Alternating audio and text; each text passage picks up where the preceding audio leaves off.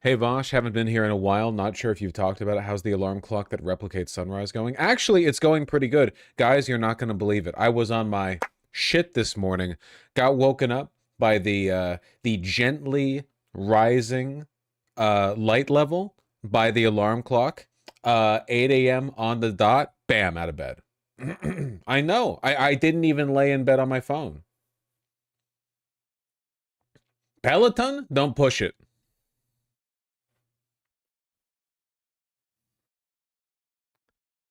That's the power of hopium, baby. Oh, yeah. Oh, yeah. It's a good time to be alive and not evil. What's up? Oh. Oh, we got stuff to get to. Ooh. Oh, my God.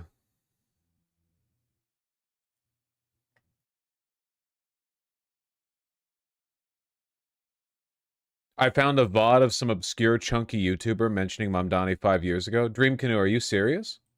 He can't talk to me at all. Congratulations to DSA members Zoran Mamdani, Farah, her assembly, Jabari Brisport, and Marcella Forney on officially being elected to the New York State Legislature. Oh, that's nice. We get some socialists jumping on into the New York State Legislature. That'll make it, well, that'll make he doesn't even know it's legislature. 12% of your audience are red voters. Yikes. Is Hawaii a good place to move to? I don't fucking know. You think I've been to Hawaii? Well, I haven't. Day one fan. Yeah, I've basically been repping him from the start. He kind of owes his mayorship to me, but we don't need to talk about it. I don't want to come across as conceited, you know? God damn, man. 5 years ago. Jesus Christ.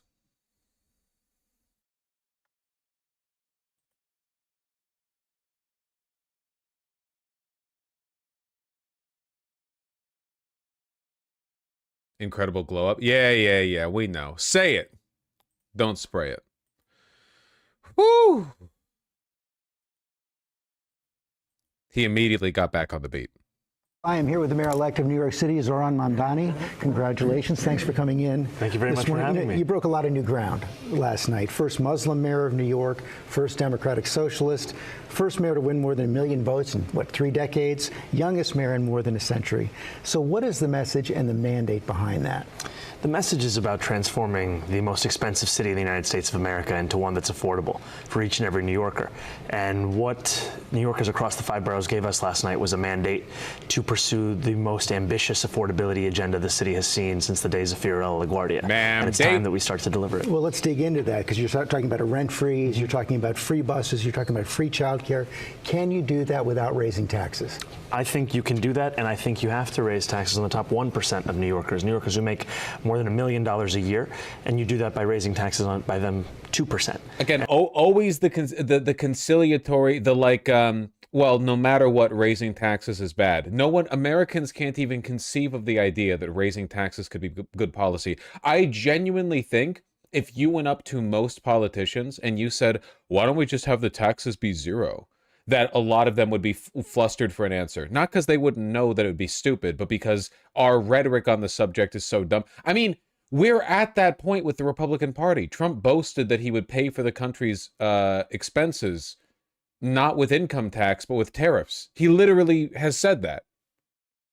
And then you also increase the corporate tax of New York State to match that of New Jersey. So that takes us from about 7.25 to about 11.5%, which is what we see in New Jersey. These things together raise about $9 billion, which more than pays for our economic agenda and also starts to Trump-proof our city. But are you worried that could drive a lot of job creators out of New York? So what I've heard from a number of business leaders is that the affordability crisis is also affecting their ability to attract and retain talent. The city's inability to provide childcare means that businesses often have to provide stipends for that childcare. Right now, the absence of universal childcare means that a family will pay around $22,500 a year, which is more money than many of them would spend if they sent that same kid to college 18 years later. And it is time for city government to actually step up to the responsibility that it has. Not just the city government. That kind of a tax increase is going to require the state as well, including the governor, Kathy Hochul. Is she on board? You know, I'm proud to have Governor Kathy Hochul's endorsement and the endorsement of our agenda, specifically universal childcare. And I've said time and again, I think these are the two most direct and straightforward ways to raise this revenue. If there are other ways to raise this funds, the most important thing is that we actually fund this agenda. You said that President Trump was watching you last night. It appears that he was watching you. And it also appears that he and other Republicans are trying to make you the poster boy of the Democratic Party. Mike Johnson, Speaker of the What a gift to the Democrats. House, calls you a true extremist and a Marxist. Undeserved gift. And he says now every House Democrat incumbent and candidate will co-own Mamdani's disastrous record in the 2026 midterms. How do you respond to that? Well, I'm looking forward to showing the power of an example here in New York City, an example of what it means to not just diagnose the despair in working people's lives as the cost of living crisis, but to deliver on it. And that's the contrast between myself and President Trump. He's someone who ran an entire presidential campaign on the promise of cheaper groceries and is now, as the president, making it harder for Americans to afford those groceries by cutting SNAP benefits. You worried he's going to crack down on New York City, maybe even do what he's done and tried to do in Portland and other cities? Tried to do. You know, I think that his threats are inevitable. I also know that it's time we actually call this for what it is. This has nothing to do with safety. It has to do with intimidation. If it was safety, President Trump would be threatening to deploy the National Guard to the top 10 states of crime, 8 out of which are all Republican-led, but because of that party, he won't actually be doing so. So you say you won't be intimidated. How do you stand up to it? I think there's a number of ways. The first thing is you actually utilize the courts. You stop treating things as being law just by virtue of the fact that President Trump is saying them. You can look at the example of California, where you find the Attorney General, the governor, and the mayor of LA coming together, filing a lawsuit in opposition to the deployment of the National Guard. A federal judge found in their favor, and the Attorney General estimated that for every dollar they spent, they recovered more than $30,000 in funds that would have otherwise been seized by the federal government. How about crime? Have you convinced Commissioner Tisch to stay on the police commissioner? You know, I've made my decision to retain Commissioner Tisch, and I've done so because Eric Adams had stacked the upper echelons of the NYPD with incompetence and corruption. She came in, started to tackle that, deliver accountability, and reduce crime across the 5 boroughs. That is what we would build upon under a Mamdani administration, in addition to creating a Department of Community Safety to tackle the mental health and homelessness crisis head on. You've made your decision. Has she made hers? I am looking forward to continue to having conversations with her and to assembling a government of the best and the brightest to deliver on this agenda. You know, last night you also said you wanted to reach out to New Yorkers who didn't vote for you. Probably highest on that list is Jewish New Yorkers. It looks like there was about No, a majority of New Yorkers still voted for Mamdani, despite a bipartisan, half-a-year-long campaign to convince them that he would commit jihad against them. a 30-point gap, according to the exit polls, between you and former Governor Cuomo. There wasn't a 30-point gap. I thought it was 50-50 with Jewish voters. Am I wrong on that? I thought I don't think there was a 30-point gap. How do you convince those voters that your vision of New York includes them and your victory is not a threat to them? You know, I was on the M57 not too long ago, which is the slowest bus in New York City, 4.9 miles an hour. And I was seated next to a woman who introduced herself to me as a speech therapist. And she told me that she was Jewish. Now, final count from this morning was something like 60 Cuomo, 30 Mamdani. Can we be real for a second? Insanely embarrassing for the Jewish community. Like, they've been getting led around like dogs, honestly, on this. Oh, your identity means defending Israel. If somebody doesn't like genocide, that means they don't like you. Stake your identity as a marginalized group, as a minority, to the popularity of this dying, failed ethno-state, warmongering pieces of shit. You know, yeah, go for it, man. That's no. Hitch your ride to that. Oh, Mamdani, the good candidate? No. He's like Muslim or a jihadist or whatever. You need to hitch your ride to this rapist, Italian, corrupt, Trump-supporting fuckwit. You know, that's a real Jew would support the evil guy. You know, like Jesus fuck. It's very embarrassing for the community. I feel like we're watching the in real time unfolding the a multi-years long process to evangelicize the Jewish community, where you turn them into a group of like fastidious, paranoid, conservative voters because you've hitched their identity to a bunch of culture war grievances. Like how every evangelical thinks that Democrats are trying to take Christmas away or whatever. You know.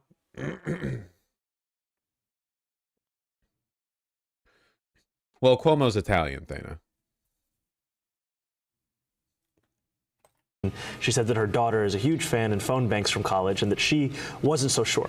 And I asked her to share, and she shared her thoughts about what it also means to be Jewish in New York City today and the scourge of anti-Semitism that often worries her, that she was trying. I know it wouldn't be politically good, but I wish somebody would explain out loud what globalized the Intifada means. The Intifada, in the context in which that term is used, is referring to like uprisings or resistance acts from Palestinians, two like distinct waves, but like broadly the act of resistance by Palestinians against Israeli occupation. That resistance took many forms, the vast majority of which was like peaceful protesting, resistance marches, stuff like that. But there were people who committed acts of terror, you know, considering the fact that Israel's literally a genocidal apartheid state occupying an open-air death camp. Now it's a death camp. We can say that now.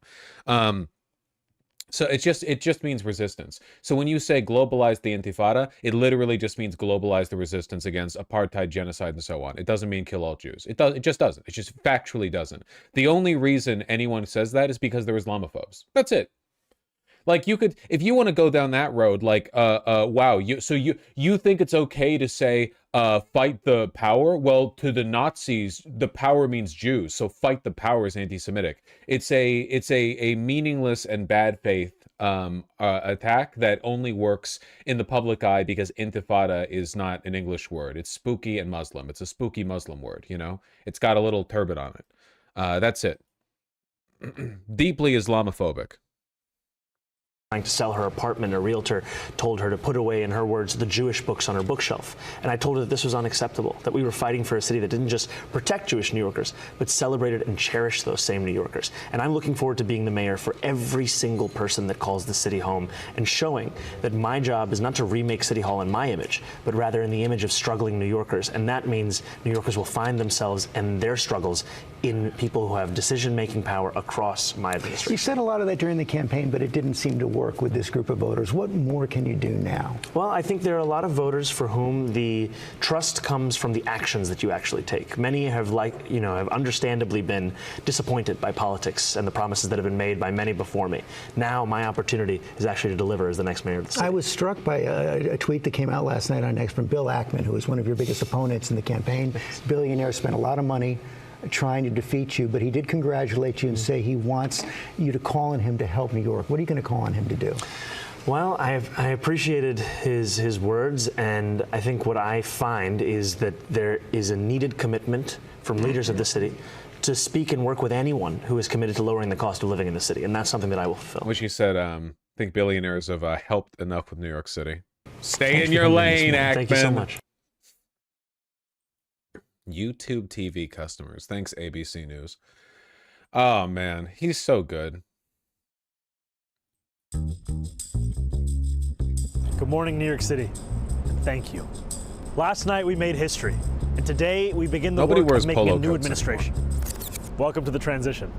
This is the period over the next few months where we build a city hall that delivers on the promises of our campaign, to make New York City affordable and to make government accountable to the people it serves. As we prepare to govern, we'll start announcing the leaders who will help implement our agenda. People like deputy mayors who oversee entire areas of government and the commissioners who carry out the critical work of city agencies. These appointments will be driven by excellence, integrity, and hunger to solve old problems with new solutions. Talking to organizers on the front lines of the fight to improve our city, government veterans with proven track records, policy experts from around the country and the world, and working people who know better than anyone what our neighborhoods deserve. And this will be a period, like the campaign we ran and the City Hall to come, defined by transparency. Because New Yorkers deserve a government they can trust. On January 1st, I will be your mayor. New Year's Day, and a new era for this city. Oh, and one more thing. Remember how I told you a few months ago to stop sending us money? You can start again. This transition requires staff, research, and an infrastructure that can meet this moment. And it will be made possible by the people who built and believe in this movement. So I hope you'll make a donation at transition2025.com. Now let's get to work.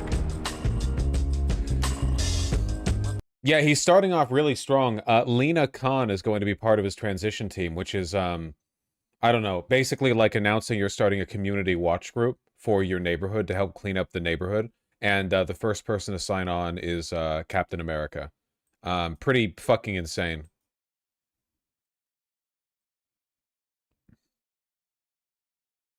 He did a full presser on this. I don't know at what point Lena Khan specifically is announced. Last night, we made history. I'm so proud to be standing here today as the mayor-elect of the greatest city in the world. Over 2 million New Yorkers cast their ballots.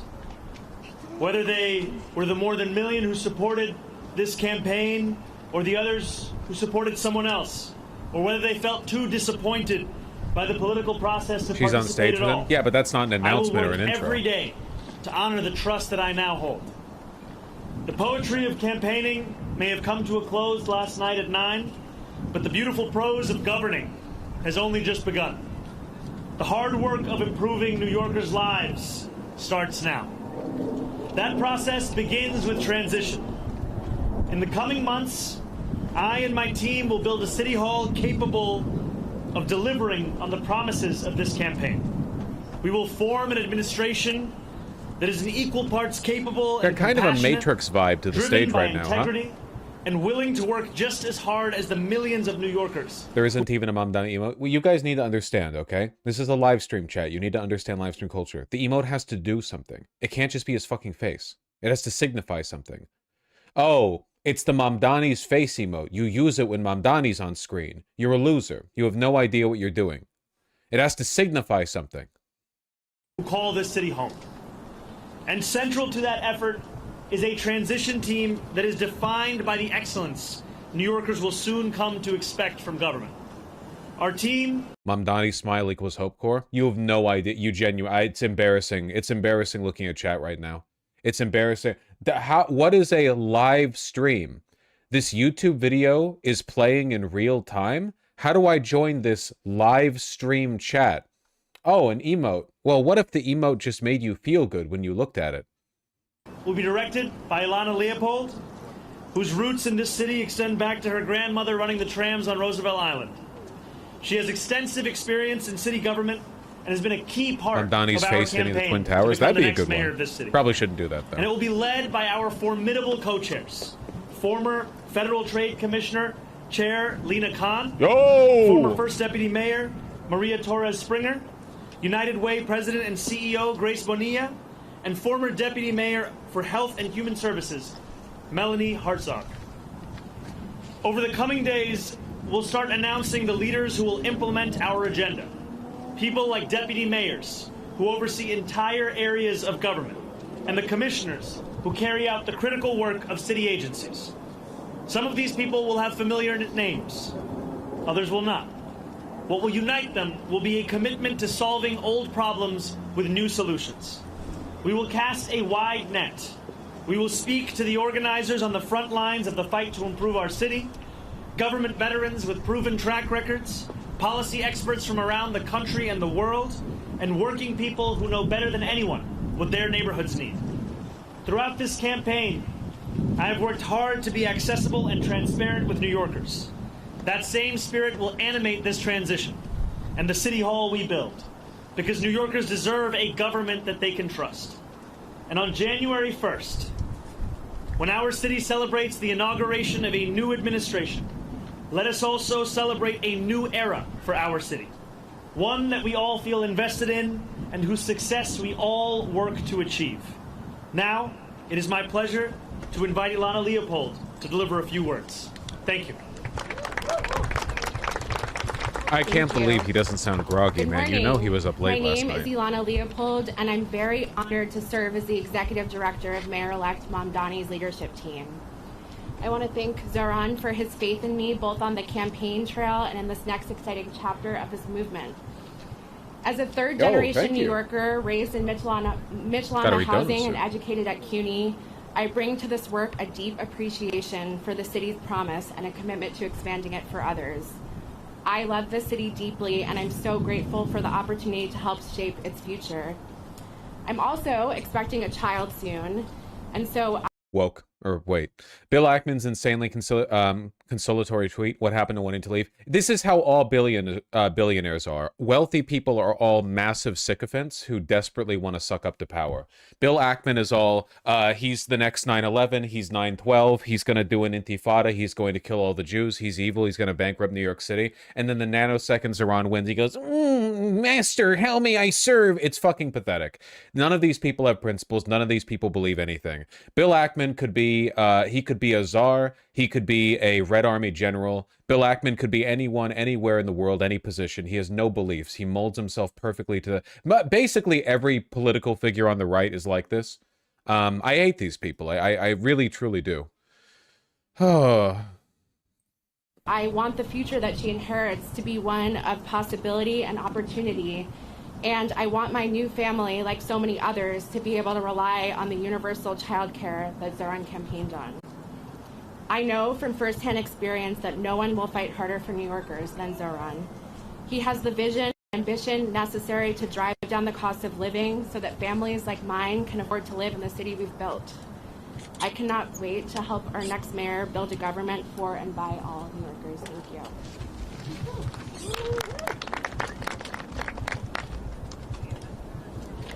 Matrix. Good morning. My name is Grace Bonilla, and I am excited to be with all of you today. No, this is good. Bloomberg, thank you. Bloomberg TV, if you could just cut a little further down. Victory and a campaign that captured the imagination of so many and centered the needs of working New Yorkers as a North Star. I'm honored to be part of a transition team and eager to work with you to build an administration that will work tirelessly to ensure working New Yorkers can finally afford to live and raise their families in the city that they love. As a native of Queens and a daughter of Ecuadorian immigrants who has dedicated my career to fighting for vulnerable New Yorkers, this appointment means a lot to me. Particularly at a time when our immigrant communities and the people I serve are Wonder under what shoes attack. she got on. As we stand here White today, sneakers. 1.8 million New York City Many such residents cases. are without benefits to feed themselves and their families because of the inactions from the federal government. I am confident that Mayor-elect will always stand by New Yorkers and fight against any federal encroachment and that target the programs our neighbors need to survive. I look forward to helping him to build working to build an effective government that keeps every New Yorker safe, healthy, housed, and builds on the promise of our city and the brilliance of our people. Ahora en español. Ante todo, quiero felicitar al alcalde electo Mamdani por su victoria histórica y por una campaña que cautivó a tantos y que le dio prioridad a las necesidades de los neoyorquinos luchando por sobrevivir en esta ciudad debido a la inacción. Mamdani on an impressive and amazing campaign and victory last night. In my day job, I lead the New York Foundling, one of the city's largest and oldest social service organizations. I previously served across 2 administrations as the Deputy Mayor for Health and Human Services, Director of the Office of Management and Budget, Deputy Commissioner for the Administration for Children's Services, among other roles. There's one thing I've been reminded of in this work, time and time again. It all comes down to economics. Paying your rent, putting food on the table, taking care of your kids. That's what New Yorkers care deep down about, and that's what the mayor-elect has so successfully tapped into. It's my honor to join the mayor-elect and this incredible group of women who epitomize public service to make sure that we bring the very best, brightest, and most principled people to deliver for our fellow New Yorkers on this moment of promise. By the way, where's Katie Wilson at? Not in New York. I'm afraid that Katie Wilson, talented as she is, did not make the cut for Zoran Mamdani's 2025 mayoral transition team. Good morning, everybody. It's great to see you all. I want to start off by just congratulating our mayor-elect Mamdani on an incredible victory and a just remarkable campaign this last year. I think what we saw last night was New Yorkers not just electing a new mayor, but clearly rejecting a politics where outsized corporate power and money too often end up dictating our politics, and a clear mandate for change where New Yorkers can get ahead and where all workers and small businesses can thrive, not just get by. I think what we saw through the campaign was an operation that showed extraordinary discipline, rigor, talent, and I know that Zoran has the vision and courage to make sure that we can actually deliver. It's such an honor to get to be part of his transition team, and I'm so excited to work with the co-chairs to make sure that we are building an administration that can hit the ground running on day one and deliver for all New Yorkers. Thank you so much. This is so big for her. It's big for both of them, actually. Like, for one, Zoran Mamdani is right now the main character of the United States of America. He's taken that mantle from Trump as a mayoral candidate, now mayor-elect, which is just incredible. Lena Khan deserved so much more than she got, man. Lena Khan could have been FTC chair under like a fucking communist president. Like she is, I know within her chest beats the heart of a warrior for the working class. I mean, she did as much as she could under Biden, and Biden was decent on labor, you know, as expected. As you know, as much as you could really expect to get. But Jesus, man. Good morning, everyone. My name is Maria Torres Springer, and first and foremost, I want to congratulate the mayor-elect on his extraordinary victory last night. And on Bill, well, I'd say Lena Khan was the best thing about the Biden administration. Yeah, I would agree. 100%, I would agree. Yeah. I think it's even hard to argue against, honestly.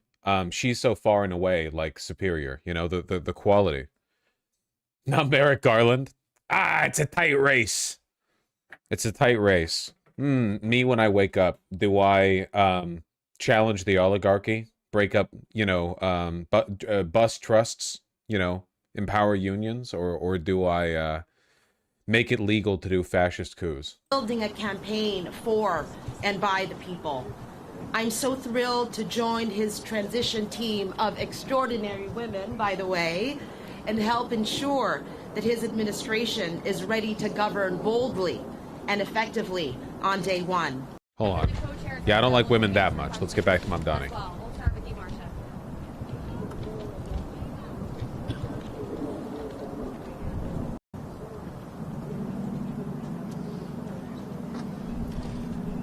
Yeah, I look forward to being the mayor. Once Mamdani's done saving your country, could you lend him to us in Europe? Dog, he's fucking Muslim. You guys are more Islamophobic than we are.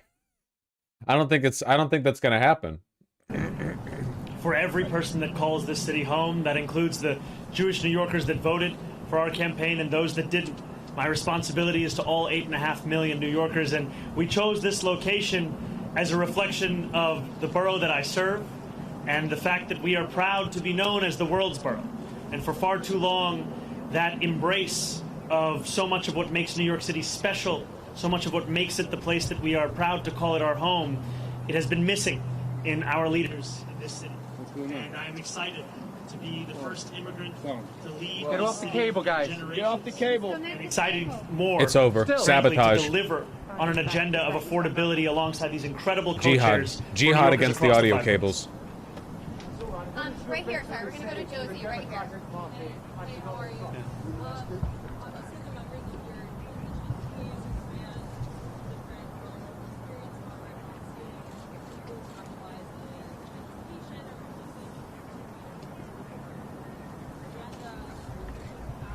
I look at these four incredible co-chairs of our transition team, and what I see are those who have had their careers defined by an excellence that we want to characterize the very city hall that we are looking to build. These will be the leaders of our transition. Another big and underappreciated part of being a good politician, not a good lawmaker or a good policy wonk, but a good politician, is that you can, if you're popular, you can attract really good talent. It doesn't matter how good the ideas you've got up here in your noggin are. If you're bad at communicating them and you can't build a good mandate, you can't bring with you the people that you need to make those ideas a reality, you know? Mamdani has access not only to his, his own ideas, but the ideas of everyone, all the human capital that he can attract, which is considerable and very high quality. And also, this transition will expand and extend beyond any one specific set of issue areas. So the topics of education and public safety continue to be of immense importance. We continue to prepare for the delivery on those very issues alongside the others that concern New Yorkers, and that will be the work of the next 57 days. And just to your second question, I am willing to consider anyone to work in my city hall so long as they are committed to working for my administration and to delivering on an agenda to lower costs for New Yorkers in the most expensive city of the United States. All right, we'll go to Sam over here. Mayor Mamdani, Sam Alcott from Democracy Now! I have two questions. One, what should New Yorkers know that you are asking from Mayor Adams during the transition for the next 2 months?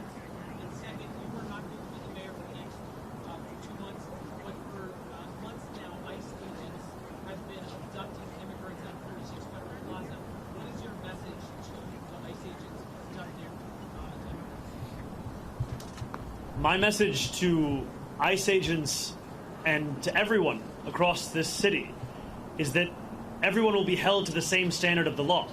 If you violate the law, you must be held accountable. And there is sadly a sense that is growing across this country that certain people are allowed to violate that law, whether they be the president or whether they be the agents themselves. And what New Yorkers are looking for is an era of consistency, an era of clarity, an era of conviction. And that is what we will deliver to them. And under Mamdani, the NYPD are going to George Floyd ICE agents every 2-3 days. It'll just be nonstop fentanyl shit posting on social media. Are you sure he didn't just stop breathing on his own? I am looking forward to having conversations with Mayor Adams and his administration about the work of the transition to ensure that the handover is a seamless one and that it is one that benefits the shared work we all have to deliver for the people who call the city home. Thank you, Andrew. Congratulations on your victory. Thank you. One is, everybody's asking too. how quickly do you think you can clarify for everyone that you not only intend to keep Jessica Fish, but that she actually will stay as police commissioner? When will you be able to close the loop? And my second question is, before speaking last night, were you waiting for a concession phone call from Andrew Cuomo, and are you disappointed that he didn't get it? I've made my... Vosh referring to someone getting George Floyded after going on a rant about lynching being called lynching yesterday, Lamau. Fuck, you're right. God, it really is. It's just how language works, right? I guess it's just the most convenient... It's the path of least resistance to conveying meaning. Fuck. Intention clear to retain Commissioner Tisch, and I look forward to having conversations with her on that very subject. Last night, I spent time with my wife, with close members of my team, as we watched the results come in. I spoke briefly with Curtis Sliwa, and then I headed to address the thousands of New Yorkers that were there, waiting to hear of what this new era of government will look like. And that is always my focus. Not on the candidates of this past election, but rather on the people that are so often left behind by our politics, and I look forward to serving. Yeah, Morgan. Doing well. How are you, Morgan? Really wish the reporters had mics. I know that's pretty uncommon. Just hard to hear them outside of a closed room.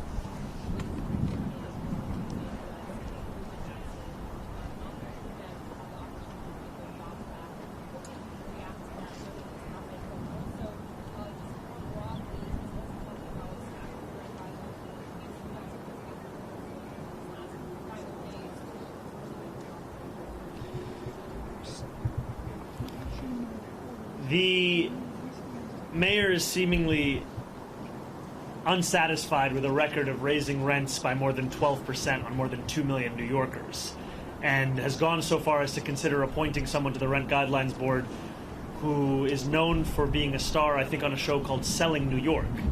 And in many ways, that's the description of what he wants to do over these next few months. I continue to believe in the importance of delivering relief for the 8.5 million people who love this city, who live in this city, but cannot afford to continue to be here. And last night I spoke of Wesley, an 1199 organizer that I met outside of Elmhurst Hospital less than a week ago. And as I asked him how long it took him to get to work, he told me 2 hours. I asked him, where were you coming from? He told me Pennsylvania. Do you think if Mamdani is successful enough, Dem presidential candidates would seek his endorsement come 2028? The Democrat Party, as it exists right now, would rather... Many people in it would rather lose their elections than align themselves with Mamdani openly and proudly. Because the fact is right now, and we know this, don't we? We know this for a fact. Within his heart, underneath the smile, Mamdani feels tons of contempt towards the Democratic Party. How could he not? He won the Democratic primary, then didn't get an endorsement from either of the Democrat leaders. They've openly worked against him. All of mainstream media, even those aligned with the Democrats, even after he won the Democratic primary. He knows they stand against him and against the American people. Like, it's insane. Has Schumer said anything yet? Not to my knowledge. He's having a bad morning, I hope. But they might change. Maybe. That, for many New Yorkers, is now the reality, where they have to live elsewhere because they can't afford to live in the place that they love. And that has to be our compass in guiding the work that we do to ensure that we can make this a city that is livable and make this a city that finally turns the page on an era of big money and small ideas. Yeah, I'll go Holly right here.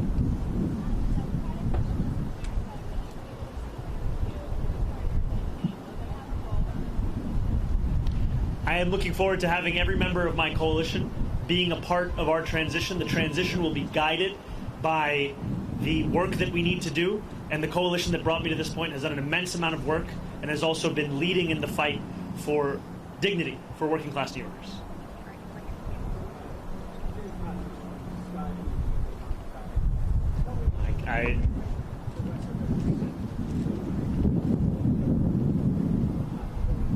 Well, first I just have to say I've spent many days in my youth watching the transfer window close, final hours on Sky News, so it's a pleasure to have you here.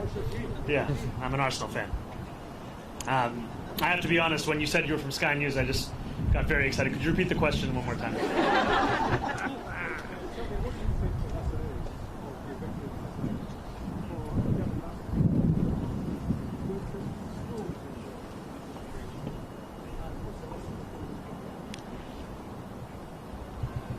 I think the lesson for the president is that it's not enough to diagnose the crisis in working class Americans' lives. You have to deliver on addressing that crisis. This is a president who ran a campaign on the promise of cheaper groceries, and now, as was said by one of our co-chairs, has gone so far as to cut SNAP benefits for close to 2 million New Yorkers. Someone who is literally making it harder to afford those same groceries whose price he was decrying not that long ago.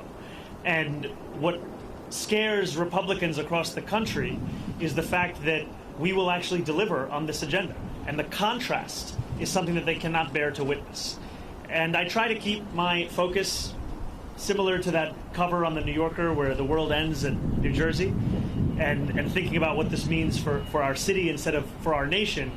And I will tell you that for our city, what left me with such great hope last night were the stories from so many New Yorkers who had never voted before, who had lost hope in politics years ago.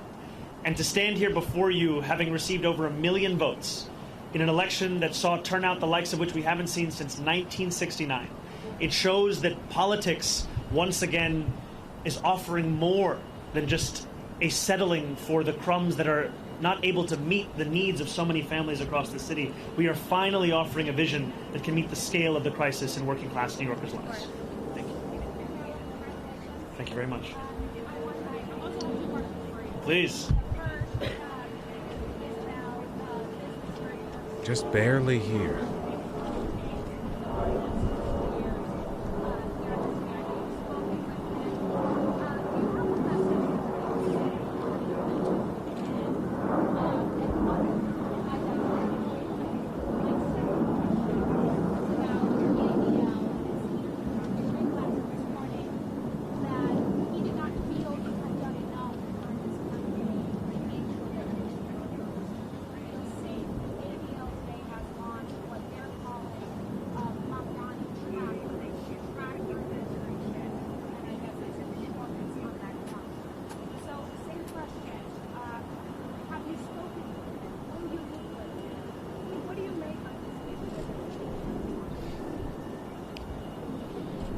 I look forward, I'll first answer your first question, then I'll go to your second. I look forward to meeting with Jamie Dimon and meeting with anyone who is concerned about the future of our city and is invested in the vitality of that same city. And these are not very different from the conversations I had over the course of this campaign with many business leaders who, while we may have disagreements on fiscal policy, we also found many areas of agreement as to what the city actually needed. And I think it is critically important that we start to embody a style of leadership that does not demand agreement across every single issue in order to even have a conversation. We need to be able to deliver for New Yorkers, and that means to meet New Yorkers, even those with whom we have any disagreements. So I look forward to having those kinds of meetings, be it with Jamie Dimon or be it with other business leaders, and continuing to show that our affordability agenda is an agenda that would also benefit businesses across the city. Because what I've heard from many of those same business leaders is that the inability for city government and state government to provide universal child care has led to businesses sometimes having to provide stipends to their own employees given the expense of that child care. Makes sense because child care in this city costs an average of $22,500 a year, which is a burden that many families cannot bear. And I also look forward to streamlining the regulations within city government. I'm someone who believes deeply in the public sector, believes deeply in public regulation, and I also believe if I cannot give you an answer as to why a regulation exists, then it likely doesn't have a good reason to exist any longer. And that extends to when... Oh my God, that's so good to hear. I hate the fact that the abundance grifters have not monopolized, but at the very least, like, been too loud on this end of the, like on this subject. But overregulation is such a fucking problem in America, especially in New York City. I imagine, like, the older the city in America, the more it's an issue, right? New York City, Boston, Philadelphia. I bet cities like that probably have it the worst. That'd just be my guess on average. It's such a fucking problem. A restaurant owner told me of the $25 a year he has to pay the city for the right to sell a frozen dessert. And it also extends to the way in which we fine and fee small businesses across the city, which is why we've committed to cutting that in half. And I have not spoken to Jonathan Greenblatt. I take the issue of anti-Semitism incredibly seriously.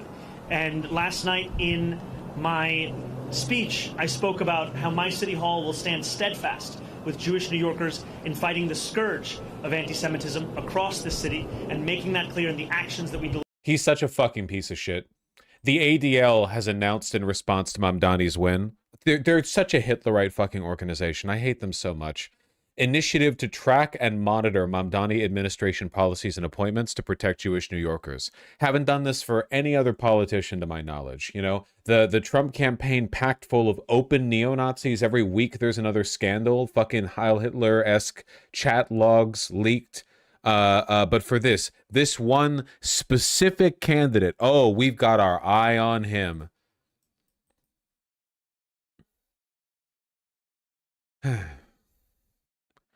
ADL should be abolished alongside ICE. Yeah, unfortunately, their reputation's probably going to get fucking whitewashed after Trump's gone.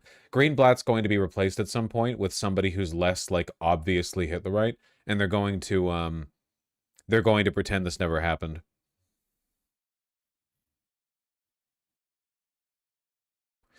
NYC.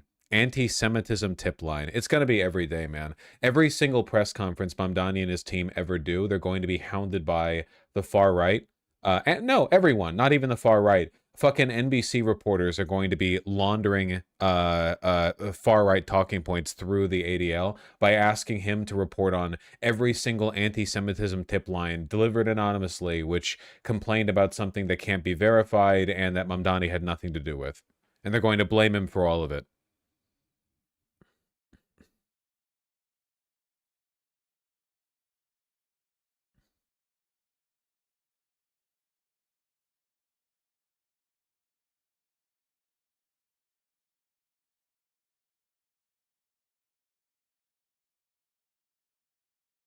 Jeez, fucking.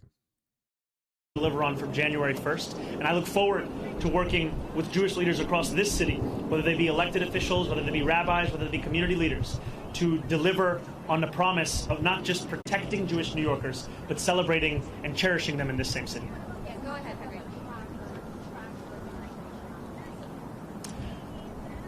I think that anyone is free to catalog the actions of our administration. I have some doubts in Jonathan's ability to do so honestly, given that he previously said I had not visited any synagogues, only to have to correct himself. Hi, Mayor-elect. Obviously, I have two questions as well. Yes, yes. It's a 2-for-1 day. Oh, yeah, a little more interesting. So, on President Trump and on delivering real, tangible results, as you alluded to last night with your new era, as Maria Springer just said, how do you balance, or do you give a thought to balancing combating President Trump and not getting lost in that fight where you are not delivering those campaign promises? And second, I'm just curious, in the quiet hours of last night, you got off stage, you got home, maybe you were sitting by yourself, maybe it was just you and your wife. I'm wondering what those sort of thoughts in your head were in those quiet moments after this sort of enormous accomplishment and the weight of what's about to come your way. It's very funny. Everyone is asking two very different questions. I'm trying to strike the right tone between all of them. New Yorkers are facing twin crises in this moment: an authoritarian administration and an affordability crisis. And it'll be my job to deliver on both. It'll be my job to stand up for the city and also to ensure that we do not look at Washington, D.C. as if it is the reason for all of the problems right here in New York City. Many of the issues we are speaking about they predate President Trump. They are issues that for too long we have turned a blind eye to, or we have sought to rationalize or normalize. And what I'm so excited by in looking at these incredible women who will be leading our transition is a track record of being able to handle multiple crises at the same time. Crises which so often for others might be the only focus. For so many of the people on this stage, they were one of many. And these are the crises of cost, these are the crises of conviction, these are the crises that have come to describe much of our politics. And I find immense confidence in the fact that we are already building a team that has shown its ability to deliver and that will continue to show that over the next 57 days and beyond. I cannot tell you that I had many quiet moments between last night and this morning, but some things that I have been left with, whether it was in sitting with my wife or with close members of my team without whom none of this would have been possible, is the sense of hope that New Yorkers have. When I left the venue yesterday evening, there were hundreds of New Yorkers waiting outside. And so many of them were young New Yorkers. So many of them, it may have been their first vote they were ever eligible to cast. And in their eyes and in their shouts and in their screams, I heard the potential for what our politics could be. And it's a potential for New Yorkers to not only be able to see themselves in those that lead them, but more importantly, to see their struggles. And just before this, I heard from an immigrant rights advocate who said that the moment that made her whole in the speech that I shared was when I spoke about this city as being one that was built by immigrants, that was powered by immigrants, and now that will be led by an immigrant. I think for too long, many New Yorkers have been told that their only place is in the shadows. And it is incredibly exciting to stand here alongside these leaders to embrace the light that the future will hold for all of us in this city. Yes. Thank you very much. Gracias.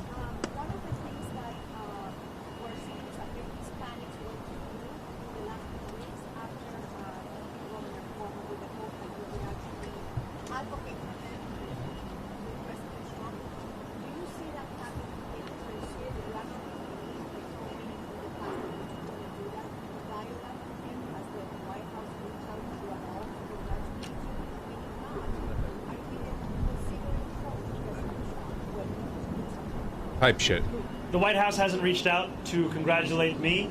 I continue to be interested in having a conversation with President Trump on the ways in which we could work together to serve New Yorkers, whether that be delivering on his campaign promises around cost of living or the many issues that New Yorkers have been sharing with me about the drastic impacts that the legislation that President Trump has ushered through Washington will mean for them and their lives. Too often we understand these impacts solely at an individual level, but if we just speak a little bit more about SNAP benefits, these are not just affecting the close to 2 million New Yorkers who are on SNAP, these also affect the grocery stores across our city. There were a number of mom and pop owned grocery stores that spoke to me about the fact that in the Bronx, SNAP revenues make up more than a quarter of all of their revenue. And this has the impact of decimating their ability to keep their doors open.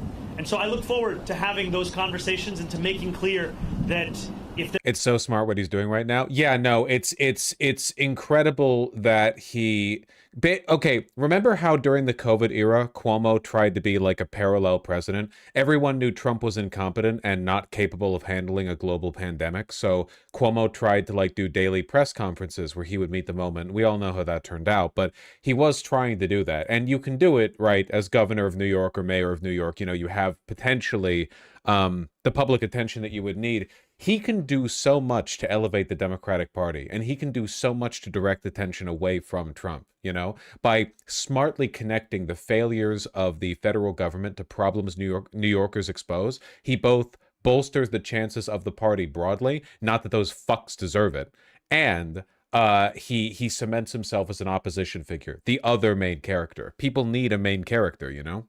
there is ever anything to be spoken about that could benefit the people of this city, I am ready and willing to speak to anyone about it. But if it is a conversation to come at the expense of those people, then I will fight that idea tooth and nail, because my job is to serve this city. Mayor, like you have showcased the willingness to speak directly to Trump, kind of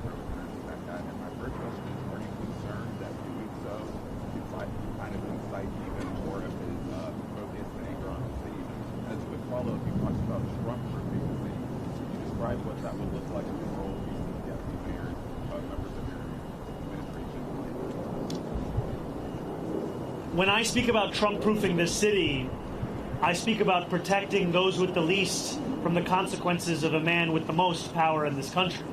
It is in part a reference to the need to ensure that any fight for additional revenue is one that also looks to try and protect those same New Yorkers from these kinds of cuts to the greatest extent that we can. And it's also a commitment to ensure that so many of the storied parts of city government return back to the moments where they were on the front lines of fighting for dignity and civil rights, and I think specifically of our city's law department.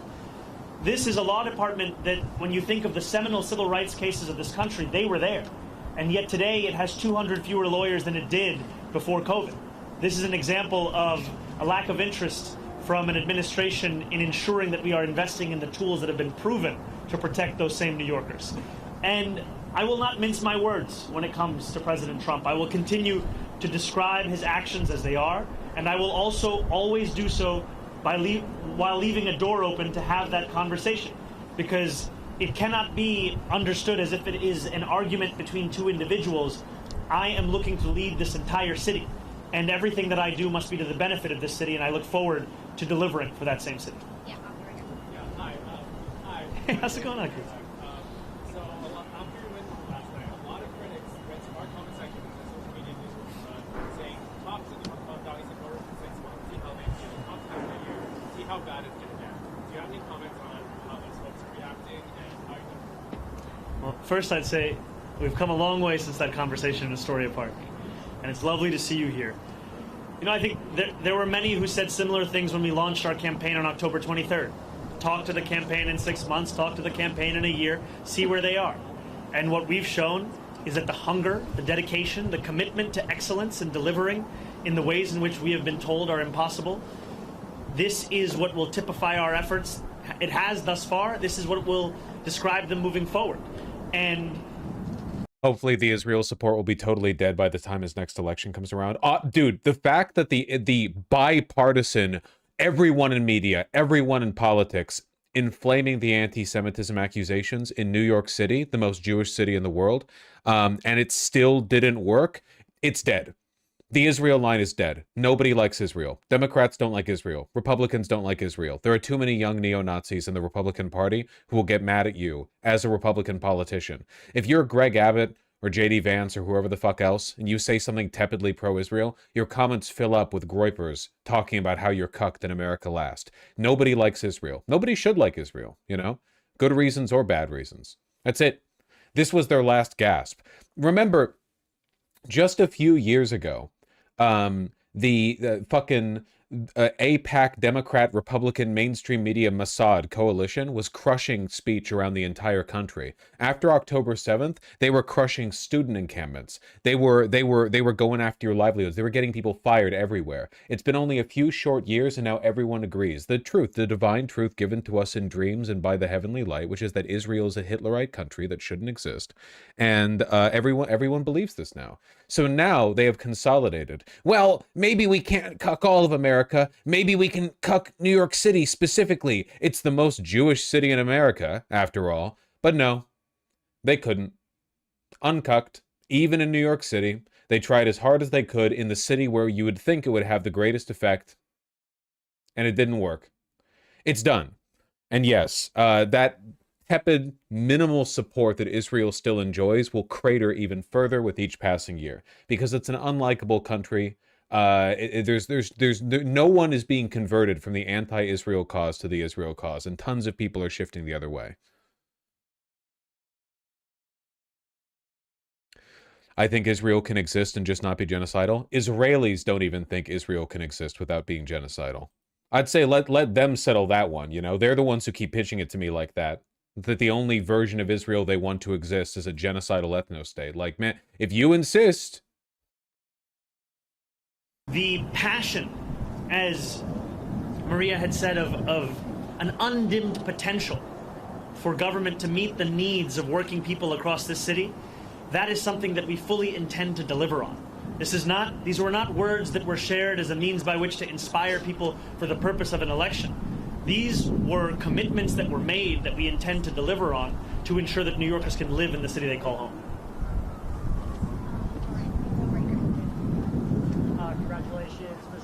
like, how do you respond? I'm sorry, could you come a little closer or speak a little louder? How do you respond to the reports that hundreds of thousands of New Yorkers could leave the city now that you've been elected? And secondly, I'm just curious, when you got the news and called the race for you last night, how did you celebrate? What did you do? What was the first thing you ate? How did you celebrate at home? I think the first thing I did was drink some water, and it took a moment for it to settle in. And when it did, oftentimes this job is described with the language of burden, responsibility, pressure. And those things are true, but what is lost is opportunity. And that is really what I felt in that moment when this race was called, the opportunity we have to deliver for people who have come to expect so little from the politics of their city. And that is an opportunity that is at the heart of what motivates me each and every day. And I look forward to fulfilling the trust that was put in me by the more than 1 million New Yorkers who voted for our campaign, and also by New Yorkers who've had concerns or skepticism. I don't begrudge them, because they were subject to tens of millions of dollars in attack ads that told them the thing that should keep them up at night was me, when in fact what I've heard from New Yorkers, that the thing that keeps them up at night is the cost of rent, of groceries, of childcare. And so I look forward to earning their trust as well, because my vision of success is not that those who are skeptical leave this city, it's that those who are skeptical stay here in this city, and that we build a city that has room for even more to join us. Because this is a city that has to grow, this is a city that has to thrive, and the way that we will do so is by bringing excellence back into City Hall, where it becomes the expectation, not the exception. Oh, incredible. Talk about the fact that you want to just meet expectations, you want to exceed them. What are you folks think that might happen tonight? Your first step in office being day one. My first day in City Hall will look like my last day. It will be focused on the cost of living crisis. It will be focused on delivering for the New Yorkers who have been priced out of this city. 1 in 4 New Yorkers currently living in poverty across the 5 boroughs. And what excites me so much about being on this stage alongside these incredible leaders is that this is not a job that can be done alone. This is not a job that can be done by one person with one vision. It is a job that must be done by a team that is united in purpose. I'm worried for his safety. Honestly, I'm not crazy worried for his safety, because the people who are most likely to be targeted for stochastic terroristic violence are usually people who have a lot of, like, nested conspiracies about them. You know what I mean? Kind of like the Paul Pelosi thing a little bit. Like, when we see a pattern of irrational behavior across assassins or would-be assassins, which makes sense, because you have to be pretty crazy to throw your life away on something like that. But people often think, like, you know, oh, the people most likely to get assassinated are, like, the people who, like, would be most effective to assassinate them. And I think, no, it's usually people who have, like, the biggest schizo orbit, you know? It's not the 1960s anymore, where you have, like, spies and spooks everywhere who are, you know, conducting clandestine operations in Colombia or whatever. You get people being killed by, like, assassins with blowguns or whatever the fuck. I think for the most part now, everyone's just kind of like sitting at their desk, and every once in a while a guy is fucking crazy and he just, you know, tries it, right? Even Luigi Mangione, allegedly, you know, like, we're not really talking about, you know, principled warriors for a given ideology. JFK wasn't assassinated by a principled warrior for anything, you know? Frankly, neither was Lincoln, you know? Usually these people are just kind of crazy. It's just crazy. What's a spook? It's an American word for a spy. I think it's a slur in the UK, but it's not here. I do hear that, though. In fulfilling the agenda that we ran on, an agenda of affordability. And for too long, we have heard from politicians who have told us what they can't do, when in reality, it's a slur here too. No, it's not. I've heard the word spook used in reference to, like, CIA agents many, many times. I don't think it's used as a slur here. Or if it is, maybe, like, I've never heard it used that way. I've never once heard it used that way. What they mean to say is what they won't do. Maybe it was a slur. I'm excited to prove that making people's lives better is not simply an ideal. It is something that we can fulfill in the day-to-day work of our administration. Thank you very much, Ethan. Governor Hochul has had a good working relationship with Trump. He's been very good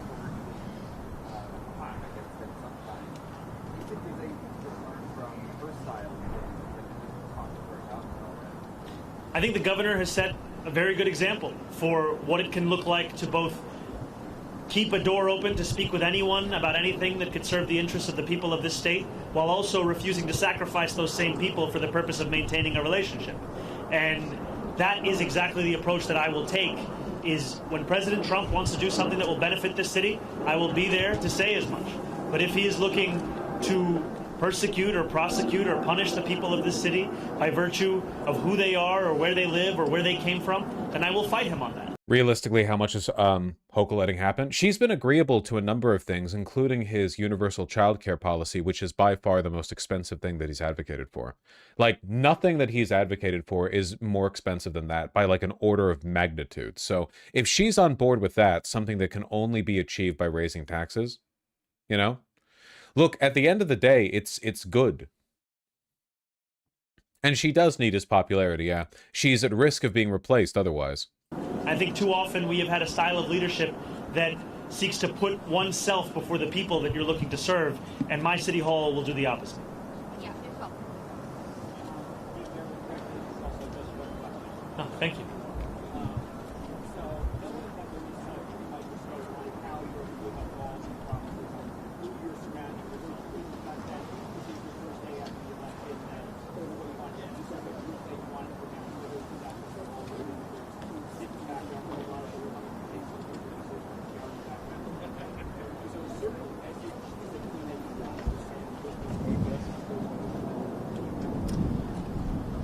You know, this is a group that exemplifies the excellence I've long spoken about. It is an excellence that New Yorkers have seen across multiple mayoral administrations. It is an excellence that they have seen at the federal level, and it's an excellence that has been displayed amidst a conviction of what government can and should and must do for New Yorkers. And I'm excited by the prospect of them leading this transition to deliver for those same New Yorkers. And I also am clear with the more than 100,000 volunteers who brought me to this point, with the more than 1 million New Yorkers who voted for our campaign, that the work does not end with an election. In fact, it continues until we deliver this agenda. And that delivery will be something that we do over weeks and months and years. And it will be something that we will take immensely seriously, because it is a delivery that will fulfill the hope that so many have put in us.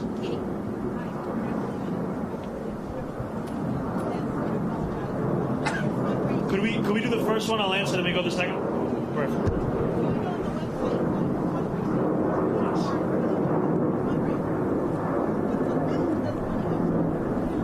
Well, thank you for the question. It's transition2025.com. And, you know, there were a few months ago where I told supporters across the city to stop donating. And today I am asking them to start once again. And I am asking them to do so because of the fact that a transition that can meet the moment of preparing for January 1st is one that will require staff, it will require research, it will require infrastructure. And those are things that we will have to provide. And I'm excited for the fact that it will be funded by the very people who brought us to this point, the working people who have been left behind by the politics of the city. I'm so fucking prepared to turn this channel into a 24/7 Mamdani Stan channel. We're going to have to defend him against so many people. Against the Republicans, the mainstream Democrats, against the loser leftists who will complain the nanosecond he does anything pragmatic or compromises in any way. You know, he's going to get attacks from every angle, but he's going to be loved within New York City.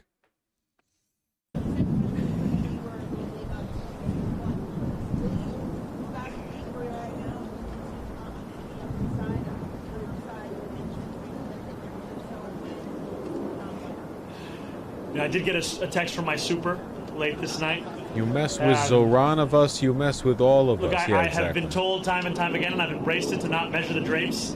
And here I am the day after being asked to use a ruler. And I will tell you that my focus right now is on the transition team. I will speak with my wife. I will think about this further, but when I have something to share, it will be done so publicly. Andrew Cuomo did it. Okay. Two questions again. The first one has Does this mean a return to debate? You people are insufferable. A light has a god ray is pouring in through the clouds. Are we gonna do debate? Are we gonna debate the loser leftists?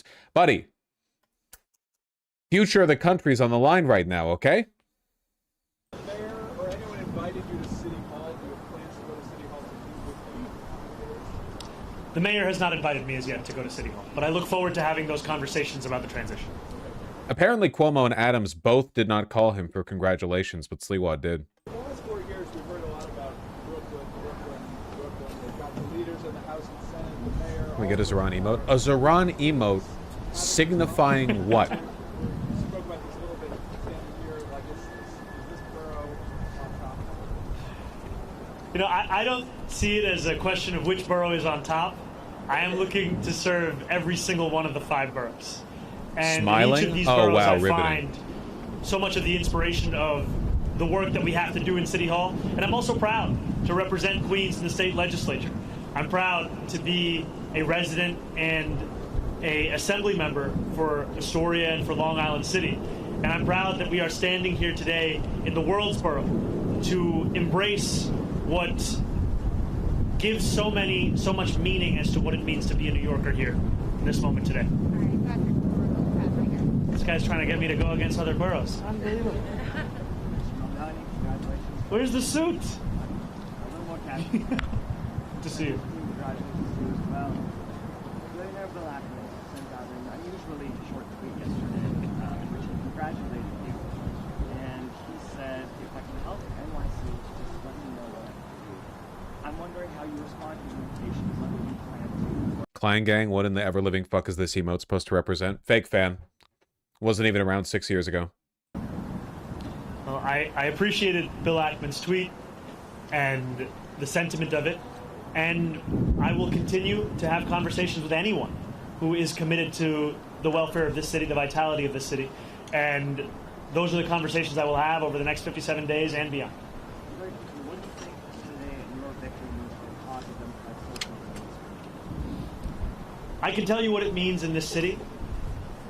It means that the idea of a politics built around the delivery of dignity to each and every person who calls the city home, that politics is alive and well.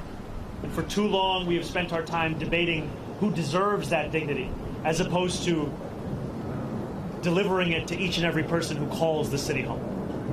David? Yeah, what specifically do you want to continue from the Eric Adams administration in terms of progress or initiatives? Do you anticipate getting involved in the speaker race? Can you I didn't hear the Do you second. anticipate getting involved in the speaker race? You know, even amidst my many critiques that I have of the Adams administration, we have to have a sober analysis of the work that is done in any single administration. And I think that City of Yes is something that is a significant and good step forward. I think that trash containerization is another example of something that we should continue to pursue. And these are examples to me of some of the issues which have been long recognized by New Yorkers as ones that need to be contended with by government and ones that have simply been ignored. And I look forward to continuing on those issues and then correcting the course in many and other areas of city government. I demand And RV I look parking in forward to NYC. working Fuck with you. the council and with the next speaker on delivering on an agenda of affordability for each and every person that calls the city home. Thank you guys so much. Thank you all. Oh my god. That was the full presser. Was it? The lesson... I think it was.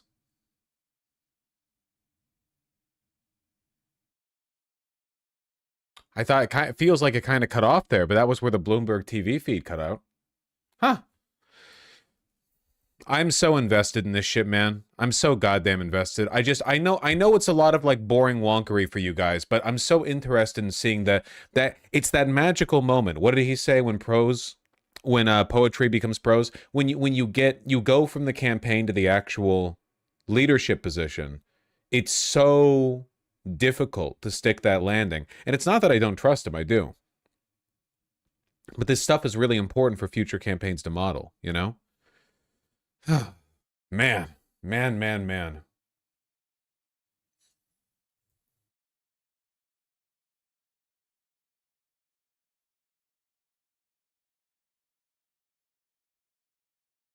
I have so many tabs built up. Holy shit.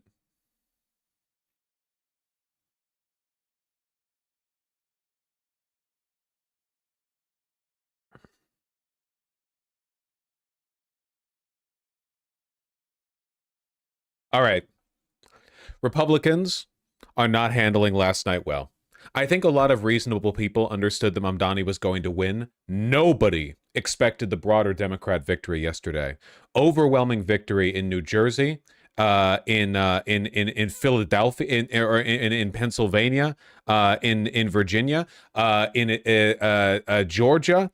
Dude, Republicans lost their supermajority in Mississippi. They flipped, what, 14 seats in Virginia. Atlanta shifted farther left than anyone ever expected.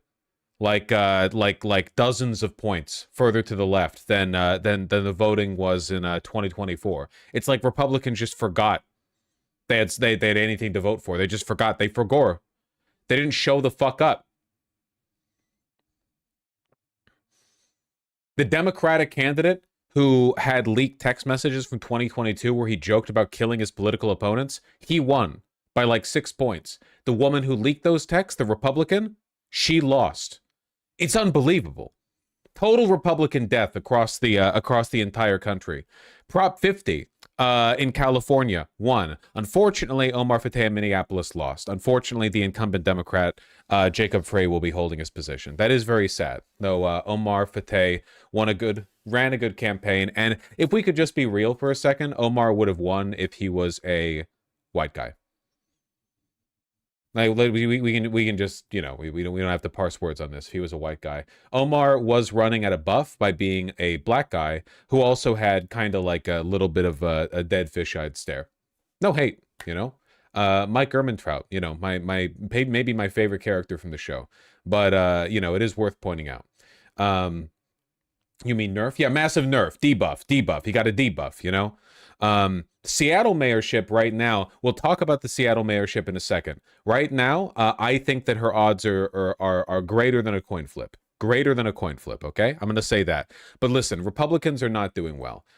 You can try to sum it up. You can try to, you know, oh, here's 57 responses from 57 different men, you know. But there's a whole lot of this shit right now from Dan Crenshaw, who no one fucking cares about anymore. Hot take from last night. Despite the media narrative, there was no victory for Democrats last night. That's all you need. Seriously. There's 100,000 Republican takes out there. A lot of them are some version of this. It's unbelievable. I have never in my life seen an off-season election go this like partisan. I've never seen this much of an upset in an off-season election. It's unbelievable, genuinely. No one expected it. Nobody. There were no pollsters. Nobody expected it. Donald Trump immediately rushed to distance himself from the failure of his party, even though the reason his party is failing is because they're tied to him. The Republican Party has no identity outside of Trump. Republican politicians all boast about how close they are to Trump. They have no independent personalities, initiatives, drives, or competence. It's all just about loyalty to Trump. Trump is the only thing any Republican can win or lose on. There's nothing else. And so, with that in mind, Trump is therefore directly responsible for what is happening. Certainly, the shutdown, the SNAP benefits, the healthcare premiums, the ACA subsidies, and everything else that's gone wrong over the past nearly a year now. All of them have contributed to Trump's unpopularity and therefore to the failures of the Republican Party. But they have no exit strategy. In spite of everything, in spite of the fact that this is an obvious weakness for their party, the cult of personality is doing what cults of personality do, which is they are doubling and tripling and quadrupling down. Last night it was not expected to be a victory. Speak up. I don't think it was good for Republicans. I don't think it was good. I'm not sure it was good for anybody. But we had an interesting evening and we learned a lot. If you read the pollsters, the shutdown was a big factor. We have to get the country open, and the way we're going to do it this afternoon is to terminate the filibuster. And it's possible you're not going to do that. And I'm going to go by your wishes. You're very smart people. We're good friends. But I think it's a tremendous mistake, really. It would be a tragic mistake, actually. We will pass legislation at levels you've never seen before. Okay, fine. Washington Post, that's fine. If you want to post audio at that level, no, that's fine. That's fine. I'm not mad. I'm not mad. I'll just go to Twitter. Twitter, what are you saying about Trump? You want to see what congressional Democrats wish to do to America. Just look at the result of yesterday's election in New York, where their party installed a communist as the mayor of the largest city in the nation.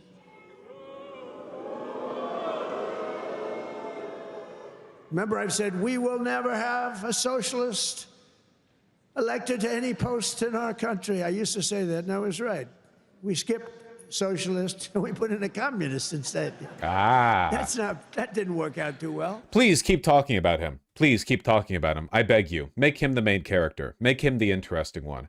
Trump, people are tired of your bit. You've been doing the same thing for a decade now. I'm sorry. You talk the same that you used to. Yeah, you're funny sometimes. Okay. But he's innovative. He's young. He's groundbreaking. Okay. He's the new hotness. All right. You're fucking old, dog. And you're a pedophile. You're a fucking pedophile, dude. People are over with it. There's no Mamdani in the Epstein files. I assume. That would be pretty crazy. That would be a banner day on Twitter. Grijalva gets in, they release the files, just pages and pages dedicated to Mamdani. Somehow. Yeah, I guess if he was in the files, it would be as a victim. That's true. He is that young. There's nobody else is going to object. They're going to do it the first day. They're going to pack the court. They're going to make D.C. a state, and they're going to make Puerto Rico a state. So now they pick up 2 states. They pick up 4 senators, okay? You think you have problems? They're going to do all of the things. They're going to pick up electoral votes. It's going to be a very, very bad situation. And it's done. It's done. As soon as they attain power. Now, if we do what I'm saying, they'll most likely never attain power. The thing that he's saying here is his way of dealing with his record unpopularity and the stunning defeat that it led to within his party is to pass an executive order banning mail-in voting. He can't do that, of course.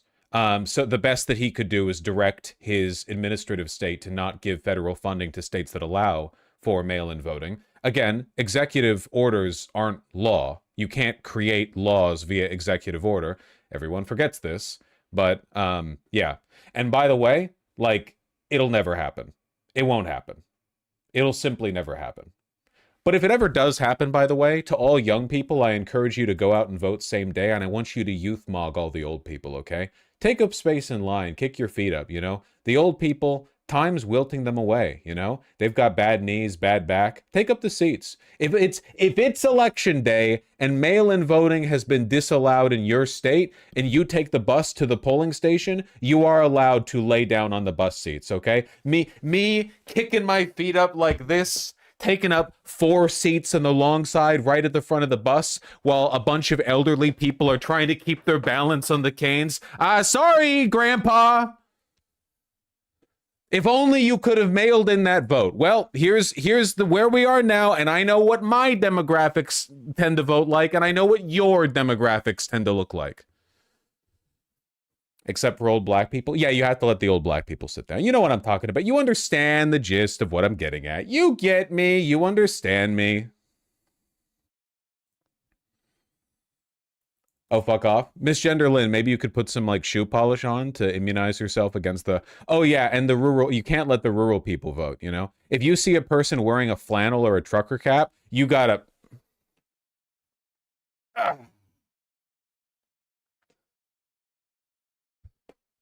Unless the flannel shirt is cropped, in which case that's not a ruroid. That's just a fashionable person keeping warm in the cold. You know, the elections do take place in November, so that's a lesbian. That could be a lesbian. That could be a lesbian. Look for the carabiner. They're not doing good. Times, and what I've said here before, the president is on the ballot in 2026. President Trump is on the ballot next fall. Because if we lose the majority, if the Please keep Republicans, saying the that. common sense people here who are doing the job for the American people, if we lose the majority in the House and this radical element of the Democrat Party were able to take over, we've already seen that movie. They will try to end the Trump administration. He won't have 4 years, he'll have only 2, because they will move to impeach him probably on the first day of the new Congress in January 2027. And they will try to systematically unwind all the important reforms that we've done for the American people, to lower costs, to have a better quality of living, on health care, to increase access and quality of care. We are the party that is doing that, and the president needs 4 years to complete his agenda, not just 2. So he is in a very real sense on the ballot. He's fiercely committed to us winning. He is going to help. He's offered to do rallies and to tell at town halls and all the things. He's sent out a huge round of endorsements of incumbents, Republican incumbents, just over the last few days. So Mike Johnson's language here that Trump is on the ballot is the exact opposite of what Donald Trump rushed to say when he went to Truth Social last night. Trump explained that the reason the Republican Party did so poorly was because he wasn't on the ballot. This is the death spiral of the Republican Party. It's the thing that, and I'll take credit, it's the thing I've been warning about for years, or not warning about, anticipating. Because I want it. I'm not really warning, you know. If you cannot find a future path outside of Trump, he is far more concerned with his own ego than he is the future of the Republican Party. Trump does not care about longevity. As far as he's concerned, when he dies, the universe ends. All right. He's borderline a solipsist. Narcissists tend to lean in that direction, you know? Right now, yeah, the way the party is set up, MAGA dies with Trump. Like, everything after that is a pathetic, floundering attempt to grasp onto little bits of his power. And all the people in his cabinet are acting this way, by the way. None of them are trying to build a legacy for him. They're all trying to do content creator bullshit for themselves, you know? Half of them have just given up on the job, basically, like Kash Patel using his time as FBI director to do nothing except fly around on private jets and get mad at people who criticize him for it, you know? Oh, did you hear he like shut down an effort from his boss, Tulsi Gabbard, to investigate whether the Mossad took out Charlie Kirk? You've got like Nazi infighting going on over there at the Department of Homeland Security. Sorry, not Department of Director of Intelligence. Sorry, not DHS.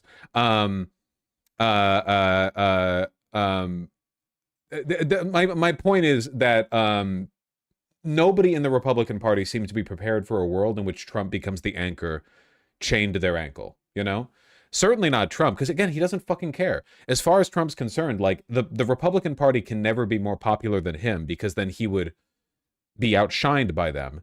And if his popularity diminishes and it hurts the Republican Party, why would he care? He only cares about his popularity, you know? I don't know what will come after MAGA and Trump, but I do not think the populist rage is just going to go away. It'll find a new avatar, for better or worse. Yeah, it 100% will, but that doesn't mean there'll be an effective channel. Trump is effective in large part because he's not like the sniveling little groypers who follow in his footsteps, you know? The people inspired by Trump are usually too socially incompetent and obsessed with, I don't know, lolicon to actually be effective, you know? Trump did his pedophilia like a gentleman on an island, okay? The people coming after him, they have no class, all right? They can't lead the Republican Party. J.D. Vance, you can't have fucking 4chan neo-Nazis lead the Republican Party. These people don't have the skills. They don't have the shamelessness required. It's not possible. I mean it. I understand I'm phrasing this in a jokey way, but I mean it. I completely mean it, you know? This is an ideology that's only sustained itself in a political movement because it's being led by a person who doesn't act the way the people who follow it do, you know? Trump isn't going to get more popular. Not unless something exceptional happens. If there's like a big terrorist attack, you know, I can't predict the future. Some stupid bullshit happens, whatever, that mobilizes people to consolidate. But like overall, his aggregate popularity, the extent to which people think he is a good man doing a good job, that shit is not turning in his favor. He has nothing new to offer. There are no plans except the continued rape and worsening of the country. So with all that, you know, with the direction things are headed, a Republican Party that was sane would be looking to jump ship, but they can't. So this is what they're stuck with, you know? Last night was devastating for them. Off-season elections have never, at least in my memory, not in recent American history, delivered such a partisan result. And as a result, the sane Republicans are desperately scrambling. But unfortunately, the best way the best way they could fix this would be to do something other than align themselves with Trump.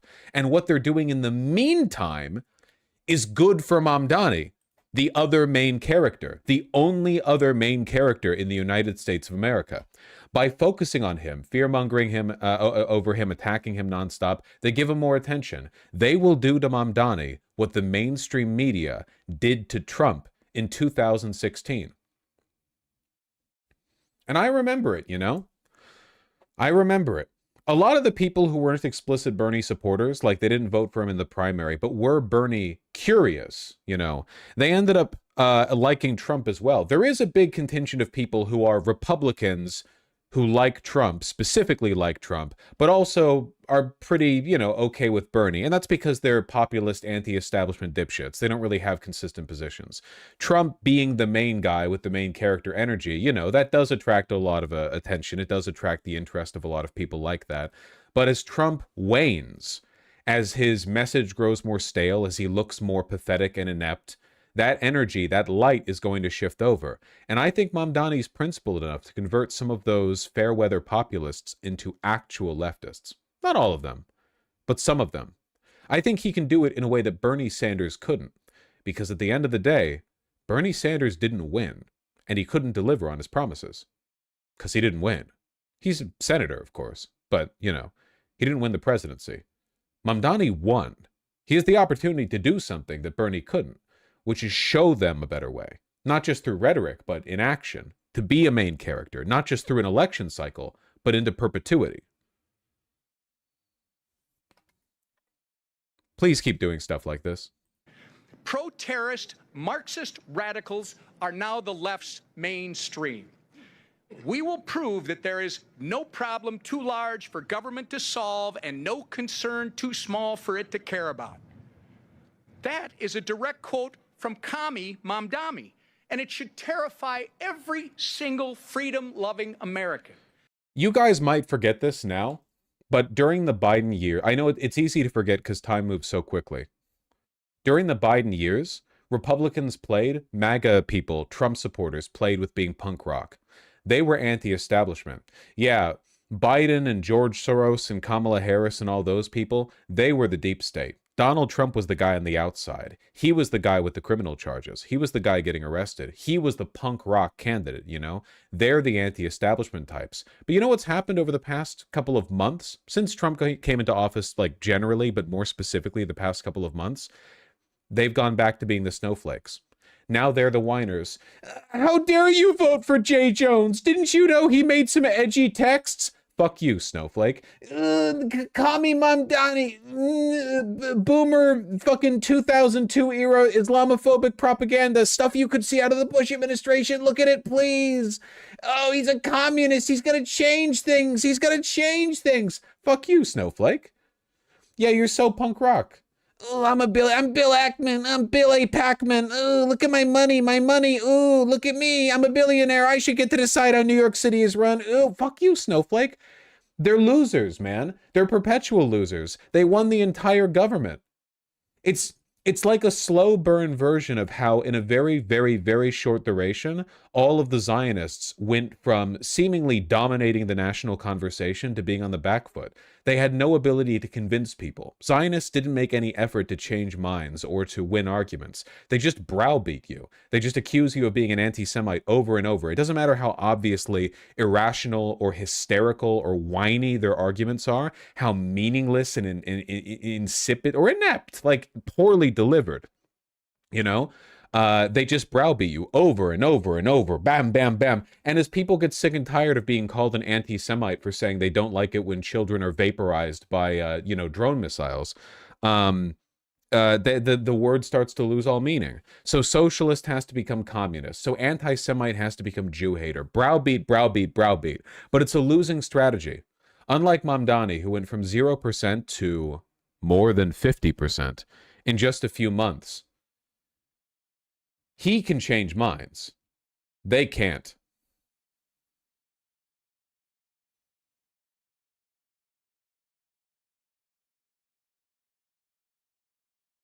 You said anti-Semite becomes Jew-hater? Yeah, they used to use the term anti-Semite, and now a lot of them say Jew-hater, because anti-Semite got inevitably watered down by them using it against literally everyone who was anti-Zionist.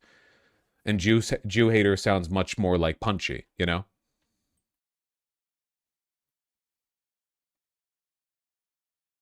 This post is the epitome of what you're saying with the right becoming the snowflakes. Yeah, I saw this. How dare you vote for Jay Jones? He wants to kill our children. Sorry, dark woke is back in. I guess Republican children are just on the menu now, huh? You fucking whiners, you pieces of shit. You're literally, like, the Republican Party is literally staffed by neo-Nazis running on people whose entire modus operandi is we get to say what we want with no consequences. They get to go to Epstein's Island, they get to endorse, say, whatever the fuck they want, no consequences, and now they're all whining. They're whining over everything. They're browbeating, you know? It's pussy shit. This is what I'm saying, guys. This is what I'm saying. The Republican Party's response to last night has been just as bad for them as last night was for them. You get me? I'm feeling very optimistic about the future. Yes, sir. Look at what the White House posted this morning. Again, it's difficult to remember, I guess, like, because it's insane. But this is the official White House account. Don't look at the 2025 result. Look at the 2024 result. Don't forget that. What a fucking pathetic. Nothing signals greater defeat. Can you imagine if a professional boxer got their ass handed to them, like knocked out round 1, no hits landed, and then they posted the next day on Twitter an image of them winning the championship belt the previous year? Unbelievable. Yeah, tapping into strategic coke reserves, you know? The new gen coke barrels long since emptied. You've got the vintage coke barrels long since emptied. We had to dig through the wine cellar, the coke cellar, you know. We're pulling up like cedar aged, dusting the cobwebs off. This is imperial coke, okay? We're going back. This shit's getting a little rank. Yeah, Tsarist era coke.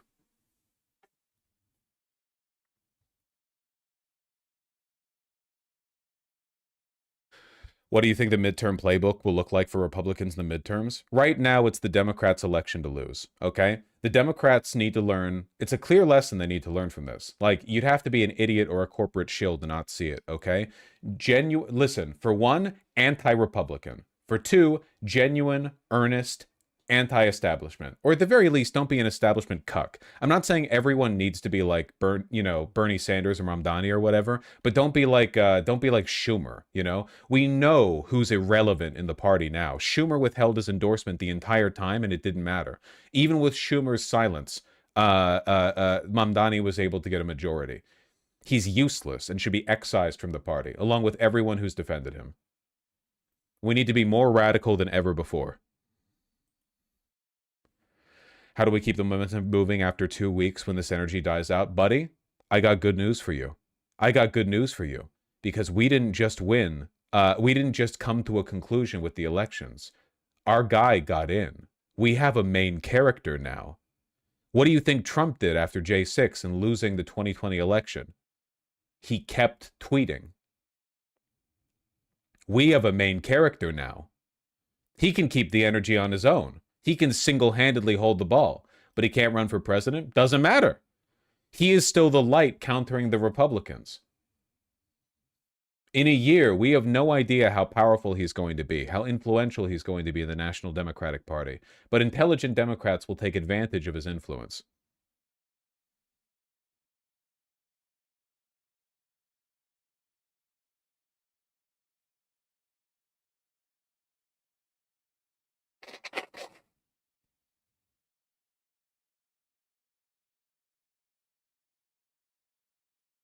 Obama offered his ear so he could take credit for the win. There will be many opportunists trying to jump on the Mamdani train now that it's too late, now that it's proven, now that we know who you actually side with. But at the end of the day, Mamdani's here.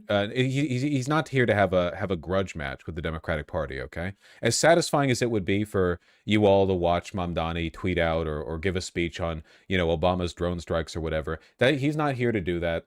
That wouldn't accomplish anything. It would be satisfying and that's it. What we need is for him to channel the goddamn spirit bomb, okay? He has to put the work in. Did Obama actually endorse Mamdani? Not explicitly, but implicitly, yes.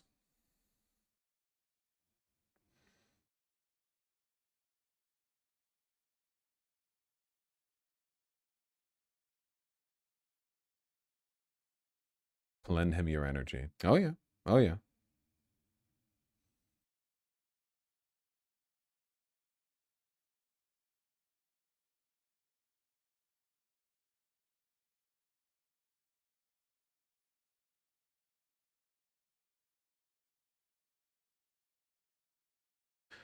He did have main character energy back then, Obama. Yeah, but he didn't use it properly.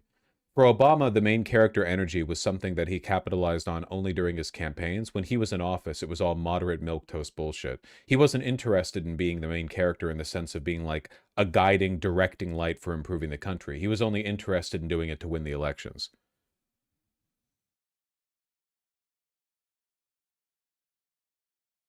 Bill Ackman and other Wall Street types are already trying to get to Mamdani first and corrupt him. It won't work. These spineless freaks, these losers, can't imagine a person with principle. It's not going to work. Mamdani has already demonstrated that he has more of a spine than essentially anyone in politics today. Certainly anyone in the Democratic Party. It's not going to work.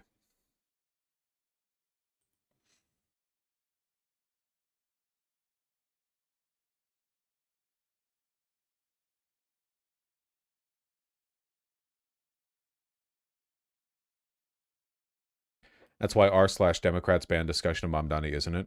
Well, to be fair, you would have to be like a psychopath to post on r/Democrats. Do you have any idea how much of a corporate shill you would need to be? Like, that's insane. No one... The Democratic Party is historically unpopular. The only people who would post under the r/Democrats subreddit header would be people who are so hopelessly committed to the party that they would kill themselves if Schumer told them to. If they received a text message from an anonymous number saying, hey, it's Schumer, you need to end it now, they would do it without a second thought. Those people are insane. If you look at some of the questions over the J. Jones texts and that scandal from text back to 2022 and how this is affecting the Attorney General's race there, possibility of a split ticket, we asked voters what best describes their opinion of those leaked texts. Almost half found them to be disqualifying. About 1 in 4 said they were concerning, but then another 1 in 4 said they weren't concerned. Explain your damn links. Hadn't heard enough about it. So we'll see how they cast their vote when those numbers start to come in. A decent number of people who said those texts were disqualifying then went on to vote for him.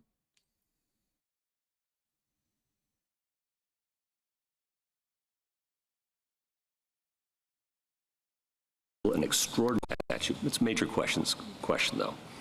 Could the president impose a 50... the Supreme Court? There are big conversations being had today. My understanding is that the Trump administration is not having a good time right now. If they could just end these tariffs, this fake state of emergency, that would be great. I would love to place some international orders. I found a really good French sock company recently that I'm curious to buy from, but I am not paying for the removal of the de minimis exception just to get some goddamn high quality no-show loafer socks. 50% tariff on gas-powered cars and auto parts to deal with the... What's the brand? I don't... It's like a long French name. Unusual and extraordinary threat from abroad of climate change. It's very likely that could be done. Very likely. I think that has to be the logic of your view. Yeah, in other words, obviously this administration would say that's a hoax, it's not a real crisis, but... I'm sure you would. Yes, but that would be a question for Congress under our interpretation, not for the courts. All right. In January 2023, Congress voted to terminate one of the biggest IEPA emergencies ever, the COVID emergency, and the president went along with that. So what the statute reflects is there's going to be the ability for a sort of political consensus against a declared emergency. Well, what happens when the president simply vetoes legislation to try to take these powers back? Well, he has the authority to veto legislation to terminate a national emergency, for example. I mean, he retains the powers in the background because IEPA is still on the books. But if he declares an emergency and Congress doesn't like it and passes a joint resolution, yes, he can absolutely veto that. Yeah, Congress, as a practical matter, can't get this power back once it's handed it over to the president. It's a one-way ratchet toward the gradual but continual accretion of power in the executive branch and away from the people's elected representatives. I disagree with that, and the recent historical counterexample of Congress's termination of the COVID emergency demonstrates that the political oversight with the president's assent, meaningful. With the president's assent, in fact, once he lost it by a veto-proof majority, he doesn't sound happy. I think the position moved, and I think he realized, and that's the political process working. There was a political it takes a supermajority, a veto-proof majority. Does anyone else think he sounds a little bit like Hypnos from Hades? I know that's kind of a cut, but like, No, does anyone else? Senate, I think the position moved. And I think he realized, and that's the political process. He sounds like a mix of Charlie and Hypnos. Charlie Day. There was a it takes a supermajority, a veto-proof majority. Same voice actor. D. John Sauer, I'm a big fan of your work. Thank you for your contributions to the projects of Supergiant games. No, yeah, he's actually the voice of Hecate. No, that's true. Give credit where it's due. Is a highly Can you give me a reason to accept it, though? That's what I'm struggling and waiting for. What's the reason to accept the notion that Congress can hand off the power to declare war to the president? Well, we don't contend that. Again, that would well, you do. You say it's unreviewable. There's no manageable standard, nothing to be done. And now you're, I think you, tell me if I'm wrong. You backed off that position. Maybe that's fair to say. Okay, all right. That would be, I think, an abdication. That would really be an abdication, not a delegation. This argument was insane. Yeah, it kind of sounds like he's getting his... I'm sorry. My first thought was back blown out. My second thought was make it dirtier. My third thought was, wait, that's too far. And then I just kind of got stuck in a loop for a second. Let's just go to the video. We have been listening to live Supreme Court arguments over the authority to impose tariffs, whether President Trump has that, to impose sweeping tariffs without Congress's approval. Now, what he has been using is a national emergency law to do so. It's the linchpin of his economic agenda, these tariffs. Now, based on what we've heard, the outlook doesn't seem to be all that great for the president, who earlier this morning called these arguments and the forthcoming decision that they will make in the Supreme Court life or death. We're going to talk about what we've heard so far with an incredible panel here. Steve Vladeck, I want to start with you. What is your take on this? And again, I know we're kind of in the weeds on tariffs, but I just want to remind our viewers that this is about so much more. This is about presidential power and whether Donald Trump has as much as he thinks he does. Let me get a non-CNN panel version of this, I think. Hold on, what is this?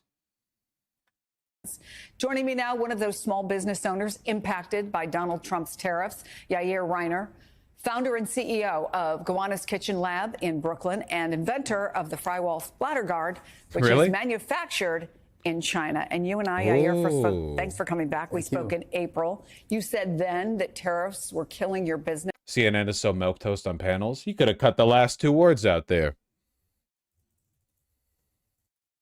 Come on, give me a non-panel. Give me a non-panel. I don't want to watch the full 4-hour, 37-minute, 46-second C-SPAN U.S. Supreme Court oral argument on legality of the Trump tariffs. Hold on. CBS News, what do you have for me? All right, we continue to monitor today's major case. What the fuck was that? Court. Justices are hearing arguments on the president's authority to impose tariffs on any international country. CBS News legal reporter Katrina Kaufman is live outside of the Supreme Court and joins me now to talk about it. Katrina, all right, here's where we're looking. Catch us up. What have we learned so far? Hi, Vlad. Well, first of all, I'm out in front of the Supreme Court, and there is a long line of people here who are waiting to get into these arguments. This is such a big case that it's really drawing a crowd. But so far, there has been a lot of pushback. John Sauer is arguing on behalf of the Trump administration right now, and he's arguing to a court of originalists, of textualists, of people who rely on statutory interpretation. And Vlad, they keep asking him. No, the fuck he's not. I hate originalism. It's not real. There's no such thing. For one, originalism is fake, and for two, it's antithetical to the desires of the founding fathers, who literally wanted the Supreme Court to be interpretable so that it can be adjusted as the times changed. Like the idea of like, well, we would only do what the founding fathers would do, in addition to being massive cope, like, yeah, as a judge, as a legal expert, my principle is that I only rule on like I only say stuff that's true. Well done, my love. About the way he's trying to use the language here to regulate importation. Justice Amy Coney Barrett was pushing back a lot on him. She said, can you point to any place in the statutory code, in the history, where it was used to confer tariff authority, and she is someone who really, really is strong on statutory Hold on, interpretation. longer segment that gets to the heart of the question. Oh, I'd be willing to. Do you think you guys could stomach 7.5 minutes of C-SPAN Supreme Court discourse? Because this shit's actually super important. Basically, right now, what's on the table right now for Supreme Court deliberation is like the core conceit of the unitary executive theory, right? Basically, the whole point, I guess, like, or the whole way it's executed is you take advantage of definitional word games, essentially. Emergency situation here, extenuating circumstances here, and you give the power to the president for basically everything, If that's being challenged, that's like the fundamental conceit of the administration being challenged. If things go poorly for them here, they're going to be fucking mad, especially with how much Trump likes tariffs. Mr. Katyal referred to common sense several times, and I want to pick up on Justice Barrett's question because your interpretation of the statute, as she pointed out, would allow the president to shut down all trade with every other country in the world or to impose some significant quota on imports from every other country in the world, but would not allow a 1% tariff. And that leaves, in the government's words in its brief, an odd donut hole in the statute. Why would a rational Congress say, yeah, we're going to give the president the power to shut down trade? I mean, think about the effects. But you're admitting that power's in there. Yeah. But can't do a 1% tariff. That doesn't seem, but I want to get your answer, to have a lot of common sense behind it. I think it absolutely does because it's a fundamentally different power. It's not a donut hole. It's a different kind of pastry. And on that power, that's a good one. Okay. On that power, though, and you've said this many times, and Mr. Katyal too. And look, I get this obviously, but the court has repeatedly said a tariff on foreign imports is an exercise of the commerce power, not of the taxation power. And I'm repeating some, but John Marshall said that, and Joseph Story, and Chief Justice Hughes in the 1933 case. And we've said that quite a bit of time, which seems to at least... I feel like that argument really loses ground when Trump explicitly says we're going to replace the income tax with tariff revenue, thereby indicating that it's not being used as a way of selectively protecting American industry, but rather just as a form of taxation. Like the idea of it being an emergency power that you're invoking for specific protections in specific cases as part of the Commerce Clause doesn't really work when he's just flat out saying, yeah, I'm doing this to replace taxation. Undermined a bit your point that it's an entirely different power, because if it is foreign commerce power, it's the same power that Justice Barrett was talking about of just embargoing trade with the entire world, which you admit is in this statute. Well, there are a couple of points in there, and I'll try to get to all of them, but I mean, I think all of us agree that context is what matters here, and that you certainly could use the word regulate to talk about a tariffing power, like you could use it to talk about a taxing power. I mean, we impose taxes for regulatory purposes as well. But the federal government hasn't identified a single other federal statute that uses the term regulate to authorize tariffs or taxes. That is just a different kind of power. And I thought your point in response to Justice Kavanaugh, it's a different kind of power because the power that's being authorized by this statute is the power to control or freeze trade. That's what Congress was getting at. And so if that's true, then we have to read regulate in that context. That's exactly right. And I think the reason, getting back to common sense as to why a legislature might authorize that, is that you might not fear abuse of that power in the same way that you would be concerned about abuse of a power to impose unlimited taxes with sort of no controlling principles. Well, why is that? Why no cams? No cameras allowed in the Supreme Court. The fact that we even are allowed to get audio recordings was something we had to fight for. The high priests do not want their divine arguments to be scrutinized. Because, I mean, there is a sort of commonsensical intuition that one is, in Justice Kavanaugh's example, that one is greater and one is lesser. So yeah, they're all naked in there. Why is that not right? Because, to be blunt about it, there's nothing, one of them there's something in it for the government and one of them there isn't.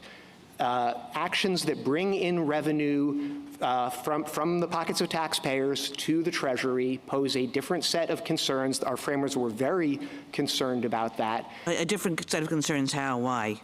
Because they bring in revenue. And because that creates well, that seems a little tautological. Like, why is it that the revenue raisers are in a different category? Because if there is some sort of international emergency and the appropriate way to deal with it is to make sure that no more than 1,000 of this product comes into this country at a particular time, this statute gives the president the power to ensure that exactly no more than 1,000 come in at this time. Setting a tariff doesn't ensure that only 1,000 will come into this country. It cedes control over whether the transaction occurs, and what it does is it then adds revenue to the Treasury, and that is again something that our framers thought was extremely important and a core Article 1. But Algonquin, I mean, this kind of goes back to Justice. Who controls how tariff money is spent? If it's Trump, doesn't that steal Congress's power? It's not Trump, no. I mean, effectively, for the most part, when money is taken in via customs and tariffs and stuff, doesn't it just disappear the same way money does when it's taxed? I'm on the MMT train on this one. The government doesn't have, like, a bank account. That would be a sovereign wealth fund, which the United States doesn't really have. We don't run a profit that we would pour money into or whatever. When the money is taxed or taken in via tariffs or whatever, the money is simply annihilated, you know? It goes into the Treasury General Fund. Yeah, but, like, that's kind of it being annihilated. Kavanaugh's point, Algonquin rejects the idea that it was impermissible to use the fees, and we can call them, license fees that functioned as tariffs or duties in that case, whatever. But Algonquin said that Congress could use the exaction of money to control quantity. And I hear what you're saying is like, well, you can control quantity by numbers by imposing hard limits, but not by money. But that's not what Algonquin said. So I guess, no. Why? Well, and I don't mean to suggest that you can't use exactions to control quantity. What I think Algonquin just shows the importance of context. It might be perfectly natural to read a phrase like adjust imports in the context of a statute that talks about tariffs, in the context of the Trade Expansion Act that has all sorts of provisions about tariffs and about the president adjusting tariff rates.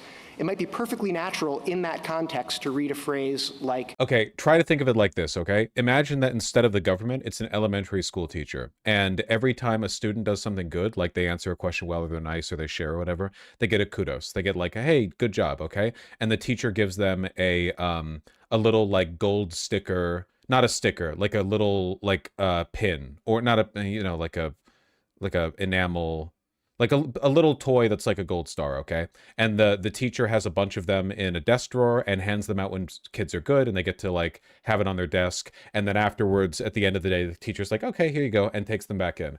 Do you think it would be appropriate to say that the teacher is holding on to or possesses, like, I don't know, 100, 200 gold stars, and that for a short time there are a few in circulation? I think that most people would only consider the relevant gold stars to be the ones that are put out, and that the ones the teacher is holding on to are just an abstract representation of what the teacher can do. Does the teacher have a maximum number of kudos she can present? What if there's a bunch of kudos given out in a day? Couldn't she just make more gold stars? The numbers she has in a drawer are kind of like irrelevant, to be honest, you know? What matters is how many are out there. Weak analogy? Fuck you, gold name. You think you... Hilarious analogy?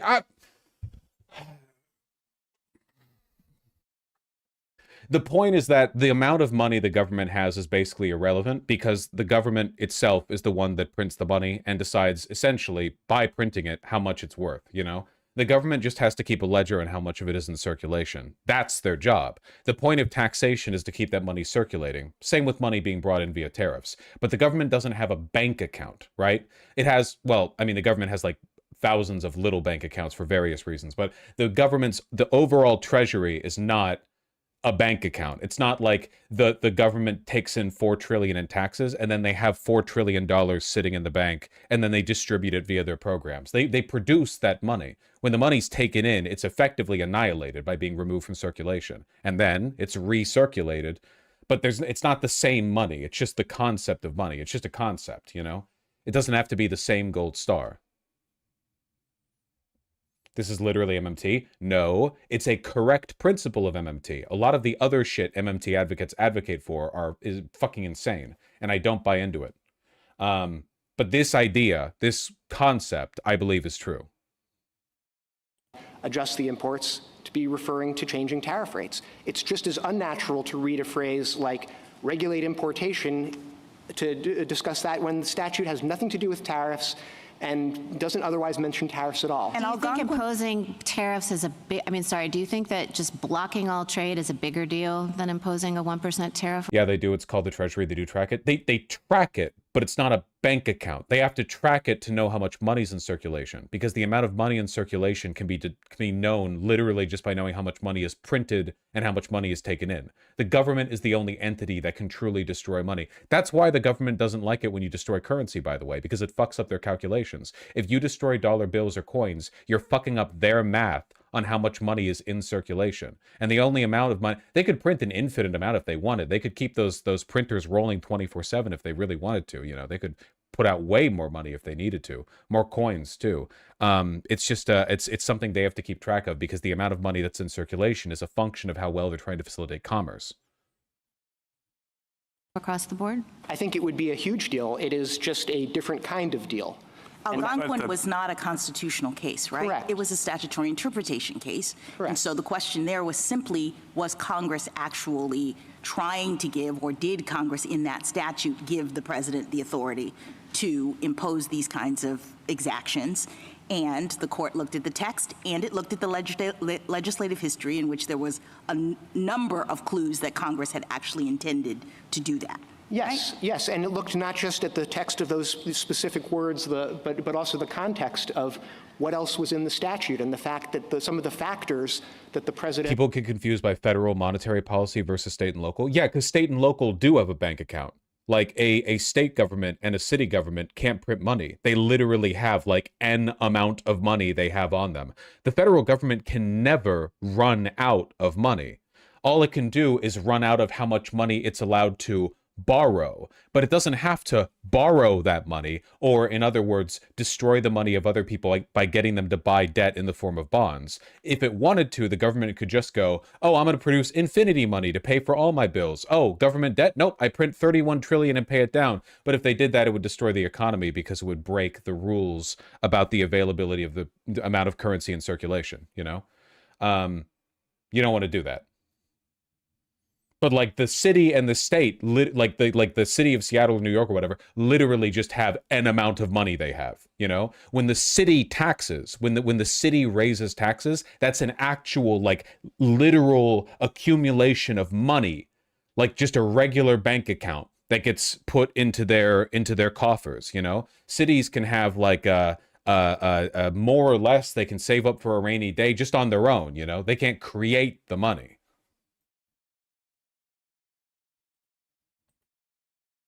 Was supposed to be considering. Keep going. And it would make perfect sense, I think, in a time of emergency, for many of the reasons that General Sauer pointed out, that Congress would want the president to have the kind of authority that is imposed when you are embargoing things, when you are stopping the trade, when you are saying, you know, for emergency reasons, we're not letting any of this product come in. I mean, sure, that's a big deal, but the nature of it makes sense in terms of an emergency. I think what you're saying is that the idea that the government would... The Treasury acts like a vault where money goes in and out, but it's not, though, because that would imply that the government could run out of money. It can't run out of money. It's not. It's like when money goes to a bank, the money that you put into the bank isn't necessarily the money they put out, because of fractional reserve banking, the bank has the ability to literally create money out of thin air. They're given like the allowance to do it by the government, which is insane and should not be legal, by the way. All of the economy should be trading rocks for hand jobs, okay? We're getting sidetracked. Use its authority to be raising revenues in this situation is a different kind of power. Exactly. This is a statute about giving the president control over assets, over transactions, over access to banking. And tariffs don't do that. You said That's something about exactly tariffs right. tariffs in fact cede control Exactly over right. those sorts of things. So they sort of undermine the goals and the purposes of this kind of statute. Is that right? Yes, that's exactly right. Can I ask you? Hold on.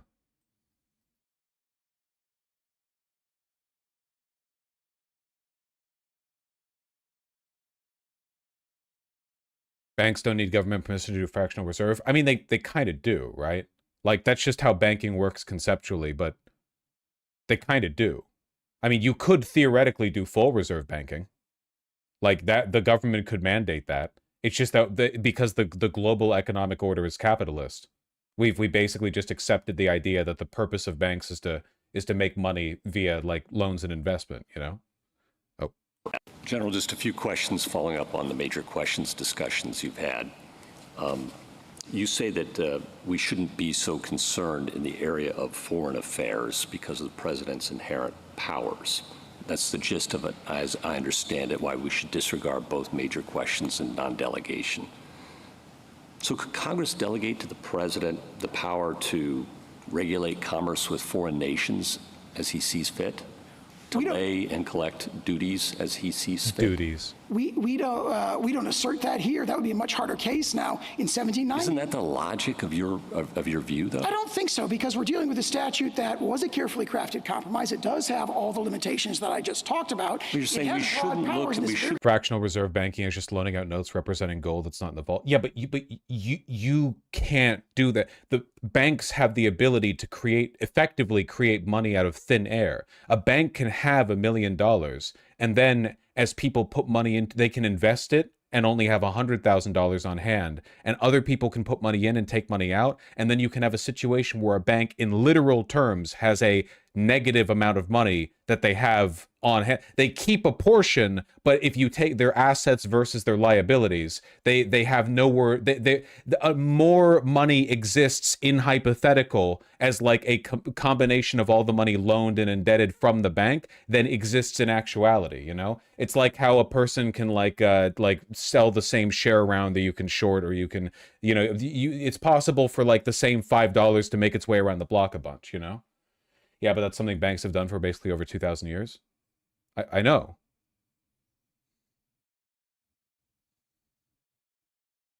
Wait, what were we? What are we arguing about? I thought we were talking about MMT. What are we? I know. Banking is evil. Be concerned with. I want to explain to me how you draw the line, because you say we shouldn't be concerned because this is foreign affairs and the president has inherent authority, and so delegation. So if the government creates money and then essentially just limits how much gets circulated, what's the point of federal taxes? Because the federal taxes are meant to circulate it. The whole point of taxes are like the money is distributed to the population to facilitate commerce and then allows people to trade. And then the government is like, you know, you don't want that money to stagnate and just sit in people's bank accounts forever. You don't want it to just, you know, like not do anything anymore. So the government has to go, you know, and slurp it back up. And then redistribute it, right? Otherwise the money gets stagnant. There's no movement of it. Also, then the only way for the government to pay its obligations would be to print new money, which would cause like hyperinflation. You know, it solves two problems. It allows for the continued like velocity of currency, while also allowing the government to settle its debts without printing, you know, theoretically printing increasing the total money supply. Off the books, more or less. Or and if that's true, what would prohibit Congress from just... That's monetary policy of the Feds, not taxes. Yeah, but the Fed can only determine its monetary policy because if the federal government decided that they were no longer going to do taxes, I guarantee you the Fed would go, what, fuck, shit, fuck. Like these are related institutions, you know. Abdicating all responsibility to regulate foreign commerce for that matter, declare war to the president. We don't contend that he could do that. If it did, why not? Well, because we're dealing with a statute, again, that has a whole I'm not asking about the statute. General, I'm not asking about the statute. I'm asking for your theory of the Constitution and why the major questions of non-delegation, what bite it would have in that case. Yes, I would say by then you would move from the area where there's enormous deference to the president, actually both the political branches, where here there's inherent authority, and piled on top of that there's a broad delegation. You're saying there's inherent authority in foreign affairs, all foreign affairs. So regulate commerce, duties, and tariffs and war. It's inherent authority all the way down, you say. Fine. Congress decides tomorrow, well, we're tired of this legislating business. We're just going to hand it all off to the president. What would stop Congress from doing that? That would be different than a situation where there are metes and bounds, so to speak. It would be a wholesale application. You say we are not here to judge metes and bounds when the foreign affairs. That's what I'm struggling. Is this going well for us? Yeah, it seems like the court, even some of the conservative court members like Barrett, Gorsuch, Kavanaugh, and Roberts, are skeptical of some of the more extreme implications of the unitary executive theory enabling idea that the president gets to dip his balls in the soy sauce however deep he likes. Struggling with, you'd have to have some test, and if it isn't the intelligible principle test or something more with more bite than that, you're saying it's something less. Well, what is that less? I think what the court has said in its opinions is just that it applies with much less force, more limited application in this context. So perhaps the right to approach it is a very, very deferential application of the intelligible principle test, that sort of wholesale abdication of... All right, so now you're admitting that there is some non-delegation principle at play here, and therefore major questions as well. Is that right? It's very limited, very, very deferential. Okay. Limited is what, and again, the phrase that Justice Jackson uses, it just does not apply, at least. I know, but that's where you started off, and now you've retreated from that, as I understand it. Well, I think we would, as our frontline position, assert the stronger position, but if the court doesn't accept it, then if there is a highly deferential... Can you give me a reason to accept it, though? That's what I'm struggling and waiting for. This actually seems like a pretty good... Are there any other... Hold on. Can I get any other good C-SPAN clips from this? Like any good... Because it seems like this is actually a relatively pointed Supreme Court grilling. Reason to accept the notion that Congress can hand off the power to declare war to the president. Well, we don't contend that. Again, that would... Well, you do. You say it's unreviewable. There's no manageable standard, nothing to be done. And now you're... I think you... tell me if I'm wrong. You backed off that position. Maybe that's fair to say. Okay, all right. That would be, I think, an abdication. That would really be an abdication, not a delegation. I'm delighted to hear that, you know. Oh, my God.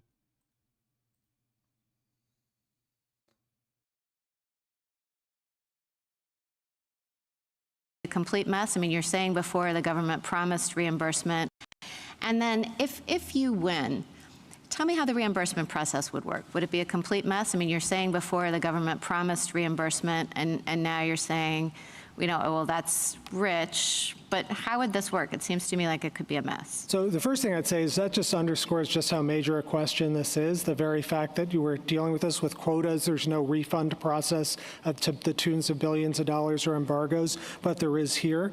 But for our case, the way it would work is, in this case, the government stipulated for the 5 plaintiffs that they would get the refunds. So for us, that's how it would work. Your question, I take it, is about everyone else. We don't have a class action or anything like that. With respect to everyone else, there's a whole specialized body of trade law, and it's in 19 U.S.C. 1514 outlines all these administrative procedures. It's a very complicated thing. There's got to be an administrative protest. There was a harbor management case earlier that this court was involved with in the United States SHU, in which, you know, the refund process took a long time. There were any number of claims and equitable relief. So a mess. So it's difficult, okay. Absolutely.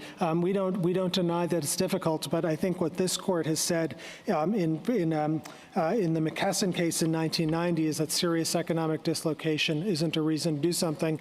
Northern Pipeline, you guys stayed your decision for a while in order to let the congressional process unfold. There may be a congressional process here as well. You may be able to also be that this court could limit its decision to prospective relief under the John Q. Hammonds case. So there's lots of possibilities. That one was a little bit more wonky, a little more wonky. Brain small. Sarah, can I just ask you a question? Can you point to any other place in the code or any other time in history where that phrase, together, regulate importation, has been used to confer tariff-imposing authority? Well, as to regulate importation, that was held in TWIA. So obviously, and that's... Okay, so an intermediate appellate court held it in TWIA, but you just told Justice Kavanaugh that wasn't your lead argument, that your lead argument was this long history of the phrase regulate importation being understood to include tariff authority. So my question is, has there ever been another instance in which a statute has used that language to confer the power? Well, putting aside Yoshida. I mean, obviously, other statutory example is just imports. The cases we rely on are cases where, for example, in Gibbons, it's Ogden and Justice Story's But that just shows the word can be used that way. None of those cases talked about it as conferring tariff authority. I understood you to be citing McGoldrick and Gibbons in those cases just to show that it's possible to say that regulating commerce includes the power to tariff. I think our argument goes a bit further than that as an interpretive matter, because if you look at that history, the history of delegation... Could you just answer the Justice's question? Can you identify any statute that used that phrase to confer tariff? Yeah, the only two statutes I can identify now are TWIA, as interpreted in Yoshida, and then closely related, not regulate importation, but adjust imports in Section 232. Well, I think adjust imports is differently. So the answer is the contested application in TWIA, and then now in IEPA. And then, of course, I mean, there's a sort of direct line there. Yeah, I understand that, but yes. Okay. But then more fundamentally, we rely on the historical sources to show there's this long historical pedigree of broad delegations of the foreign commerce power, not the power to tax that we're not asserting here, delegations of the foreign commerce power. But he said he wants to use it to replace taxation. I hope one of them brought that up at some point in the 4.5 hours of deliberation. To the president, going back to Gibbons against Ogden, all the way through McGoldrick and Board of Trustees, where this court and founding era sources say the power to, in other words, the power to tariff is kind of this natural, as everyone knows, that includes... Just ask you one other question about the plain text, General Sauer. So you've referred to the other verbs in IEPA as capacious. Would you really describe them as capacious? Because to me, things like nullify and void have definite meanings. I agree with you that regulate is a broader term, but those words I think are powerful. They pack a punch, but I wouldn't describe them as capacious in the sense that they have a wide range of meanings. So can you describe what you mean by capacious? Let me put it this way. You look at all 9 verbs together, and you're looking at a spectrum of powers from the most sort of negative, nullify, block, prohibit, void, to the most affirmative, direct, compel, and then also powers in between that are more intermediate, regulate, investigate, and so forth. So the natural common sense inference from that grammatical structure is the intention of Congress to sort of cover the waterfront. Well, possible, except Congress did take out a whole bunch of verbs. It took out confiscate, vest, hold, use, administer, liquidate, sell, which were in the prior statute. And crucially, what it doesn't have here is anything that refers to raising revenue. So it has a lot of verbs, it has a lot of actions that can be taken under this statute. It just doesn't have the one you want. Well, I would say the notion that all these other verbs are sort of not revenue-raising like block and prohibit, I think that argument is unconvincing for 2 reasons. One, of course, is that we don't... Are you guys hearing the words at all, or just the voice? Because I'm not hearing much engagement with the words, only with the voice. We're not saying it confers a revenue-raising power. We're saying it confers... Like, get it out of the way. RFK Jr., Sam Cedar. We got it? It's like half of chat. There's a regulatory power, and that's a crucial distinction. But also... Yes, but if I can just stop you there, regulatory power, I mean, yes, it says regulate, but I'll broaden out Justice Barrett's question. Is there any place that you can find in the entire code where regulate, used just as regulate, includes taxing power? We don't assert that. We say it includes tariffing power when it's... Tariffs are a tax. Combined with importation, and that's just the most natural... Right, because the natural understanding of regulate, even though, in fact, we can regulate through taxes, but when the code uses regulate, we don't typically understand it to refer to duties or taxes or tariffs or anything of the kind. And then if you look at the flip side of this, and you look at all the tariff statutes that Congress has passed, I mean, they use language about revenue raising, tariffs and duties and taxes. All the language that does not appear in the statute you rely on. start with the sort of grammatical structure of the statute, then refer to the other statutes. Regulate. Is anyone agreeable to him? Is there a point where Thomas speaks up and he's like, yeah, I think that the tariffs are just regulation and not taxes at all? Is everyone here? Thomas has been silent. Okay. They're going to lose this case, man. I thought it would be a little bit more even-handed. You know, I thought that this would be, for me, this case was a coin toss. Right now, listening to it, this feels like a 95-5, you know? I feel like Thomas always, I'm saying the whole 4.5 hours. Importation. You put those two words in combination.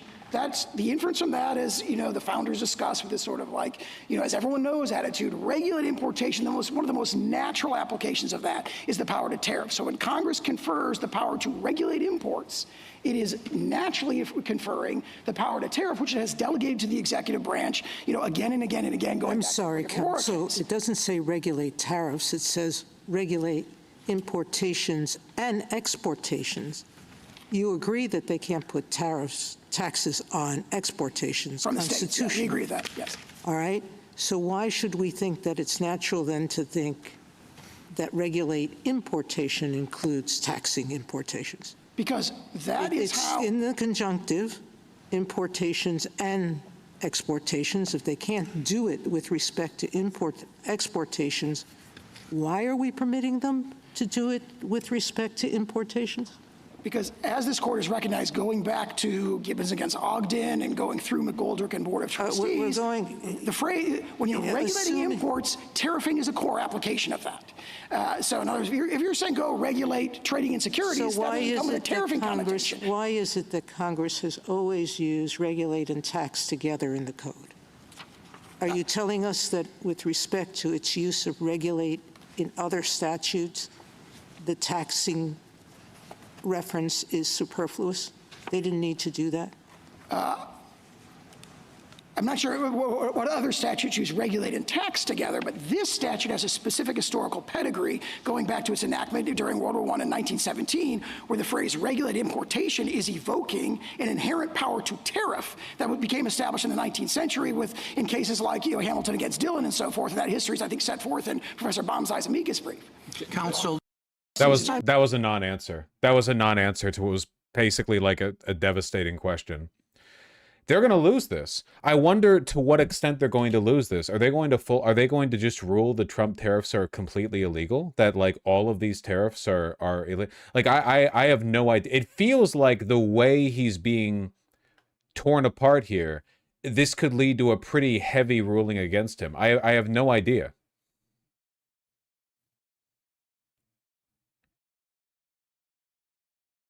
Yeah, what happens with reimbursements? Yeah, all the if they have to pay out tariff refunds, that's going to be like a bureaucratic debacle they're going to be dealing with for the remainder of the presidency.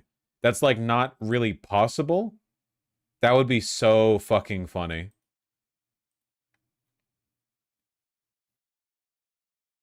I hope they do it. I hope they do it just to be maximally inconvenient. Yeah, the next president will be dealing with it. Fucking Gavin Newsom or whatever. Jesus.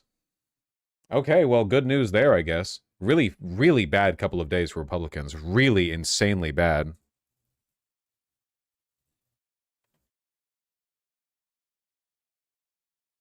Okay, way the fuck too many tabs open. Close this shit.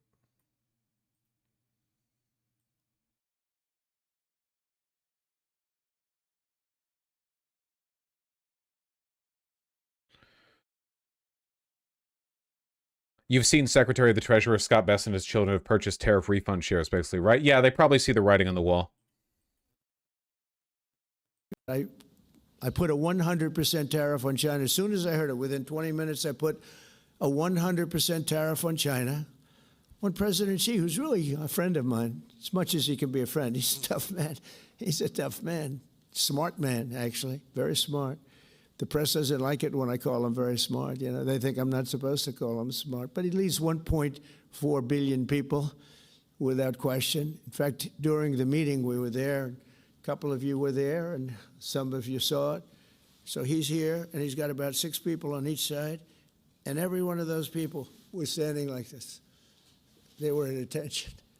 And I made a comment to one of them, and I got no response. I said, are you going to answer me? I got no response. And President Xi didn't let him have any. So if there's any question, I said, I want my cabinet to behave like that. That's the way. I'm demanding that I want them sitting up like that, Tim, just nice and straight. I never saw posture like that. I've never seen men so scared in their lives. They have the equivalent of a vice president. Dude, it's such a death spiral. He's such an anchor chained to the ankle of the Republican Party. Are you fucking kidding me? Donald Trump wants a more compliant cabinet. Have you seen what his cabinet meetings look like?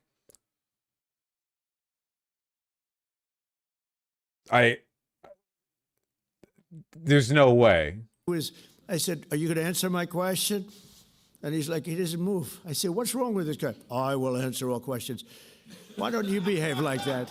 JD doesn't behave like that. JD buds into conversations. I want to have that for at least a couple of days, okay, JD? We'll keep you long term, but a couple of days of that would be very, very nice. It's such a death spiral, man. Holy shit. Jesus Christ. Hold on, another thing from the case. Well, yeah, foreign commerce part, but I mean, and I think this is a question for the other side as well. It's two-facing. Yes, of course, tariffs and dealings with foreign powers, but the vehicle is imposition of taxes on Americans, and that has always been the core power of Congress. So to have the president's foreign affairs power trump that. I like this visualization of the hearing better. Really, I think it looks like absolute ass. It looks like one of those like late 2023, early 2024 Wojak like breakcore compilations with like the chipmunk voice screaming, and then you look at like the German soy jack zoomed in real close and he's tending to his farm. You know what I mean? You know, it's like a very specific genre, but you know what I mean, right? Basic power for Congress. And with an aggressive camera. Kind of at least neutralize between the two powers, the executive power and the legislative power. Let me say two things in response to that. First, the notion that the taxes are all borne by Americans and are not borne by foreign producers. Oh, really? Whose goods are imported is empirically, there's no basis for that in the record. It's actually a mix. Well, who pays the tariffs? If a tariff is imposed on automobiles, who pays them? Typically there'd be regardless of who the importer of record is, there'd be a contract that would go along the sort of line of transfer that would allocate the tariff, and there'd be different. Sometimes the foreign producer would pay them. Sometimes the importer would bear the cost. The importer could be an American, could be a foreign company. A lot of times it's a wholly owned American subsidiary of a foreign corporation. So it gets allocated. The empirical estimates range from like 30% to 80% of like how much is borne by Americans. I mean, it's been suggested that the tariffs are responsible for significant reduction in our deficit. I would say that's raising revenue domestically. There certainly is an incidental and collateral effect of the tariffs that they do raise revenue, but it's very important that they are regulatory tariffs, not revenue-raising tariffs. And the way you can see this, I think, if you look at this policy, is the classic regulatory tariffs of tariffing every single country on Earth. Yeah, no, these aren't revenue-raising, these are regulatory. We're just interested in regulating everything on Earth more or less equally. Brilliant. Policy is by far the most effective if nobody ever pays the tariffs. And I say two policies, right? So if you look at the trade deficit emergency, if nobody ever pays the tariffs and instead Americans direct their consumption towards American producers and stimulate the rebuilding of our hollowed out manufacturing base, then the policy is by far the most effective. So a tariff, a regulatory tariff that... Why not do what the statute permits? Bar importation of products altogether. Well, then you wouldn't raise revenue, right? I'm sorry, it's such a shit show. It's such a shit show. The Supreme Court might just remove the presidency. They might just write that out of the Constitution. They're like, actually, we don't think this is in line with what the Founding Fathers envisioned for the future of this country.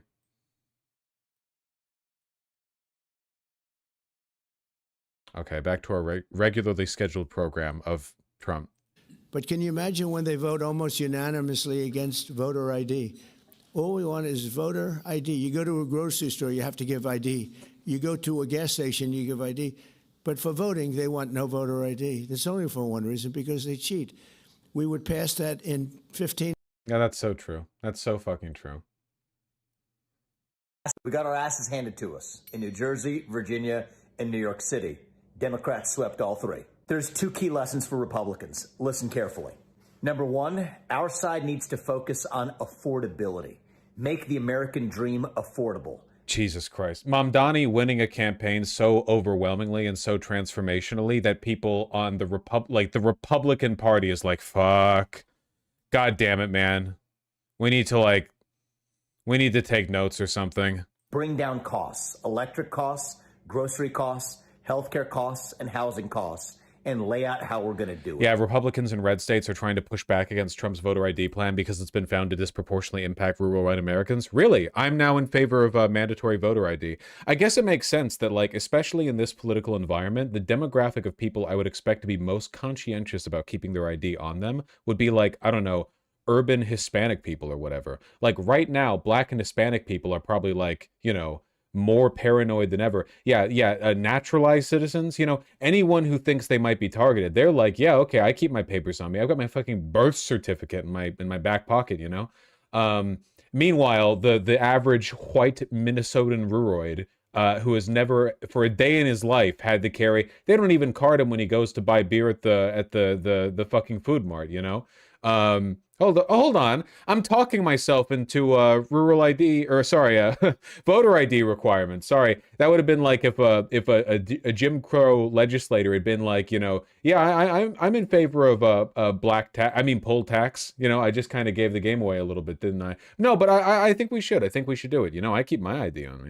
You know,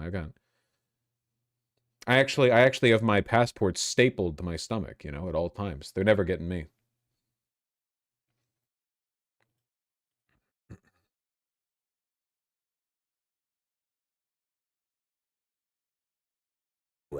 And number two, cut out the identity politics. It doesn't suit Republicans. It's not for us.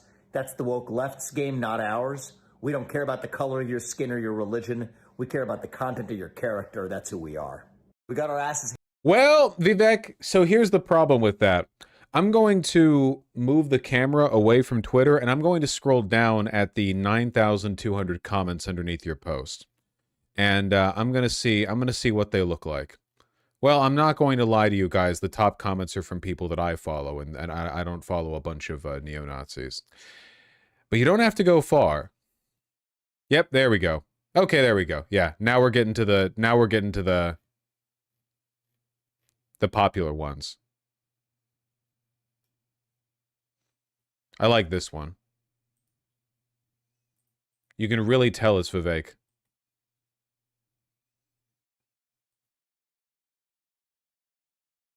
Do they care about the color of your skin? Yeah, contrary to what he said, I'm starting to think that some of the people in his replies might care about the color of his skin.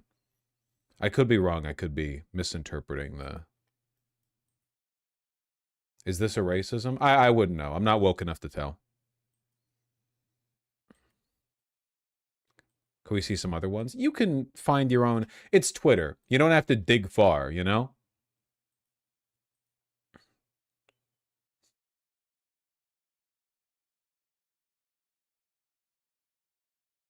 Seems the Groypers are taking over. Yeah, seems so. Nah, Vivek was doomed from the start, man.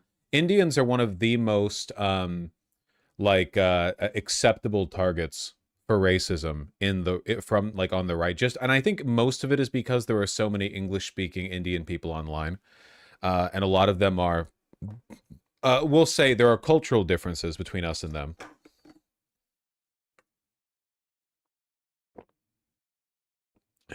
It's scam calls as well. A lot of people just associate Indians with like creepy Facebook posts, telemarketing, and H-1B visas, you know? Of course, my problem with the Indians online is that they're all Zionists. So, horseshoe theory prevails yet again.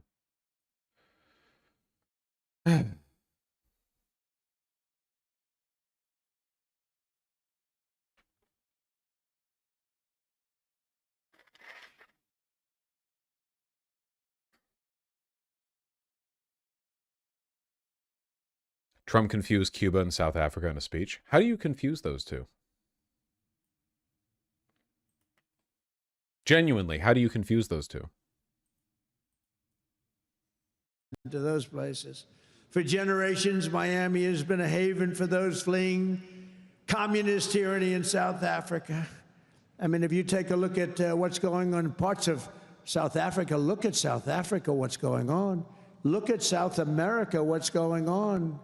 You know, I'm not going to, we have a G20 meeting in South Africa. South Africa shouldn't even be in the Gs anymore because what's happened there is bad. I'm not going. I told them I'm not going. I'm not going to represent our country there.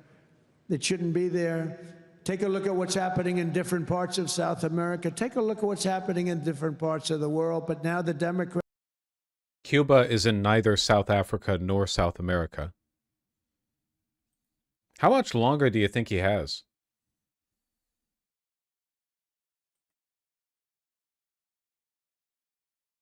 Who the fuck knows? Few months. Well, it is only a matter of time before his next big stroke out.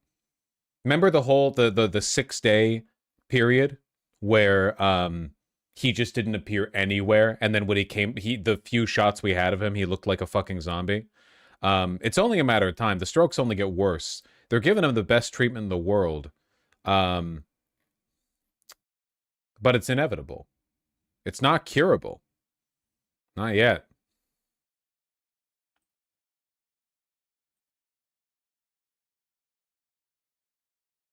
I'm sorry, totally, John. But I thought we'd have a discussion after the press leaves about what last night represented and what we should do about it, and also about the shutdown, and how that relates to last night. I think if you read the pollsters, the shutdown was a big factor, negative for the Republicans. And that was a big factor. And they say that I wasn't on the ballot was the biggest factor. But I don't know about that, but I was honored that they said that. And I just want to thank everybody for being here. Why would you begin this with, we'll have a discussion after the press leaves?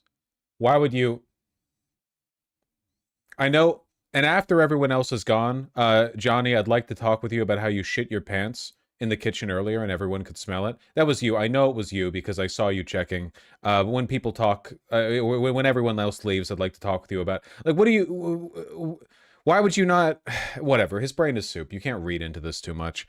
The shutdown was a big factor. I mean, do you genuinely think that he's bought into the idea that the Democrats are causing the shutdown? Like, most of the people in the administration, I assume, are aware of the fact that they're lying when they say that they're refusing to negotiate with Democrats, whereas the Democrats are willing to negotiate with Republicans. But it's not even possible, man. It is likely he genuinely thinks the Democrats are doing it because he's heard it so many times.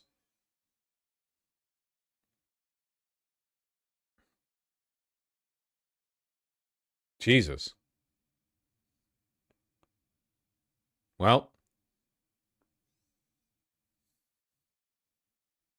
you can't read into Soup Brain that much. Okay, there is something important I wanted to talk about super quick. I stumbled across this. There isn't much discourse online about the Seattle mayoral election, mostly because it was a pretty quiet election in a pretty quiet city. Seattle's a big and very wealthy city, you know, but it's nowhere near a purple state, purple city, and it's not really a battleground. Most people on the right consider Seattle to be a completely lost cause, so for the most part, they don't, like, San Francisco is more divided politically than Seattle is. Seattle is very left, you know, so it's not, it's just not like, it doesn't invite a lot of national scrutiny. As we all know, when the vote count dropped yesterday, based on the initial 20% that were counted, Bruce Harrell has a 7-point lead. Mike Baker from the New York Times went out and said a thread, or put out a thread, saying that he still believes Katie Wilson is going to win. Not copium, but just the way Seattle elections work. I had this explained to me a little bit the other day by Benjamin and by a person from Katie Wilson's team, but this is actual, like, this is charts, this is data, so you know it's a little easier for me to parse and show on stream. But yeah, 7-point difference right here. The basic gist of it is that because of the way they count for the elections here in Seattle, the early voting data, the early votes that are counted are a lot more conservative, relatively. There are no Republicans on the ballot here, you know, relatively conservative. Than the ones that get counted later. Or in other words, you're going to see this same pattern over and over again, which is a narrowing. This was the 2021 mayoral election, where Bruce Harrell initially, based on the first drop, had a 29.6 point lead. 29.6. But when things finished, only a 17.4. Or in other words, Harrell lost 12.2 points in between the first drop and the finale. Of course, if he did that again today, Katie Wilson would win by like 5 points, you know? So they go on to say that this has happened consistently. 2017 Durkin, sorry. The primary election from just a couple of months ago, Kshama Sawant back in 2019, et cetera, you know? So you see these pattern changes consistently. We don't have the final results yet, and I don't think we're going to for a couple of days. All of these charts are over multiple days. I guess Seattle is just like miserably slow at counting their own votes, which is fucking awful and annoying. But, you know, over the next couple of days, we should see the lead from Bruce Harrell narrow. And, you know, God willing, we'll see it tip over. I really hope Katie wins. She is a great candidate, and I think she's cool. And she was nice to interview.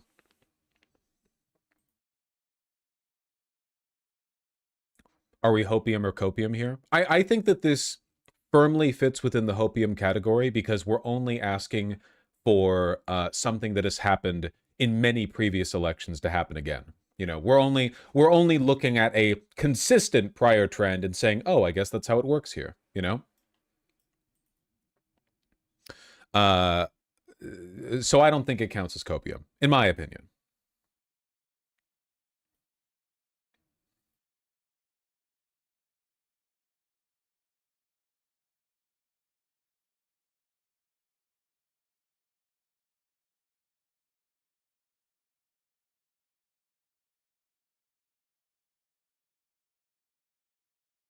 It's me. You stuffed in some extra ballots, right? Oh, of course, of course. So far, the only loss from last night was Omar Fateh. I'd really, really, really, really be delighted if that was the only one.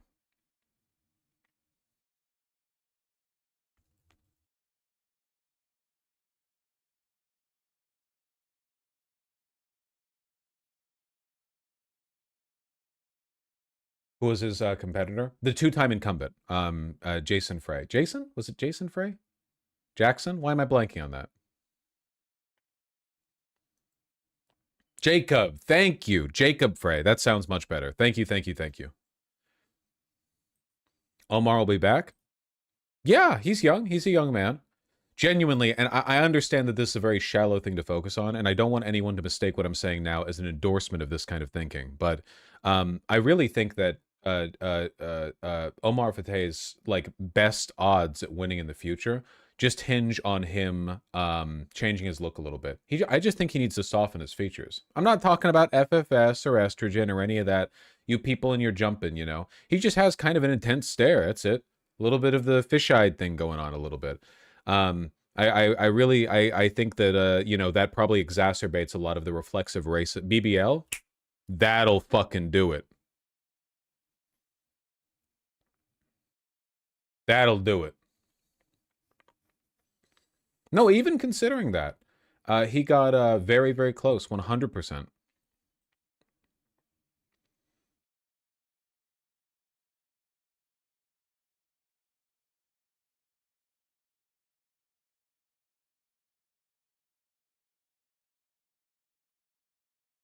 $6% difference. I did expect it to be closer. Well, I expected him to win, I suppose.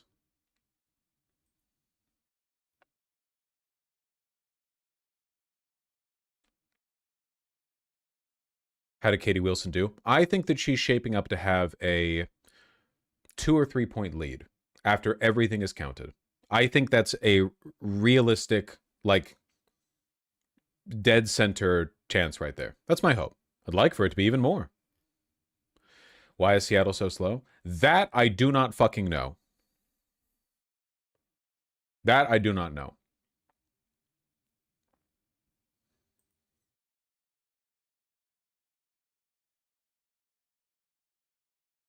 Because of the traffic? Oh. Hold on. It's such a good day, man. It's such a good day.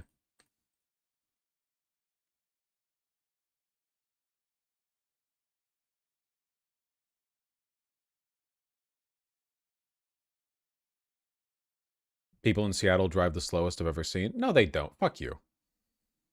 Certainly I don't. President Trump is speaking right now at a business event in Miami. And on the same day, the government shutdown has hit a new record. It's now the longest ever. Earlier, a source tells CNN President Trump told Republicans they were getting politically killed by the shutdown. The president urged them to terminate the filibuster so Republicans could, quote, pass all the things they want. All of this just hours after Democrats had a big election night. CNN's chief congressional correspondent Manu Raju is getting new reaction to it all on Capitol Hill. Manu, what are you hearing? Yeah, the big question right now is whether or not last night's result will have any impact on this crisis caused by this standoff in Washington. Now, the longest government shutdown in the history of the United States, 36 days and counting. There are negotiations that are happening right now behind the scenes among a group of rank-and-file senators on both sides to try to figure out if there's any sort of resolution. At the heart of the dispute is what to do about health care costs. There's a push by Democrats that has been since the beginning to extend expiring subsidies under the Affordable Care Act. And then there's the Republican proposition, which is if you don't want to die in debt, you should simply not get sick, you fucking idiot. Being discussed There's not a discussion. Is to put a bill on the floor to extend those subsidies, a vote on that bill. But there's no discussion. The Republicans have offered literally nothing to replace or even prop up the Affordable Care Act in a decade. They've done nothing. Some on the left who say that is simply not enough. They need a commitment, they say, that this will pass the Senate and the House, get signed into law by the president. It's something that they are not getting at this moment. And I caught up with one of those progressives, Senator Bernie Sanders, who said the message from last night. Bernie makes himself very available for the press. Something you got to give him credit for. Something Trump's good at, something Mamdani's good at. It's just a sign of a popular politician, or maybe it's like a contributing factor to their popularity. You know, they're just always around. Oh, there's some press over there. I've got an opinion. Hello. Election should not be for Democrats who essentially cave in this negotiation. The vote is not sufficient in your eyes. What do you think the vote means? It's a vote. Maybe you win, maybe you lose. It goes nowhere. What is important is that we protect the health care of the American people. That's what the issue, not a vote. Got to vote every day here. What does the vote mean? And there are Republicans, too, who do agree with what Donald Trump said, that the shutdown had an impact on last night's results and may have even cost them the elections. That's what Senator Lisa Murkowski said to me earlier today as well. Do you think they're blaming Republicans? I don't know that blaming one side or the other. I think people... Relevant point to your point about Bernie Sanders always being available. Oh, dude, I saw this. Schumer was meant to do a press conference, but he couldn't attend because he'd killed himself last night after Mamdani's win. So Bernie Sanders showed up to listen, and then when Schumer never showed up, he just went up there and gave the press conference. This is the video. This is insane. Schumer's the leader of the Democratic Party.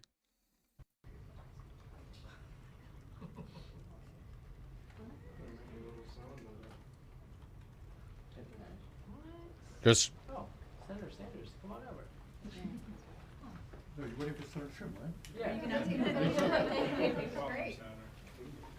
Because I could represent the Bernie Buzz. It's a leading publication from one of them. Are you going to ask him a question?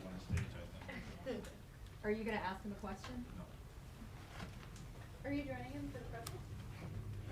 Just want to hear him out. Do you want to tell us what you think about last night? You want to take the podium until he gets here?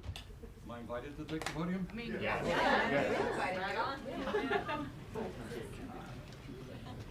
And everyone likes him. Everyone here likes him. I like him even though he's wearing dress sneakers. I agree with it.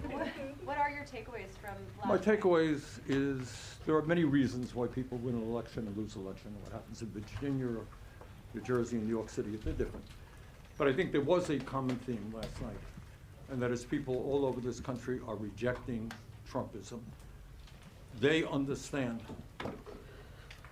that it is a horrific situation when 20+ million people are going to see a doubling or in some cases a tripling in the healthcare premiums when they can't afford it, when 15 million people are going to be thrown off of their healthcare because of massive cuts to Medicaid, and according to studies, and it's important to understand this, I say this all the time, but I really want to get it through to you. Studies indicate when you throw 15 million low-income and working-class people off the healthcare they have, 50,000 of them will die unnecessarily every year. 50,000 fellow Americans, low-income, working-class people, all to give $1 trillion in tax breaks to Elon Musk, billionaires, and the 1%. So I think that there are a lot of reasons for the Democrats' success last night in New York and elsewhere. That is one of the reasons, and I think what people want is that the Democrats stand up and continue to fight. So I think that one of the reasons of many that huge part of this is the previously assumed, now definite fact that people are not blaming the Democrats for the shutdown, at least not broadly, not in the totals, and that the Democrats are actually politically benefiting from holding the line on re-upping the ACA subsidies, the tax credits. Democrats had so much success is an appreciation that Democrats are trying to protect health care for the American people. Now, I know that there is some discussion about bipartisan negotiations. And I want to be very clear. If these negotiations say that we're going to pass legislation that will extend the credits, tax credits for the Affordable Care Act, count me in, that's great. But there has to be a commitment that the Speaker of the House is on board. There has to be a commitment that the President of the United States is prepared to sign the bill. Bottom line is we need to be successful in protecting the health care of the American people. And if it's just a piece of legislation that passes the Senate with either 50 votes or 60 votes, so what? Where does it go? Then it becomes just a meaningless gesture. You can go home, well, I voted for a piece. That's good. But the real truth is, will we protect the health care of the American people? That is what this whole shutdown is. Yes, sir. It's so funny. It's so funny. Schumer flees, Bernie takes the stage. Why not, man? Why not, man? Did Schumer ever show up to this press conference? How late was he?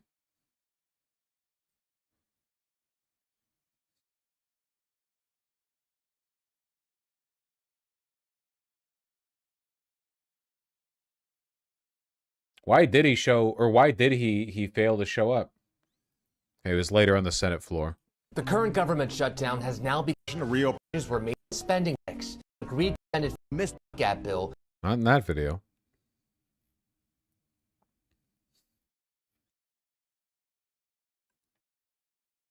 Here we go.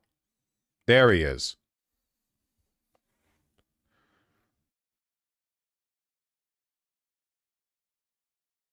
And nothing bullshit. You know, just nothing you wouldn't expect.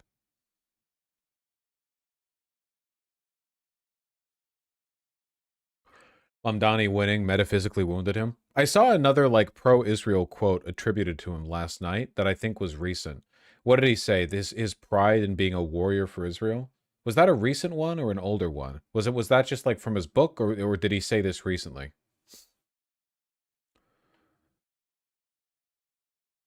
Michelle Wu ran unopposed last night.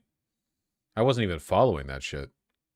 She started out by people really like her, right? I'll admit, I'm not as educated. Every time she comes up, people in my chat are soying out, which, you know, respect. I'm glad she's earned it. But I don't know that much about her. Thanking her supporters, I want to turn your attention to the stage right now.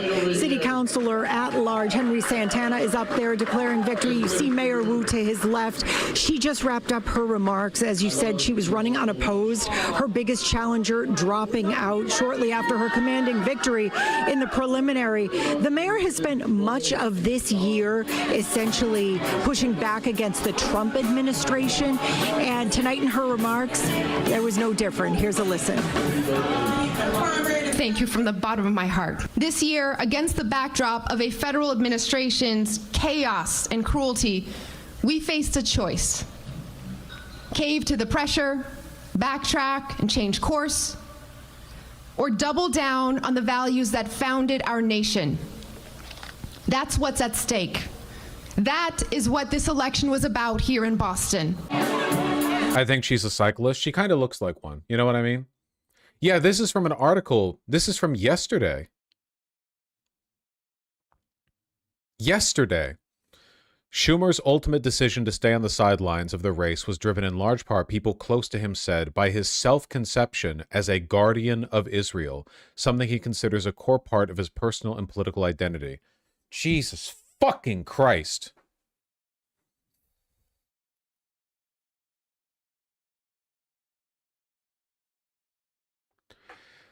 DSA merch sales up 700%. I wish I could ever go to a DSA meeting. I probably could. I'm just being lazy. T-shirts are too long, though. You got to crop them. Got to make these shorter. Fuck fat people. 10% reduction in airport capacity by Friday if no deal. Was it Sean Duffy who was saying that they might have to shut down airspace in America if the shutdown doesn't end? The tools we're going to deploy. One of them, though, is going to be that there is going to be a 10% reduction in capacity at 40 of our locations. The administrator is going to tell you that this is data-based. This is not based on what airline travels, has more flights out of what location. This is about where is the pressure and how do we alleviate the pressure. None of us can manage missing 2 paychecks. So let me go for a non-short version. Long after you all stop reporting on this shutdown, I'm going to deal with the consequences and the commitments I've made to improve our pipeline for air traffic controllers. By the way, we're up 20% this year alone from the previous year, which is great, but this will have an impact. So I think open up, more controllers come to work the next day, and we'll see immediate results. Just one point I'll make on this as well. The controllers got 90% of one payment, 80 to 90% of one payment. They missed the second paycheck. On Thursday, they get an email pay stub that'll show what their next payment is going to be. So this Thursday, they'll get an email that shows that their pay stub is a big fat zero. The fact that Democrats are not putting out national messaging right now, or at least targeted messaging in like Virginia or whatever, on how much money ICE is getting with the super checks despite the shutdown is insane. Many of the controllers said, a lot of us can navigate missing one paycheck. Not everybody, but a lot of us can. None of us can manage missing 2 paychecks. So if you bring us to a week from today, Democrats, you will see mass chaos, you will see mass flight delays, you'll see mass cancellations, and you may see us close certain parts of the airspace because we just cannot manage it because we don't have the air traffic controllers. And that was a really long answer to your question. Yes. A shutdown to portions of American airspace. I don't know what exactly would be cut down. I don't know if you're talking about just like shutting down oceanic airspace, or if you're including like larger sections of the United States. But that would. It's like superpower collapsing stuff. To follow up Dave Sheriff's words on that last comment, last Friday was a really rough day for the airspace, right? 80% of controllers are out in New York. There was, I think ZNY was down to 1 supervisor at one point. How concrete are those contingency plans to have to close some airspace if things get worse? And maybe you could also speak to this integrator meeting you had yesterday. And how it'd be smaller city airports, or in other words, it would disproportionately affect rural people. closer to me picking the integrator. So we can move some of the management to other facilities. We can get help from other facilities to keep the airspace somewhat functioning. But again, we have our managers, and the FAA and us will close the airspace down. We will restrict the airspace when we feel it's not safe. But it should be good for the environment? Yeah, that's also important, I guess. Hell yeah, brother. Less contrails?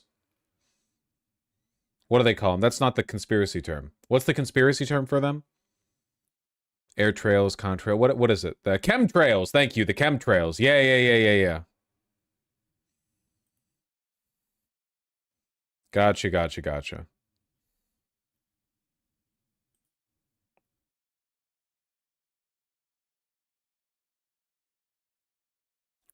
Did you see the Mamdani New York Post headline? Oh, yeah, of course. Absolutely. It was fucking generational. It was really good. Let's check how's Fox News doing.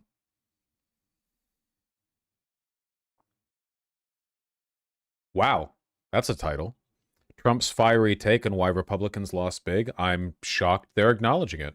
Peter Ducey, live in the North Lawn, begins our day of coverage. And Peter, hello to you. What are you hearing? Good morning. Well, the postmortem here at the White House is underway as we speak. There's a rare breakfast with Republican senators happening inside, and President Trump is telling them, we understand, that they need to nuke the long-term filibuster rules that have governed the Senate for generations, or else they are never going to pass another piece of legislation. The president is also telling them that a big reason the Republicans had such a bad night is the shutdown. If you read the pollsters, the shutdown was a big factor, negative for the Republicans, and that was a big factor. And they say that I wasn't on the ballot was the biggest factor. But I don't know about that, but I was honored that they said that. Man, actually, across the board, the Fox News titles are like shockingly negative. Hosts react to Dems' big election wins. This is a big loss for Republicans. SCOTUS tariff ruling could be life or death for America. Mamdani embraces socialism after victory. I refuse to apologize. Trump hatred prevails for Dems in election night sweep. Huh. It's very conciliatory. It's very, very conciliatory. Oh yeah, did you guys see this statistic? More than 80% of female youth vote went to Mamdani. Genuinely, like this is just a matter of life or death for young men, okay? If you want pussy, you need to stop acting like such a goddamn lunatic, okay? This is nature prevailing. This is a natural biological regulatory mechanism, okay? If you engage in hoe-scaring behavior, you get hoe-scaring pussy, that is to say no pussy, okay? It turns out, yeah, being a degenerate loser, woman-hating, life-hating, self-hating freak does, in fact, not woo the broads. Okay, this year Fox News is debuting a new way to understand tonight's election results. The Fox News voter poll. It's the data that covers really thousands of voters who cast ballots early. Young men also went Mamdani plus 40. Yeah, but that's like a 40-point difference. Yeah, young people turned out for Mamdani, but plus 80 is psychotic. A plus 80? That's insane. It's a brave new world. Plus, not everyone's in New York, right? What about young men from neighboring states? What about young men in New Jersey, you know? If they want some of that new yussi when they're visiting, they're going to need to rethink their behavior. On Election Day by mail and in person. Sandra Smith has been crunching those numbers. Hey, Sandra. And some of the key groups that we're seeing behind the vote really telling the story here in New York City. When you break it down by age of the voter, the youth vote overwhelmingly went for Mamdani in this race. 75% of their support went to him. And when you break this down into gender, that number gets even bigger. The female youth vote, women under the age of 30, you break that down, that number goes over 80% support for Mamdani in this race. Other key findings that we're finding in the New York City mayoral. Okay, so it's plus 70 points for women, plus 40 for men. Okay, 30-point difference. Race, what qualities were voters looking for in their candidate? This was a change election. 27% said they wanted to bring change to the city. I've seen so many Nazis seethe over how all the hot girls like Mamdani. Yeah, 100%. It's, again, this is why you can't build a national movement out of being an incel. And by the way, the only way you can be a young Republican these days is by being some kind of like psychosexual monstrosity, some kind of woman-hating freak. Like that's what it's all driven from, you know? It's all grievance politics and whining. These aren't people with sincere political convictions. It's all incel shit, right? But the schism is growing ever greater, man. It's getting wider and wider and wider. I'm sorry, there are social consequences to being a loser freak. There are. That's why they fantasize all the time about women being made into trad wives and the 19th Amendment getting repealed and women being forced into subservience. And they love the concept of it's like the Nick Fuentes line, which, I mean, leaving aside the fact that he's gay, the whole, I personally find women detestable, but politically enjoy the idea of them being subservient. Why don't you have a girlfriend? Says Tucker Carlson. Nick's like, it's the girl's fault, you know. I'm politically in favor of their subservience, but keep them away from me. This is not a winnable formula. You people are going to be miserable for fucking ever. You're going to be miserable forever. Forever and ever and ever and ever and ever, man. Jesus Christ. And you're not going to breed, and you're not going to reproduce, and you're not going to fucking replenish the white race or whatever. Whatever the fuck you people are so concerned about, you know? Loser behavior.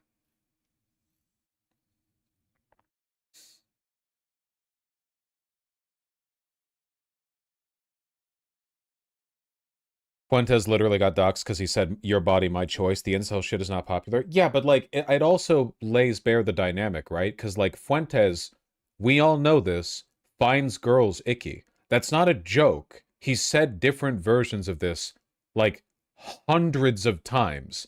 His aversion to them, not like this, not like a political not like, I don't find their intellectual engagement tasteful or whatever, but like just doesn't like being around them. That's well known, right? So when he says her body, my choice, he's vice signaling. He's not actually fantasizing about it. It's just a show of political power, right? I think this is one of the reasons why femboys are so right-wing coded, right? Because there are like guys out there who like the idea of an equitable relationship with a woman, or at the very least with a very attractive feminine person, but they can't stand the idea of that person being a woman, right? There's something conceptually detestable about them being a woman. So if you have them be a femboy, but like anime femboys just look like women. Let's not like, I've been outside in the real world, okay? I know what feminine guys look like, all right? I see what they're drawn like online. Yeah, okay. You're talking about anime girls with a dick, which like many such cases, but I think a lot of it is just because there's something very off-putting and you know, like aversive, you know, they don't like it about the idea of just spending time with a woman normally. They're too alien to them. You know what I'm talking about? I can't relate to this at all, because if I'm talking to a guy or a girl, I'm just mostly thinking, you know, this person's a waste of my time. I could be at home doing my dailies, you know. But I treat them equally like that. But I think for these people, you know, if you imagine the intimacy of a relationship, if you had to force them into a position where they were doing that with a woman, they'd be like, this is denigrating to me, politically denigrating. But if it was with a guy, then they're like, okay, well, now it's just one of the boys. There is a reason why the femboy thing is such an obsession with the incel 4chan neo-Nazi far-right crowd. Like, there's not, that shit didn't come out of nowhere, right? Anyway, but you know, I'm going off or whatever. At the end of the day, when you develop a version of conservatism that is based more or less entirely out of psychopathic hatred towards women, you can't be surprised that women aren't turning out in favor. And then they complain that the 19th was a mistake. Women aren't voting for my rape all women, you know, proposition. What's wrong with them? They get all mad about it.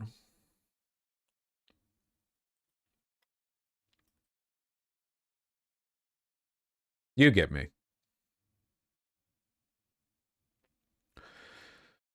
It's so goofy how many men never grew out of the girl's icky thing from early childhood. Yeah, and there are women who think that guys are icky, but then they don't become neo-Nazis over it. I don't know, man. Like, some of them do. There are some femcells who go fucking insane, but like, a lot of guys need to be. I'm just embarrassed, you know, to be honest, to be associated. They got to try better, okay? We're getting let down right now.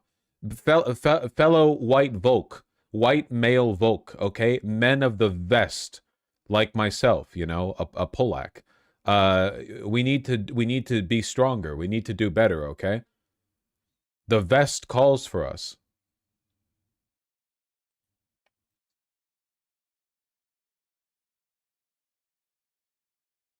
For anyone looking for a deeper dive on femboys and fascism, I recommend this video. It's okay.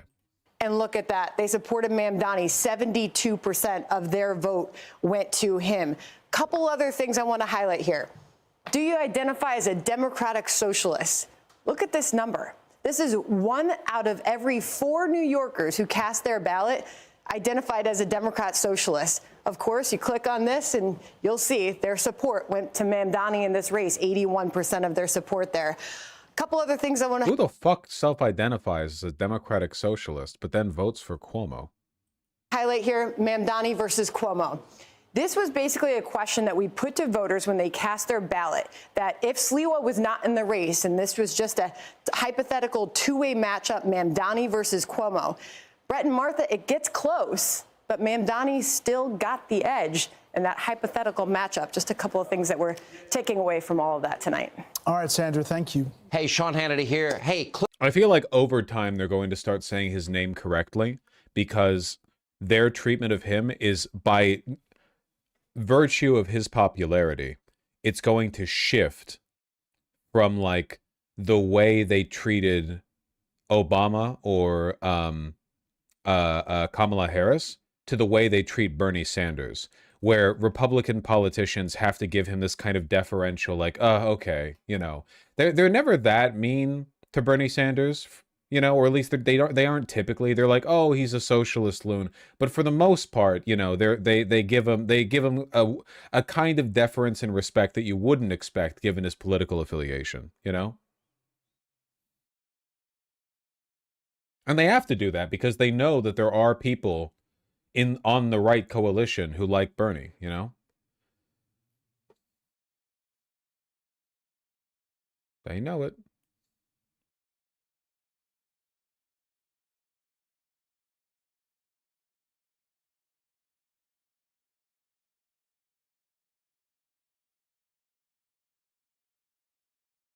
It's hard to shit in this populist message when they're trying to co-opt it. Yeah. Did you cover that insane Cosmopolitan article of the woman dating only MAGA? That one was crazy.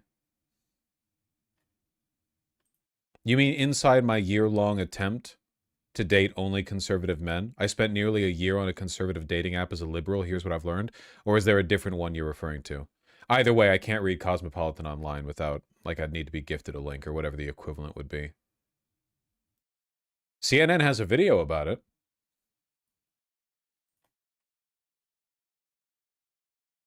CNN's Donny O'Sullivan got in the cage with former UFC star turned podcaster Jake Shields to explore the manosphere and why exactly it's so popular. They speak liberal, they have liberal friends, and then they go online and they are a white supremacist. Because people act in ways that allow them to acclimate to social groups, especially people on the right who are on average lower IQ, lower education, less principled, less emotional stability. You would expect them to be like really weak. They want to kind of acclimate to their social group. So they want to have cool liberal friends in person. But then they want to go online and be, a neo-Nazi.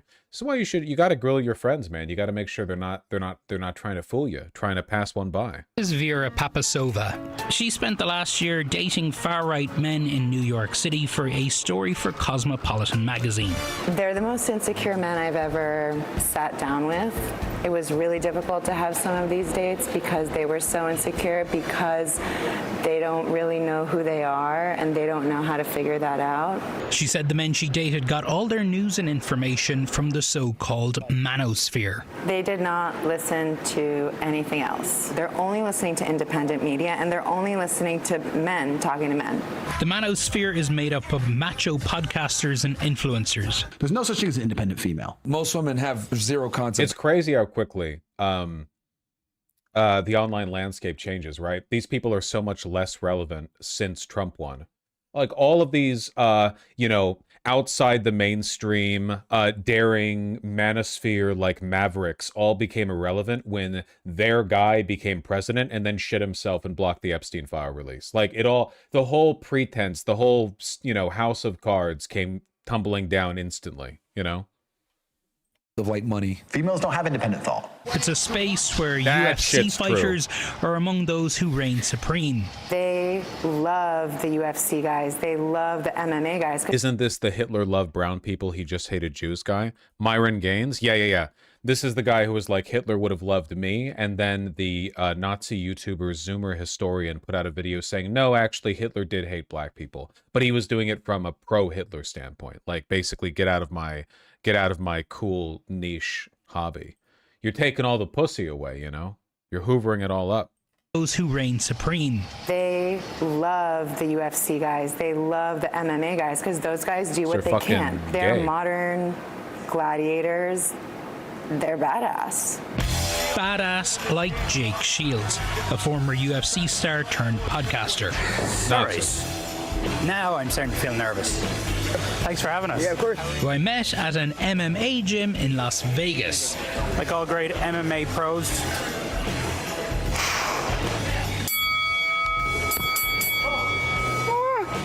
I've never hit anyone in my life. I'm not punching back. Hit me. No, I sit right here. KO. What the fuck am I watching This right is CNN. Do you miss being full-time pro, like in terms of? You know, of course I miss it. To go from professional athlete, which is the highest of highs, to retirement. Jesus Christ. I don't think I've ever seen Jake Shields outside of his old picture on Twitter. I didn't realize he had that much of a meth face. I understand that when your job is getting punched in the face, you're going to have a little bit of like, you know, you're going to have your features rearranged a little bit, but there are some features there that I don't think you can be punched into. I guess the podcast has helped. You could fall into depression if you just go from the most amazing career where you're famous and spotlights to all of a sudden you're a nobody. Sure. Like other podcasters in the manosphere, Jake regularly hosts controversial guests. And I named the podcast Fighting Back. I feel like we have to fight back what we're told we're allowed to do. I just don't like to be told you're not allowed to talk to this person. Like, why can't I talk to him? I'm not. This is the way all of them talk. They never actually defend specific beliefs or principles. It's always like, I should just be able to do whatever I want. Their only real position is their own. And this is one of the reasons why their movement fails. Why it is failing right now. They can't actually lock arms and stand by a cause, even if it inconveniences some of them. All of them, their only real principle is their own maximization of happiness. Their own money, their own grift. That's their only real abiding principle. These people won't take a fall for anyone else's sake. I agree with his ideology, but I should hear what he has to say. He's hosted the former Grand Wizard of the Ku Klux Klan. Why are we? I thought we were looking at the lady who was fucking the conservative. I don't give a shit about this guy. He's literally a Nazi pedophile. I don't care. What is it? He's talked to racists. He is a racist. I don't fucking okay. To a political meeting. And did they talk about politics? Barely. They talked about, it was a bunch of men complaining about girlfriends and wives, regurgitating Andrew Tate type of advice about how to train your girlfriend, how to train your wife to be submissive. And so this group was supposed to be a political group, but they're talking about relationship problems. And the fact that that's what most of the time was spent on, you don't need to be a neo-Nazi. You need therapy. The appeal of Jake's podcast speaks to a need among young men in this country that Vera says can't be ignored. You have to incentivize someone to want to be better. You can't just say, let's make men better. The thing about these guys is their biggest support system is online, but that also is very isolating, and isolation is what breeds hatred. Groups like Patriot Front offer community. This rhetoric feels super outdated. This is from 6 months ago, but it feels like it's from like 2019. I guess that wouldn't have been an Andrew Tate time. I don't know, 2022? It's weird. It is weird. I guess the point here really is don't scare the hoes.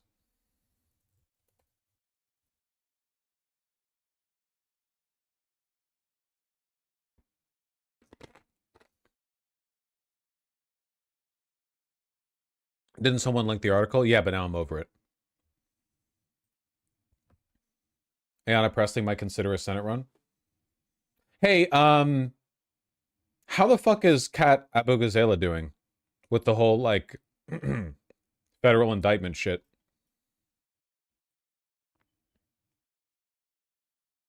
So this morning, America's largest city handing the keys to its first socialist mayor, Zohran Mamdani, beating Cuomo with a record turnout, highest since 1969. She's gonna win. New Jersey Democrat Mikey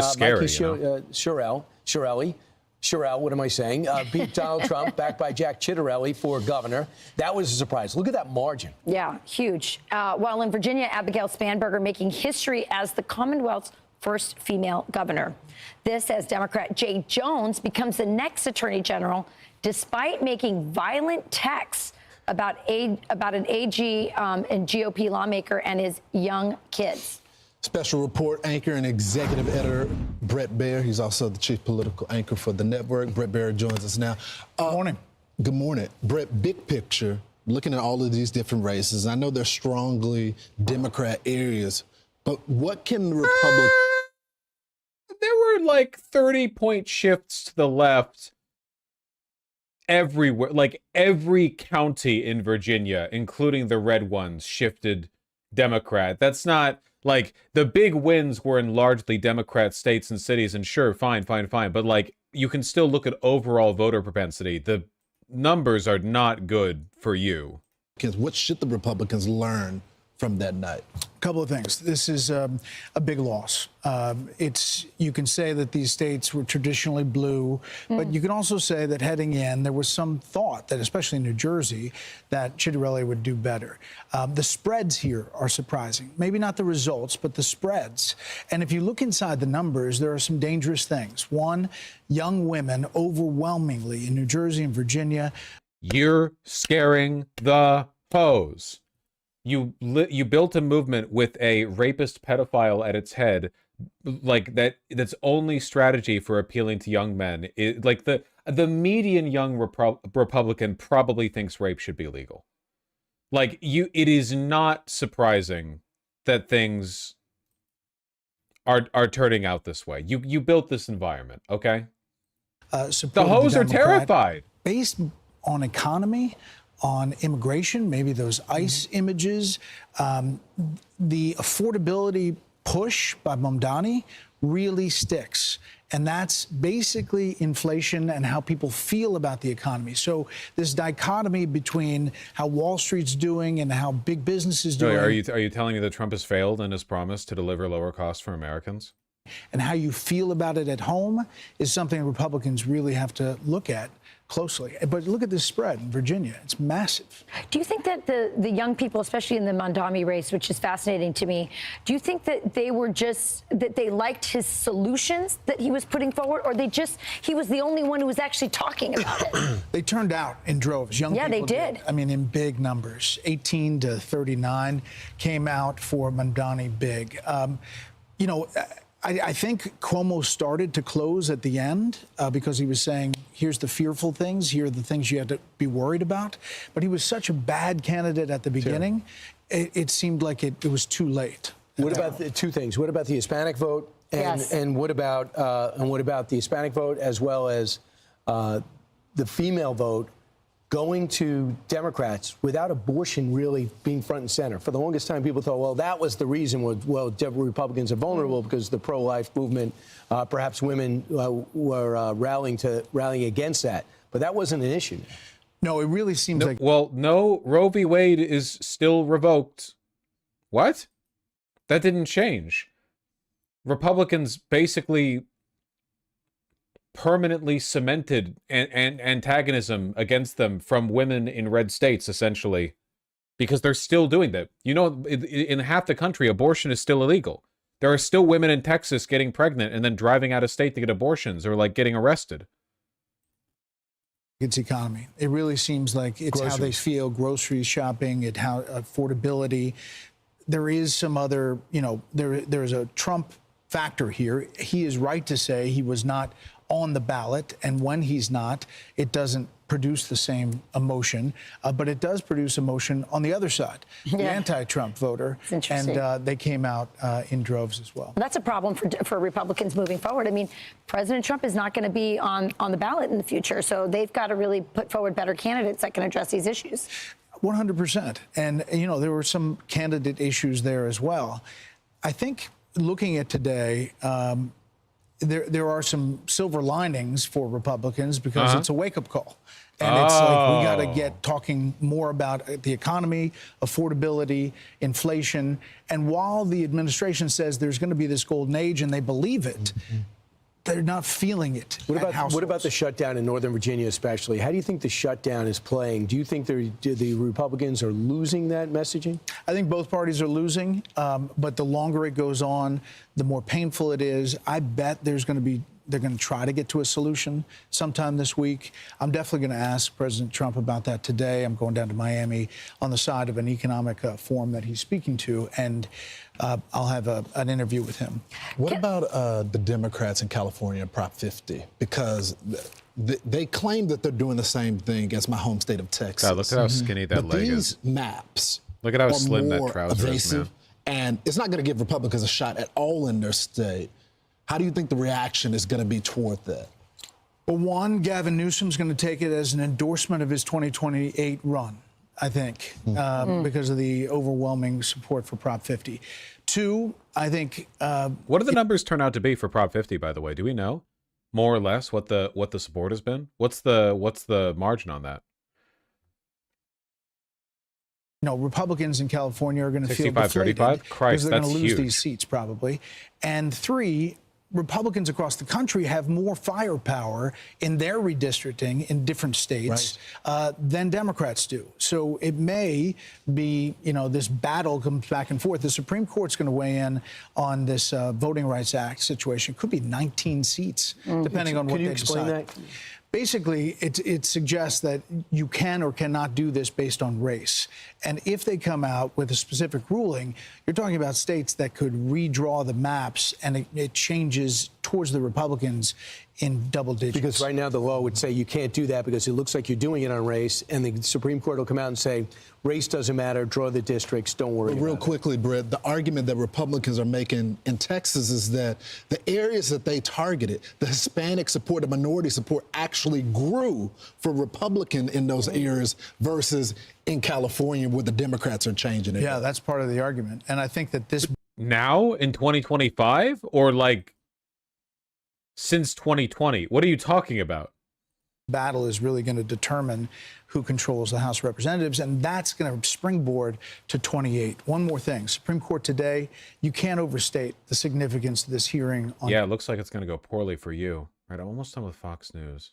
The Democrat Mikey Sherrill claiming victory, fending I've heard off about a this. Last night, as you mentioned, Congresswoman Mikey Sherrill becoming the new governor-elect of New Jersey in a race that many consider to be a bellwether ahead of next November's midterm elections. The latest results, as the train comes in, people going to work, show that Sherrill was able to easily defeat former Assemblyman Jack Ciattarelli. It's notable Hudson and Passaic counties, two counties with larger Hispanic populations, which trended towards the president last cycle, shifted back to Democrats this cycle. Sherrill will become the second female governor of New Jersey. She spent a lot of time talking about cost of living issues, but also urged voters to make here in New Jersey larger. Senior advisor for Fix California. Ugh. Katie, every 4 years, political pundits all over love to say, these elections in Virginia and New Jersey are a bellwether for the midterms. Do you agree with that?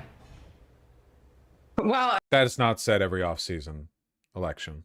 I think right now what we're seeing is a whole messaging of just anti-Trump across the board. And on this affordability issue, Todd, are these Democrats realizing that the last 4 years were under Joe Biden and President Trump is just in office, and at the end of his first term, affordability was great. Past a point, it just becomes drag, People were buying homes, prices were down, gas was down, eggs were down all across the board. So this issue is really a holdover from Joe Biden, but the uninformed electorate who just voted in Prop 50 The hoe is banks scaring on the me. anti-Trump sentiment, the Trump derangement syndrome. So honestly, I don't think it's a bellwether truly for the midterms to come. I just think these are not that popular of elections to get out for, and a lot of Republicans aren't motivated to go vote. Yeah, and but Katie, these are big victories here in New Jersey and Virginia, and unlike the polling suggested, this wasn't even close. And one note that Republicans will likely be focusing on, this is from the Wall Street Journal, pointing out that Democratic support among Hispanic voters increased by 9 points in New Jersey, 5 points in Virginia, and that young vote, that youth vote, shifted dramatically back towards the Democratic Party. So Republicans still have time. We have a year to go until the midterm. What?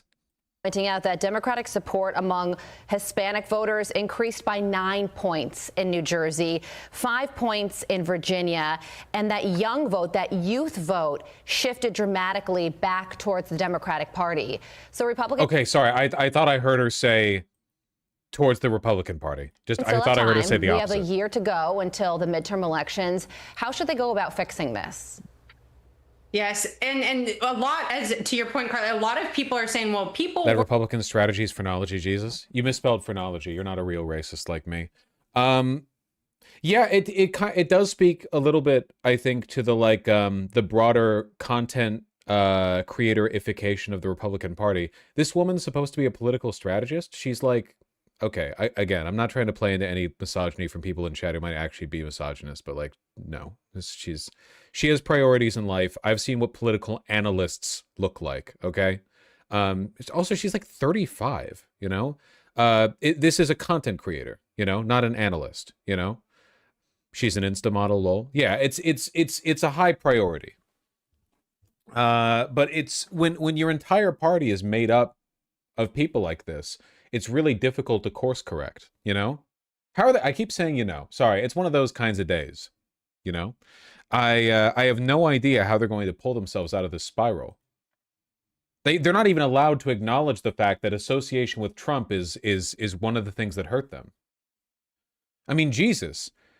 They say that Cuomo was a bad candidate against Mamdani, even though the Uniparty ended up going for him because he was a former Democratic candidate who ended up getting a Trump endorsement. But have you considered, the fact that Cuomo wasn't a direct pick of Trump might have actually helped him? If he had been more left-leaning, more votes would have siphoned from him to Mamdani. Or I should say, more people who would have otherwise supported Mamdani would instead stick with him. He wouldn't be able to attract people who would be more principled towards Mamdani, and he wouldn't be able to pull people from Sliwa. But if he was more to the right to begin with, if he was the Republican endorsed candidate, he would have gotten 20% of the vote. I don't know. It's a weird situation. He might have actually been the best possible opponent.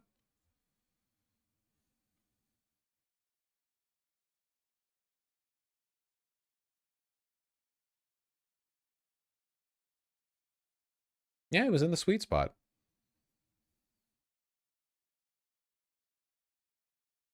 I mean, 40% ain't nothing? No.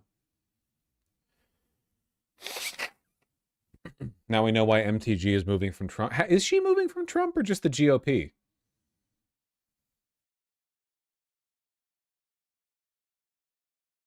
She can't run for president.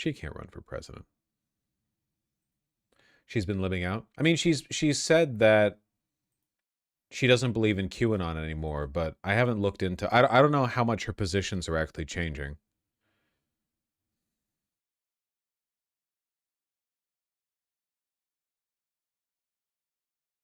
When the co-host raised the point of Jewish space lasers, an aspect of QAnon that Green had repeated before, Green replied, "Not even true. Yeah, that's been rebuffed." Damn. That's a shame. She's lost her aura. Huge L.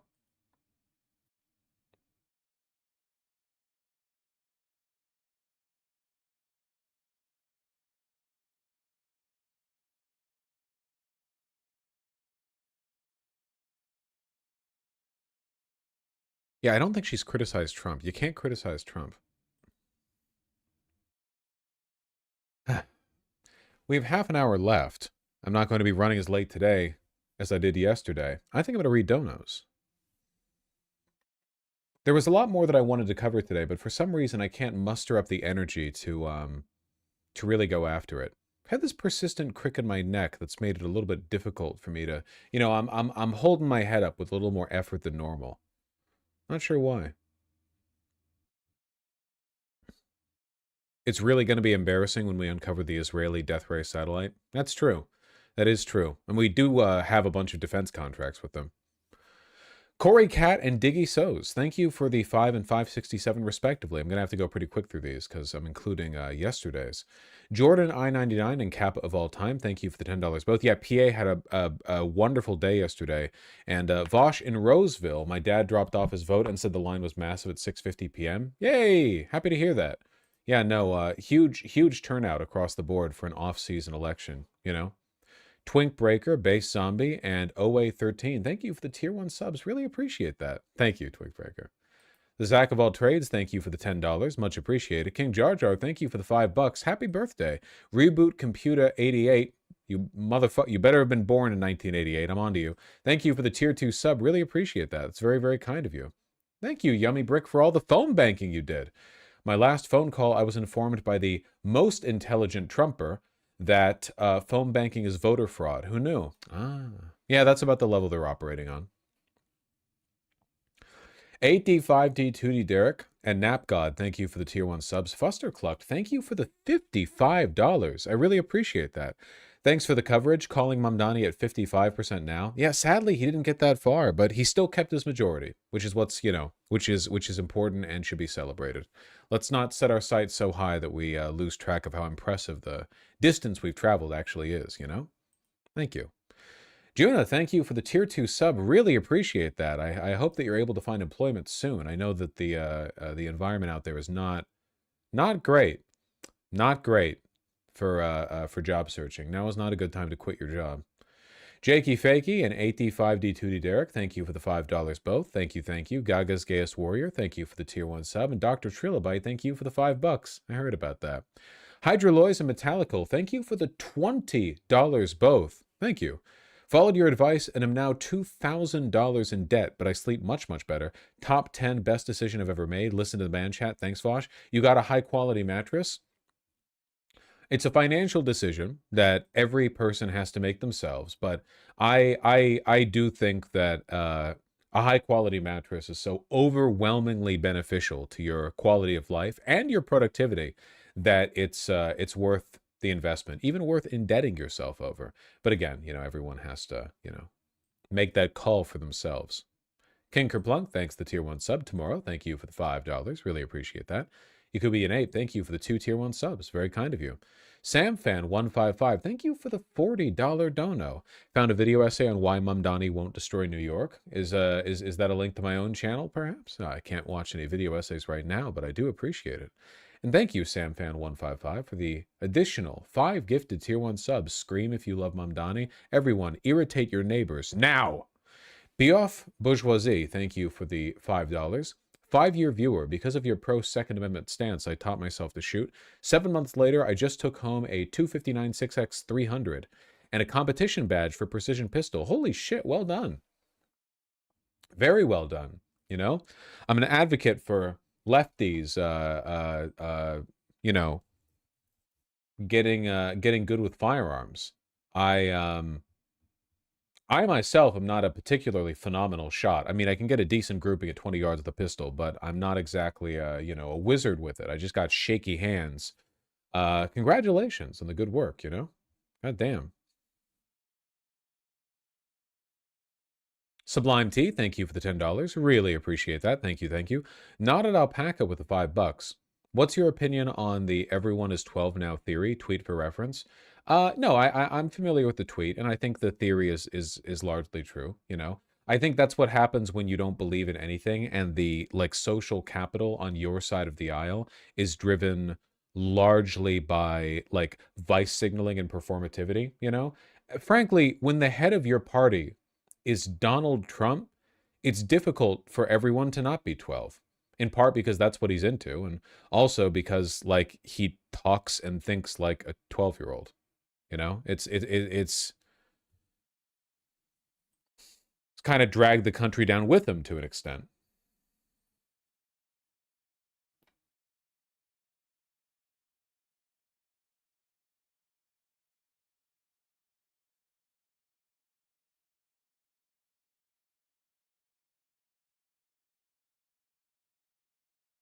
More so everyone is 12 and incel. Yeah, but being an incel is an extremely 12-year-old thing to do.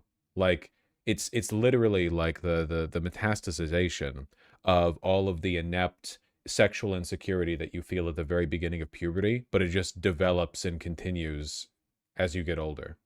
You know? I would say to an extent every 12-year-old is an incel. You know, in a spiritual sense.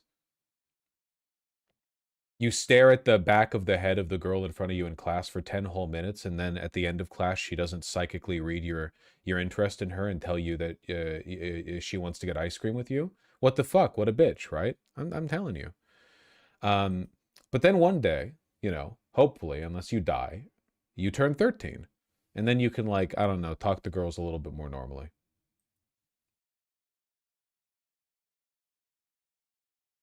Steel Radiance, thank you for the $5. I didn't know that. Viblet, thank you for the tier 1 sub. My county sheriff has been giddy about working with ICE and advertised himself as an ICE fanboy. Last night he got brutalized at the polls by Fat. Very happy to hear that. Dan Halen, thank you for the $5. Really appreciate that. And Seaweed Farmer, thank you likewise. Yeah, Herman Miller chairs can be bought secondhand relatively easily. They're very durable and they can be repaired, you know, so you can you don't have to buy them at market price. Elenita Express and Stupor Massive, thank you for the tier 1 subs both. Really appreciate that. Remember to always condemn Hassan. Oh, always. Every stream. Every stream. Train Trips, thank you for the tier 2 subs. Started listening in 2020, now officially subbing at hopefully the turn of the tide. God, I hope so. A lot of people are posting woke is back, and I don't necessarily think that's true. I think that we have a lot more work has to be done. You know, like there's an uphill battle that has to be fought here. But I will say, I think that the woke era of like the first Trump administration, 2015 to 2020, you know what I think? I think it was unearned. It was shaky. It was you know, on sea legs. It was very Tumblr. It was very decentralized. It was very, no one knew what they were doing. Trump was holding an LGBT flag upside down. You know, Pelosi was kneeling with the kente cloth. Nobody knew what was going on. It's the true woke, real woke, will be built on a foundation of skulls, right? We know what wokeness is meant to be. Okay, wokeness is the trans Gestapo, making sure that everyone takes their HRT. You know, wokeness is pronouns or you're fired. We need to get to that, but we need to fight for it. Last time it didn't go nearly far enough.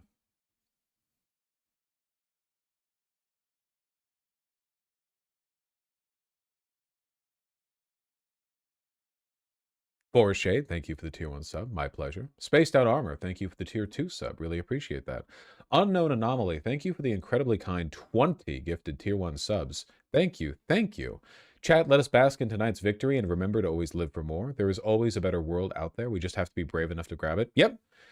Remember, quite literally, like everything we're feeling right now, or at least a huge part of it, comes down to the effort and enthusiasm of a handful of people from like New York City, you know?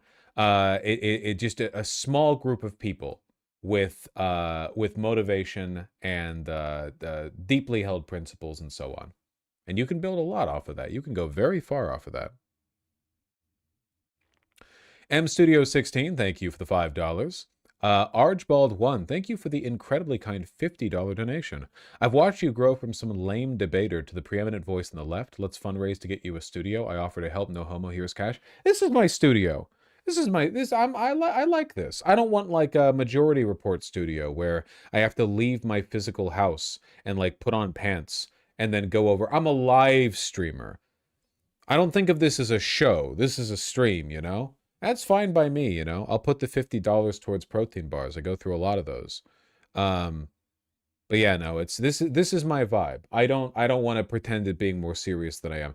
There are elements of what I do that I take very seriously, but I do not take the format seriously. And that's a promise right there.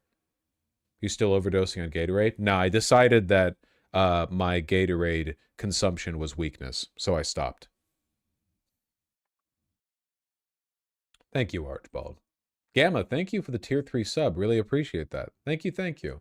Let's go. You played a part 2 just like everyone else. Thank you in chat for making this happen. Love you all. Yeah, I would say I'm more or less single-handedly responsible for Mamdani's victory. I believe that. Yeah, I believe that. Sake, thank you for the incredibly kind 20 gifted tier 1 subs last night. Mamdani's going to tax me more and I couldn't be happier. And Jesus Christ, could you survive it, Sake? Yes, sir. Yes, sir, you could. Yep. In a way, it'll be like Mamdani is forcibly distributing tier 1 subs from you to the good people of New York City. And I think that's beautiful. Ike Skeward, thank you for the tier 3 sub. Feeling generous today because for the first time in a year, politics doesn't make me want to kill myself. Thanks for the streams, Vosh.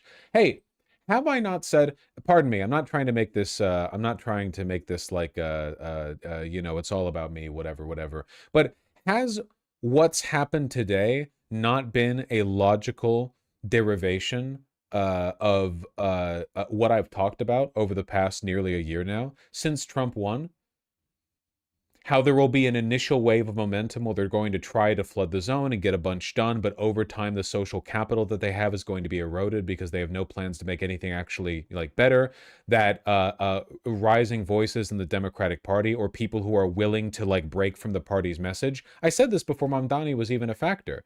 People who are willing to break from the Democratic Party's message and take advantage of the quiet and the confusion are going to get a huge amount of like national attention. And then I'm surprised more people in Congress hadn't done that. It turns out a mayoral candidate was the one to do that, you know? All I'm saying is you can't only get happy and optimistic and excited and enthusiastic and so on about the good outcomes. Good outcomes are built on good work, and good work is something you have to put the hours in for, you know? That's something you have to keep showing up for time after time after time, and you have to be able to identify the patterns that feed into it.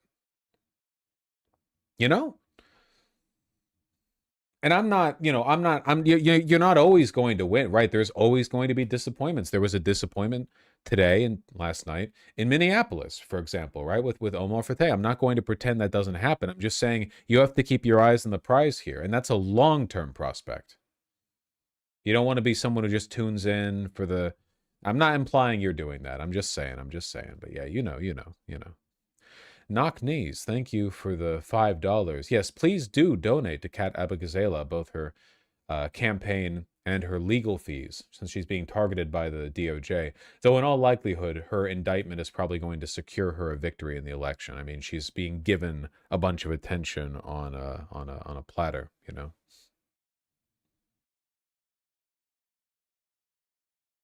Kowalski, thank you for the $5. I'm sorry, I can't go through any YouTube links right now, my friend. I'm very sorry, but I appreciate it. Roadtag, thank you for the incredibly kind $100 dono. That's very kind of you. Celebratory donation, first YouTuber I've ever donated to. Sheesh. And a pretty hefty one at that. Also, I know you joke about it, but you do have at least one straight black Christian male here. Yes! Notching that one off on the damn list. Roadtag, I'll remember that the next time I get in an argument over it, okay? My friends make fun of me sometimes. I'm out in the town, somebody recognizes me, they're like, oh my God, are you Vosh? They take a picture with me, and then one of my friends or my beautiful partner will be like, white? And I'll say, what? They were like, they were white again. And I have to play it cool, but internally I'm like, fuck.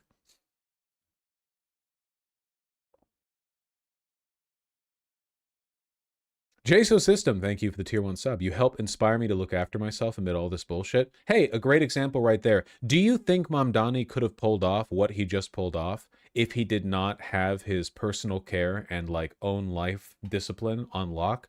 There is no way on any level that what he did could have been done by a person who did not have an extremely fastidious, well-disciplined day-to-day life. His time, his energy, his money, his social relationships for God knows how long. I mean, he has had his feet planted.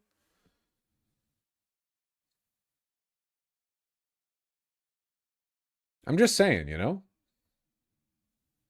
Perhaps he's disciplined because he has reasons to be so. Yeah, but I bet you even if he had lost the race or had never gotten into politics, he would still say that he didn't regret being so disciplined. And how do you know what opportunities in life are open to you unless you're disciplined, you know? Like if you spend all of your free time smoking weed on the couch, of course it seems like life is racing you by and every day is like the previous one and no opportunities open up to you and you're losing your friends and everyone's drifting out of touch. My brother in Christ, you're the one drifting away. You're the one burning the rope of your life out on both ends.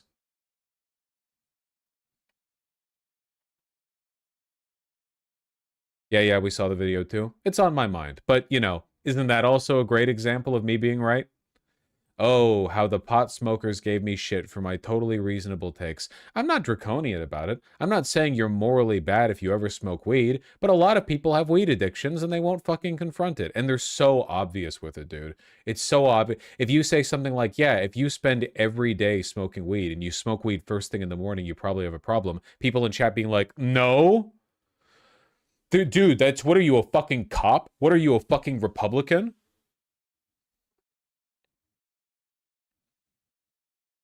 It's like alcohol. Yeah, if I said, you know, you probably shouldn't start your day by slamming back 2 shots of whiskey, and somebody in chat was like, dude, what the fuck? That's not even that much. You instantly know what that guy's life is like, you know? Sake, thank you for the incredibly kind 20 tier 1 subs. I really appreciate that. Thank you. Thank you. How is man carrying things so good at this? No, I can't do any videos right now, Sake. I'm very sorry. I really appreciate that, though. As I do appreciate the next 2 donation batches you tossed my way, which also contain links. Thank you, as always. Thank you for the 5 tier 1 subs. Robin Swords is what I expect Vosh content will be like in 6 months, but with video game in theory. Is this the fellow with the swords and the big bulge? Yes, it is. Swords, big bulge, and a big coat. I've told you, fellas, there are benefits to autism maxing, you know? This guy's autistic as all get out. Does it stop him from having people drooling over him in the comments? No. People are like, oh, well, that's because he's handsome. Buddy, go look at his older videos. Yeah, he got more handsome because he started taking care of his appearance. For his hair, his facial hair, his clothing, his styling in general. Yeah, like he put effort in, you know? Anyway, yeah, he's cool. He's cool. I like him.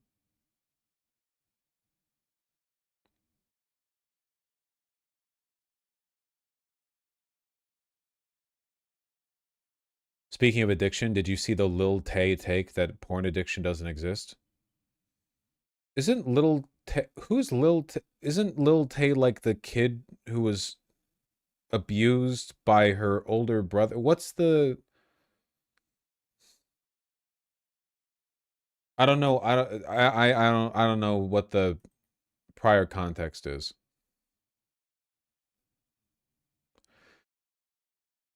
She's 18 now and has OnlyFans. Welcome to hell. They really do have to raise the like legal like pornography publishing age to 21 or something.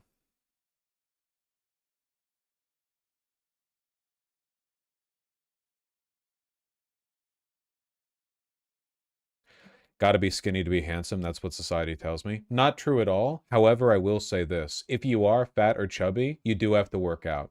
There's a reason why when people draw like bara men, like attractive chubby men, they're clearly like built, not just chubby or fat, you know? Even the biggest chubby/fat lovers like there to be some structure. And having some muscle to give structure to your fat makes such a big difference, dude. Such a big difference.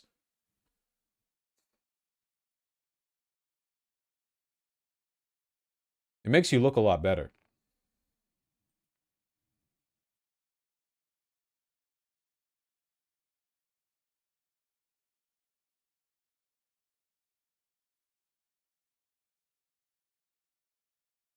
Have you played Dispatch yet? Not my type of game. And Sake, thank you for the 5 tier 1 subs. Yeah, I saw the New York Post header. It's pretty fucking good.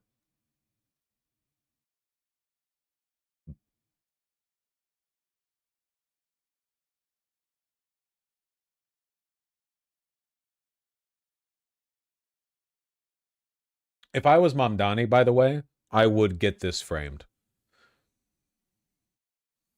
Easily, I'd get this framed.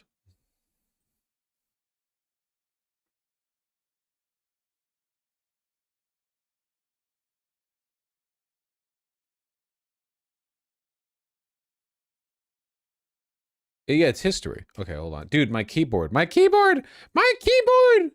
Function! Function! Can we get that as an emote? That would be a decent emote. Okay, wait, is my keyboard just straight broken now? There we go. Jesus Christ, I gotta get a replacement for that. One of the have you guys noticed how in the past maybe couple of weeks, whenever I type out like something, it takes longer than it used to? Like whenever I'm clearly typing something, like you see me doing this or whatever, it takes a little longer than it used to. I've been getting so many like missed keystrokes. Pissing me off, man. All right, I got a lot of super chats to go through. I thought you were just slow. Well, that too.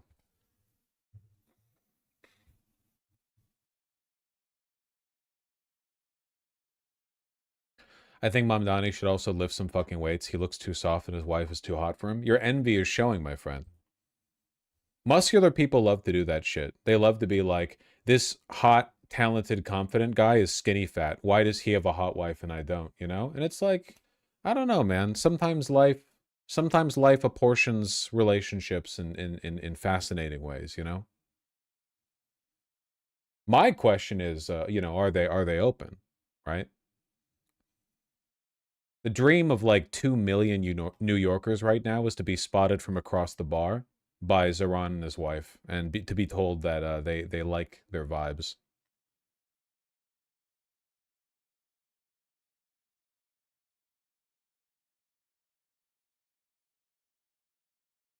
Haven't we seen him without a shirt? No, you're thinking of Platner, 17 fucking days in a row. That guy with no name, thank you for the $2. Jordan, thank you for the $5. Really appreciate that. Malon Miller and Mika Gelfin, thank you for the incredibly kind $20 both. I hope Zoran makes it possible for me to move to New York City someday from Iowa. There's no way I could afford it now, but I've always wanted to live in a city like that. God bless you. Haven't we all? Yeah. New York City isn't the only cool place in America, but it is the only New York City in America. And it should have a population of 40 million. Malon Miller, thank you for the additional 2 very kind $5 donos. Yeah, we're going to have to support Zoran through his mayorship aggressively to make sure that he's able to achieve his agenda of affordability and wokeness. Kelopo, thank you for the $2. Ghost of Avalon and Jay Tiemann, thank you for the $10 both. Really appreciate that. Jay Tiemann says, 3.25 years sober from booze, 2 years free from nicotine, now 2 weeks clean from weed. Can I get a hell yeah? Hell yeah! Well done. God damn, you're tossing the vices off. What do you have left? Gambling, masturbation? You know, you've got to have something. That's crazy. Well done. Hey, I haven't had the chance to talk about this on stream, but speaking of habit-forming behaviors, anyone else seen the Rezark? Reza? I'm not going to spoil it. I mean, I've read the manga ages ago, but that was fucking good, huh? That was fucking good. I'm probably going to see it a second time. The what? The Chainsaw Man movie covering the Rezark. Reza? I'm not entirely sure. Reza? Not entirely sure how.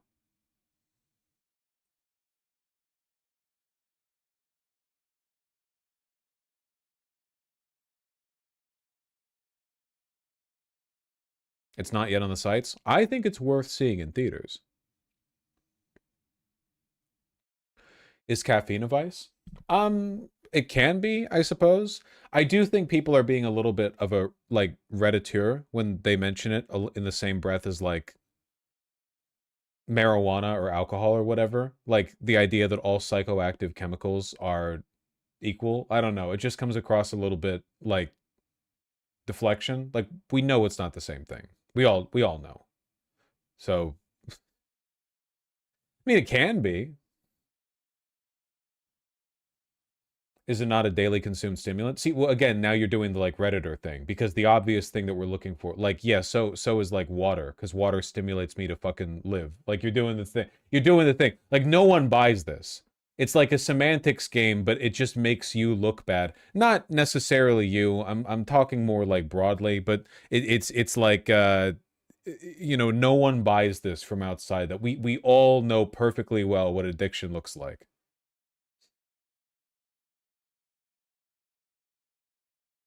Anyhow.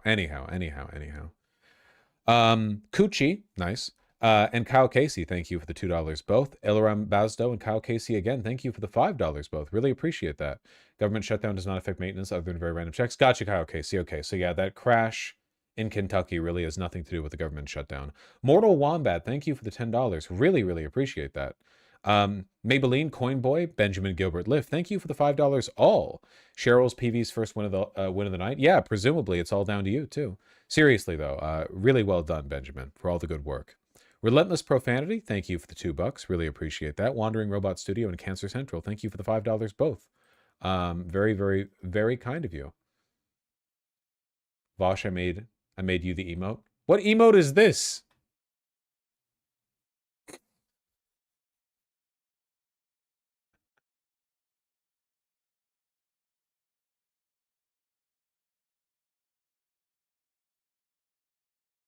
That's pretty funny.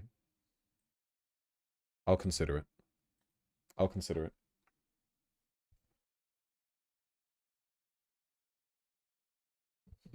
Add it, but what does it signify?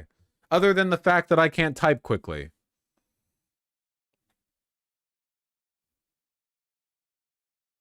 Still Alive and Moshe, thank you for the $2 both. Lemonator 32 and Mussolini, thank you for the $6.70 both. The Rocket King, Still Alive, and Timothy HD, thank you for the $5 all. Really appreciate that. Sheepish Wolf, thank you for the $10. Let's all remember to hold Michael Crapaport to his promise to leave New York if Mamdani wins. Yeah, it's pretty funny how literally none of the people who said they're going to leave are actually going to leave. I hope Cuomo does, though. Battle Giraffes, thank you for the $5 and the sentiment. I really appreciate that. Samson, thank you likewise. And the Old Dirty Jew, thank you for the $5. I hope you're describing a like a personal cleanliness tendency and like your age, and not really like a moral tendency, you know?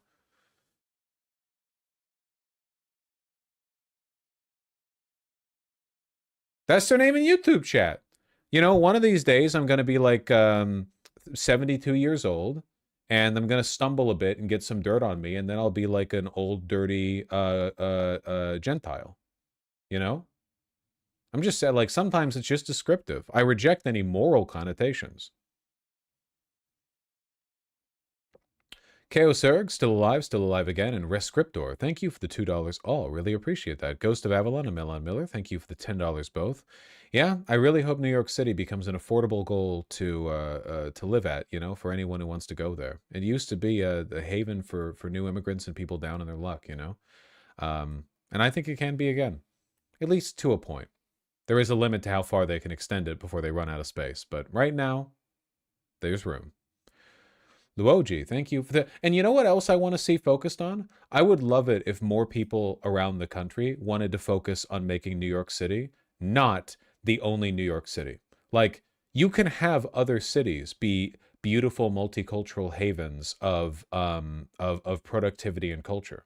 You can do that, you know? Yeah, Chicago is kind of close. And people say the same to an extent about Boston, Philadelphia. You know, there are places in America that are hitting that energy to an extent, but a lot more work has to be done. At the end of the day, it just comes down to walkability. Luoji, thank you for the $20. Amelia votes. Thank you. Really appreciate that. SN Breezy, thanks for the $2. Tyler, thank you for the 5. Gabor Benedek, thank you for the 2,490 Hungarian Fortunas. Thank you. Batty, thank you for the very kind $50. Let's go. Yeah, absolutely. Fuck yes. And Abhinav Bharadwaj. Sorry. Thank you for the 1,000 Indian rubles. We need more DSA members or just everyday people who support people first policy to challenge every single seat across the country, given they aren't Riz deficient like they sometimes are, or run independent in counties that are Democrat allergic. No, 100%. Yeah, this Mamdani's win is the biggest. For one, like, his campaign has been huge for the DSA broadly, but Indian rubles is wild. No. Rupees is Zelda, isn't it? Isn't it rubles for India and rupees is for Zelda? It's not rubles? Rubles is Russia? Rubles is Russia. Okay, sorry. I was thinking I had rupee in mind, but then I thought that's Zelda. Okay, rupees, not rubles. That's right. Rubles is Russian. Yeah. You can tell because they both start with RU. Yeah. Whoa. Yeah. I'm trying my best over here, okay? Anyway, yeah, no. It's been a massive win for the DSA. Massive win for the DSA, and I'm hoping that it increases their prominence all over the country. That'd be nice. S. Breezy, thank you for the $5. Ian Alspa, thank you for the $10. And before Cuomo says New York forgot 9/11, been getting plenty of that over Twitter. And Abhinav Bharadwaj, thank you for the additional 200 rupees. I think given this victory, it is time I lock in and do something with my own life. You're telling me he's only 34? Holy shit, Orifarm. Yeah, it is insane. He is insane. It is remarkable in a million ways. But you know, it's never too late to make the most of what you can. All of you have the ability to go turn into your local town hall and try to see what's up. Find out if there are any local advocacy groups and to do your best. You just have to commit to it. You have to take it seriously, you know? You can't think, today I think maybe I'll alleviate my anxiety that I'm not doing something with my life by half-heartedly, partially committing to something, and then the next day I'm going to go back to my routine. You gotta commit. That's life, you know? When you're out there, you know, following the Bushido code, wandering the forests, and you come across a master swordsman, you don't hear, well, how do you get to be that way, you know? Not from moonlighting as a swordsman, you know? Man wasn't training his Hashido stroke, you know, 1 hour a week, and the rest of the time he was just fishing or whatever. You got to commit your life. You want to be impressive. You have to study the blade.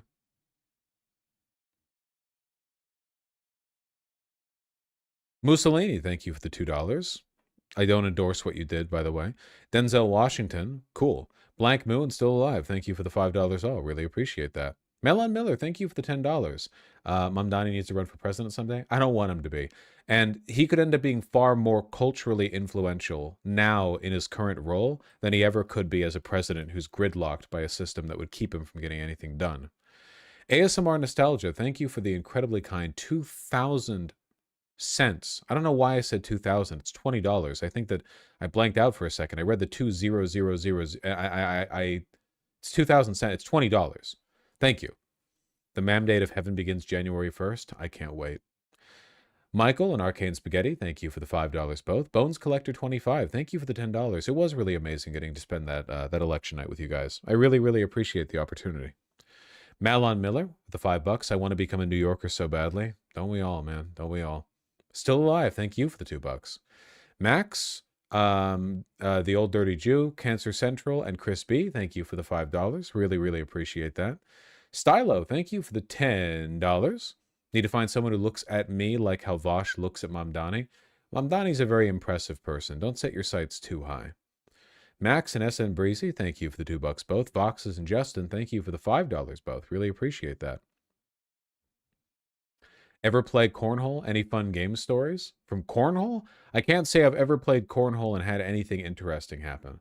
But unfortunately, I'm not a very athletic person. I skipped the athletics in high school, except for weightlifting, which I was quite good at. I mean, you're not really good at weightlifting. You're just strong or not strong, you know.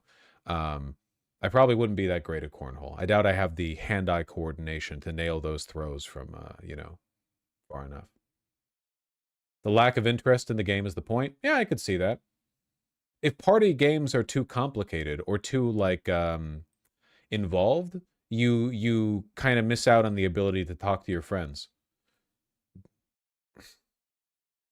Logo Spee and Isuo, thank you for the $2 and £2 respectively.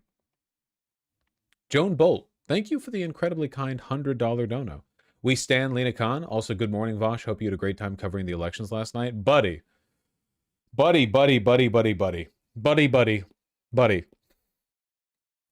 The only thing that could have made last night go better would have been if Seattle had a vote counting system that allowed them to drop everything all at once rather than making me wait several days, you know? Yesterday was ideal. Yesterday was crazy. JG 1982, Tony Ryan, Barabas Antioch, and Barabas Antioch again. Thank you for the $5. I really, really appreciate that. Thank you. Twitter went crazy over Mamdani taking a picture with Alex Soros. Good, let them go crazy. You know, we unironically, I know that anti-Semitism is for the most part, like in the context that we discuss it, it usually gets brought up by hysterical bad faith Zionists who will accuse, you know, you of being anti-Semitic for opposing a genocide. But anti-Semitism is a real problem, and it is like kind of insane that the entire Republican Party has normalized a rhetorical strategy of essentially doing the JQ with Soros specifically. To the point where it even affects his relatives, you know? It's sickening. We have a moral responsibility not only to reject the evil of Zionism, but to do the job the Zionists pretend to do, and to defend Jewish people, and to advocate for their rights and protect them from discrimination.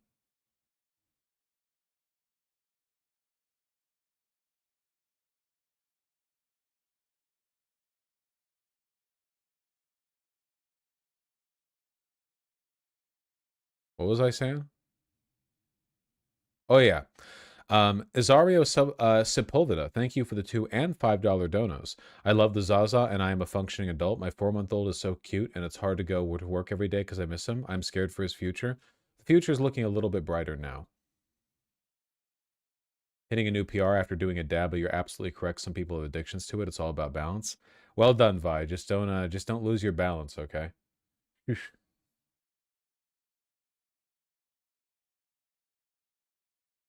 I would never work out high.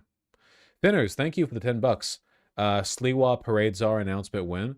I am interested in seeing how Sliwa's rhetoric develops now that Mamdani is mayor-elect and soon to be mayor, you know? I am interested.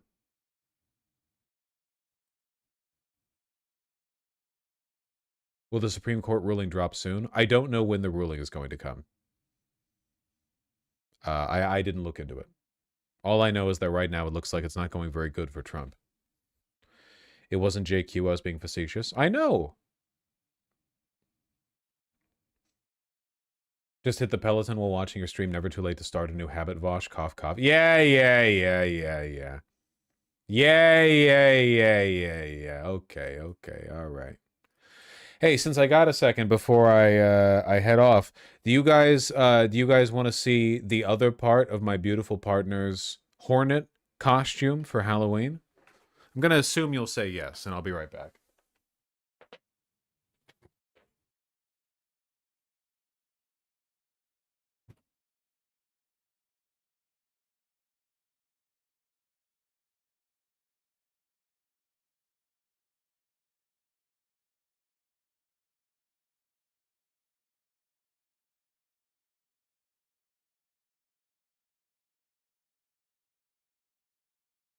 Look at this.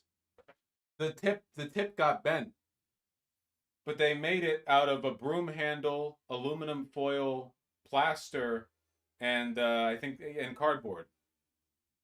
Isn't that sick? Yeah, tip got bent, but still pretty damn sick, right?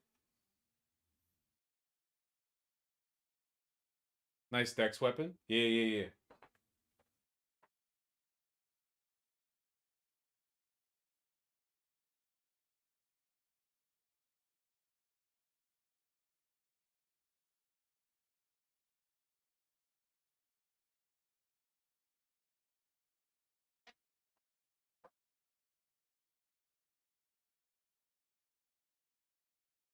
What's the material? I just said all the materials. I just said it. You weren't even listening. You hate my ass. Nice shirt. Thanks, it's indigo dyed. I don't really like... The fabric is very soft. But I'm not sure how I feel about the cut. I did get it hemmed, though. I did get it hemmed. So, see, now it's got, like... Oh, hello, River. Oh, River. River. Oh. Yeah? What was the purpose of that? What was the purpose of that? What were you hoping to accomplish? What were you hoping to accomplish? You want to get back to toasting your buns? Yes, you do. Yes, you do. There you go.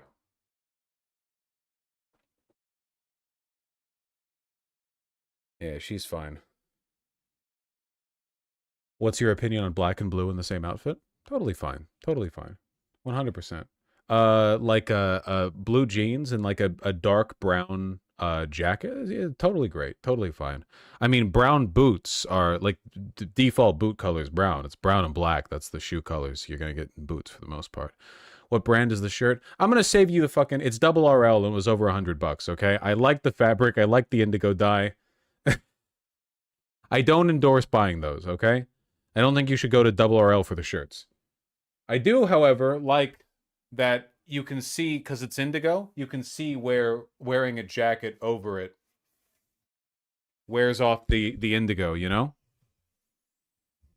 I don't think you should go to double RL for the shirts. If you're going to get shirts, you should get them from like 316 or like high quality shirts. You can get them from 316, Lady White, Imogena Willie, Buck Mason. Buck Mason makes amazing shirts. Amazing shirts. How often do you wash a fancy indigo shirt like that? I don't give a fuck. I'll just toss it in with everything else. My metric for clothing care is that if an item of clothing needs dedicated care, I will put the effort in, you know, on occasion. But everything should be able to survive just being tossed into the wash. Unless it's made of wool. I'm not going to do that to a wool sweater. I'm not going to obliterate every wool sweater I ever, you know, I'm not going to, yeah. Or fur. I've never owned anything with fur. Do you wash wool? Well, you can hand wash it. I just won't toss it into like the... You a sweater boy? Actually, pretty soon I'm planning on going over and buying a wool... I don't own a wool sweater. I own a couple of cotton sweaters, but cotton sweaters are for light cold. It's going to be a cold winter, boys. So I wanted to go over to Blue Owl and check out their... You want to take a look real quick? You want to take a look with me before I go offline? And I'll be back tomorrow? Categories, knitwear, sweaters. Here, let me make sure this is not going to pop my zip code up. I think we're fine. You're just going to have to imagine what these would look like on a body because they don't have model references for most of these. Because that'd be like time consuming. But here we have some Howlin sweaters. I think these are from Scottish. Yeah, knitted in Scotland. Yeah. Just classic. This, for me, this is like the archetypal wool sweater. Thick, shaggy, Scottish, crew neck. I'm not a big V-neck sweater guy. I know that's big with the polo people, the Ivy League fit, but I'm just a huge fan of that. It's simple, hard to fuck up. You got some zip cardigans, some button cardigans, V-neck cardigans. Okay, here we go. Here we go. Okay. Look at that. That's nice, huh? That's 50% cotton. 50% cotton, 50% alpaca. Made in Peru, because it's alpaca, right? You know, where are they gonna find them there, you know? But yeah, take a look at that. I love to see a strong collar. For me, this is a big concern for me. I've got a big head. So when I put shirts, sweaters, whatever on, I'm always worried about the collar getting stretched out. These double RL t-shirts, the collar does get stretched out a little bit when I take them off. It doesn't matter how careful I am. I've just got a big head. Big sturdy collar like this, that shit's rock solid, you know? Did you see Imogena Willie's new wool crew neck? Yes, I did. I'm a big fan of this, by the way. This is cotton. No, it's wool. Oh, sorry. Okay, I mistook it for a different product. That is a very tight knit right there. That's not shaggy at all. Look at that. That looks like cotton fibers. That's a very tight. Look at that. That's locked in. You're not going to get much fuzz with that. That's solid. This is like a classic. You call this like a fisherman sweater, right? Sorry. The knit is loose. It's the fiber. It's the yarn. The yarn is tight. I should say. It's like a fisherman sweater, you know, raglan sleeve. It's got that that tight collar. Okay, so what else do we got? Here's Orslo. Big fan of Orslo. This is like a loose kind of slouchy sweater. See? The sweaters we've looked at so far, these are like very heavy, like oof, you know? Oh, look. Oh, there's the green version of the Spencer thermal. Has model photos. That looks really nice. That looks really nice.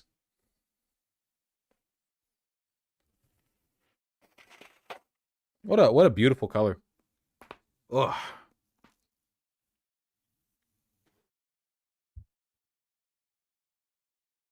That looks real good.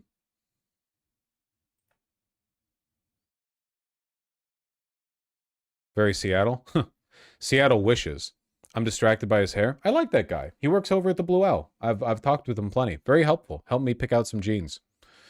Let's see. Zip. Here, these buttoner ones. These look a little more light, a little more slouchy. Not that there's anything wrong with that. Here's more Howland. So these are Scottish. Boxy space knit wool sweater and almond. Yeah. Interesting. Engineered garments. I thought that was double RL just from the patterning. Some hoodies, crew necks from Mersby-Schwanen.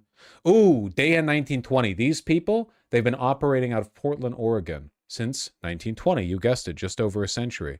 And they haven't changed their patterning very much at all over the past like 70 years. So like this is like a sporty, like greaser cardigan kind of look. You know what I mean? Very, very sturdy stuff. I have one of their t-shirts, incredibly heavyweight. I think that if I punched it, my hand would hurt.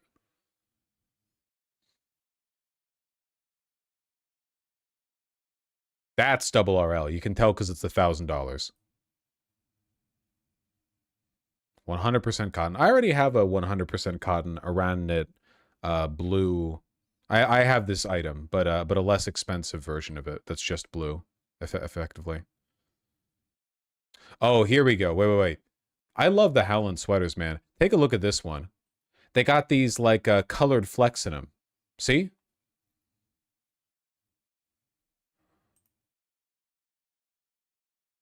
Isn't that really pretty? Why do you call some things double RL when they're not made by Ralph Lauren? That's double RL. That's Ralph Lauren.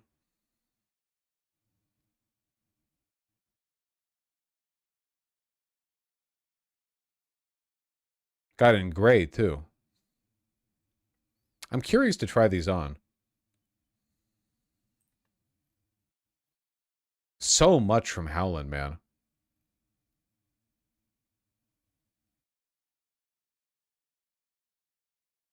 Anyway, I do want one solid wool sweater.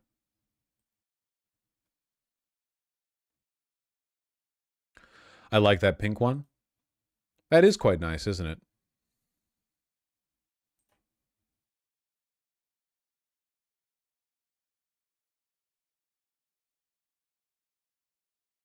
All right.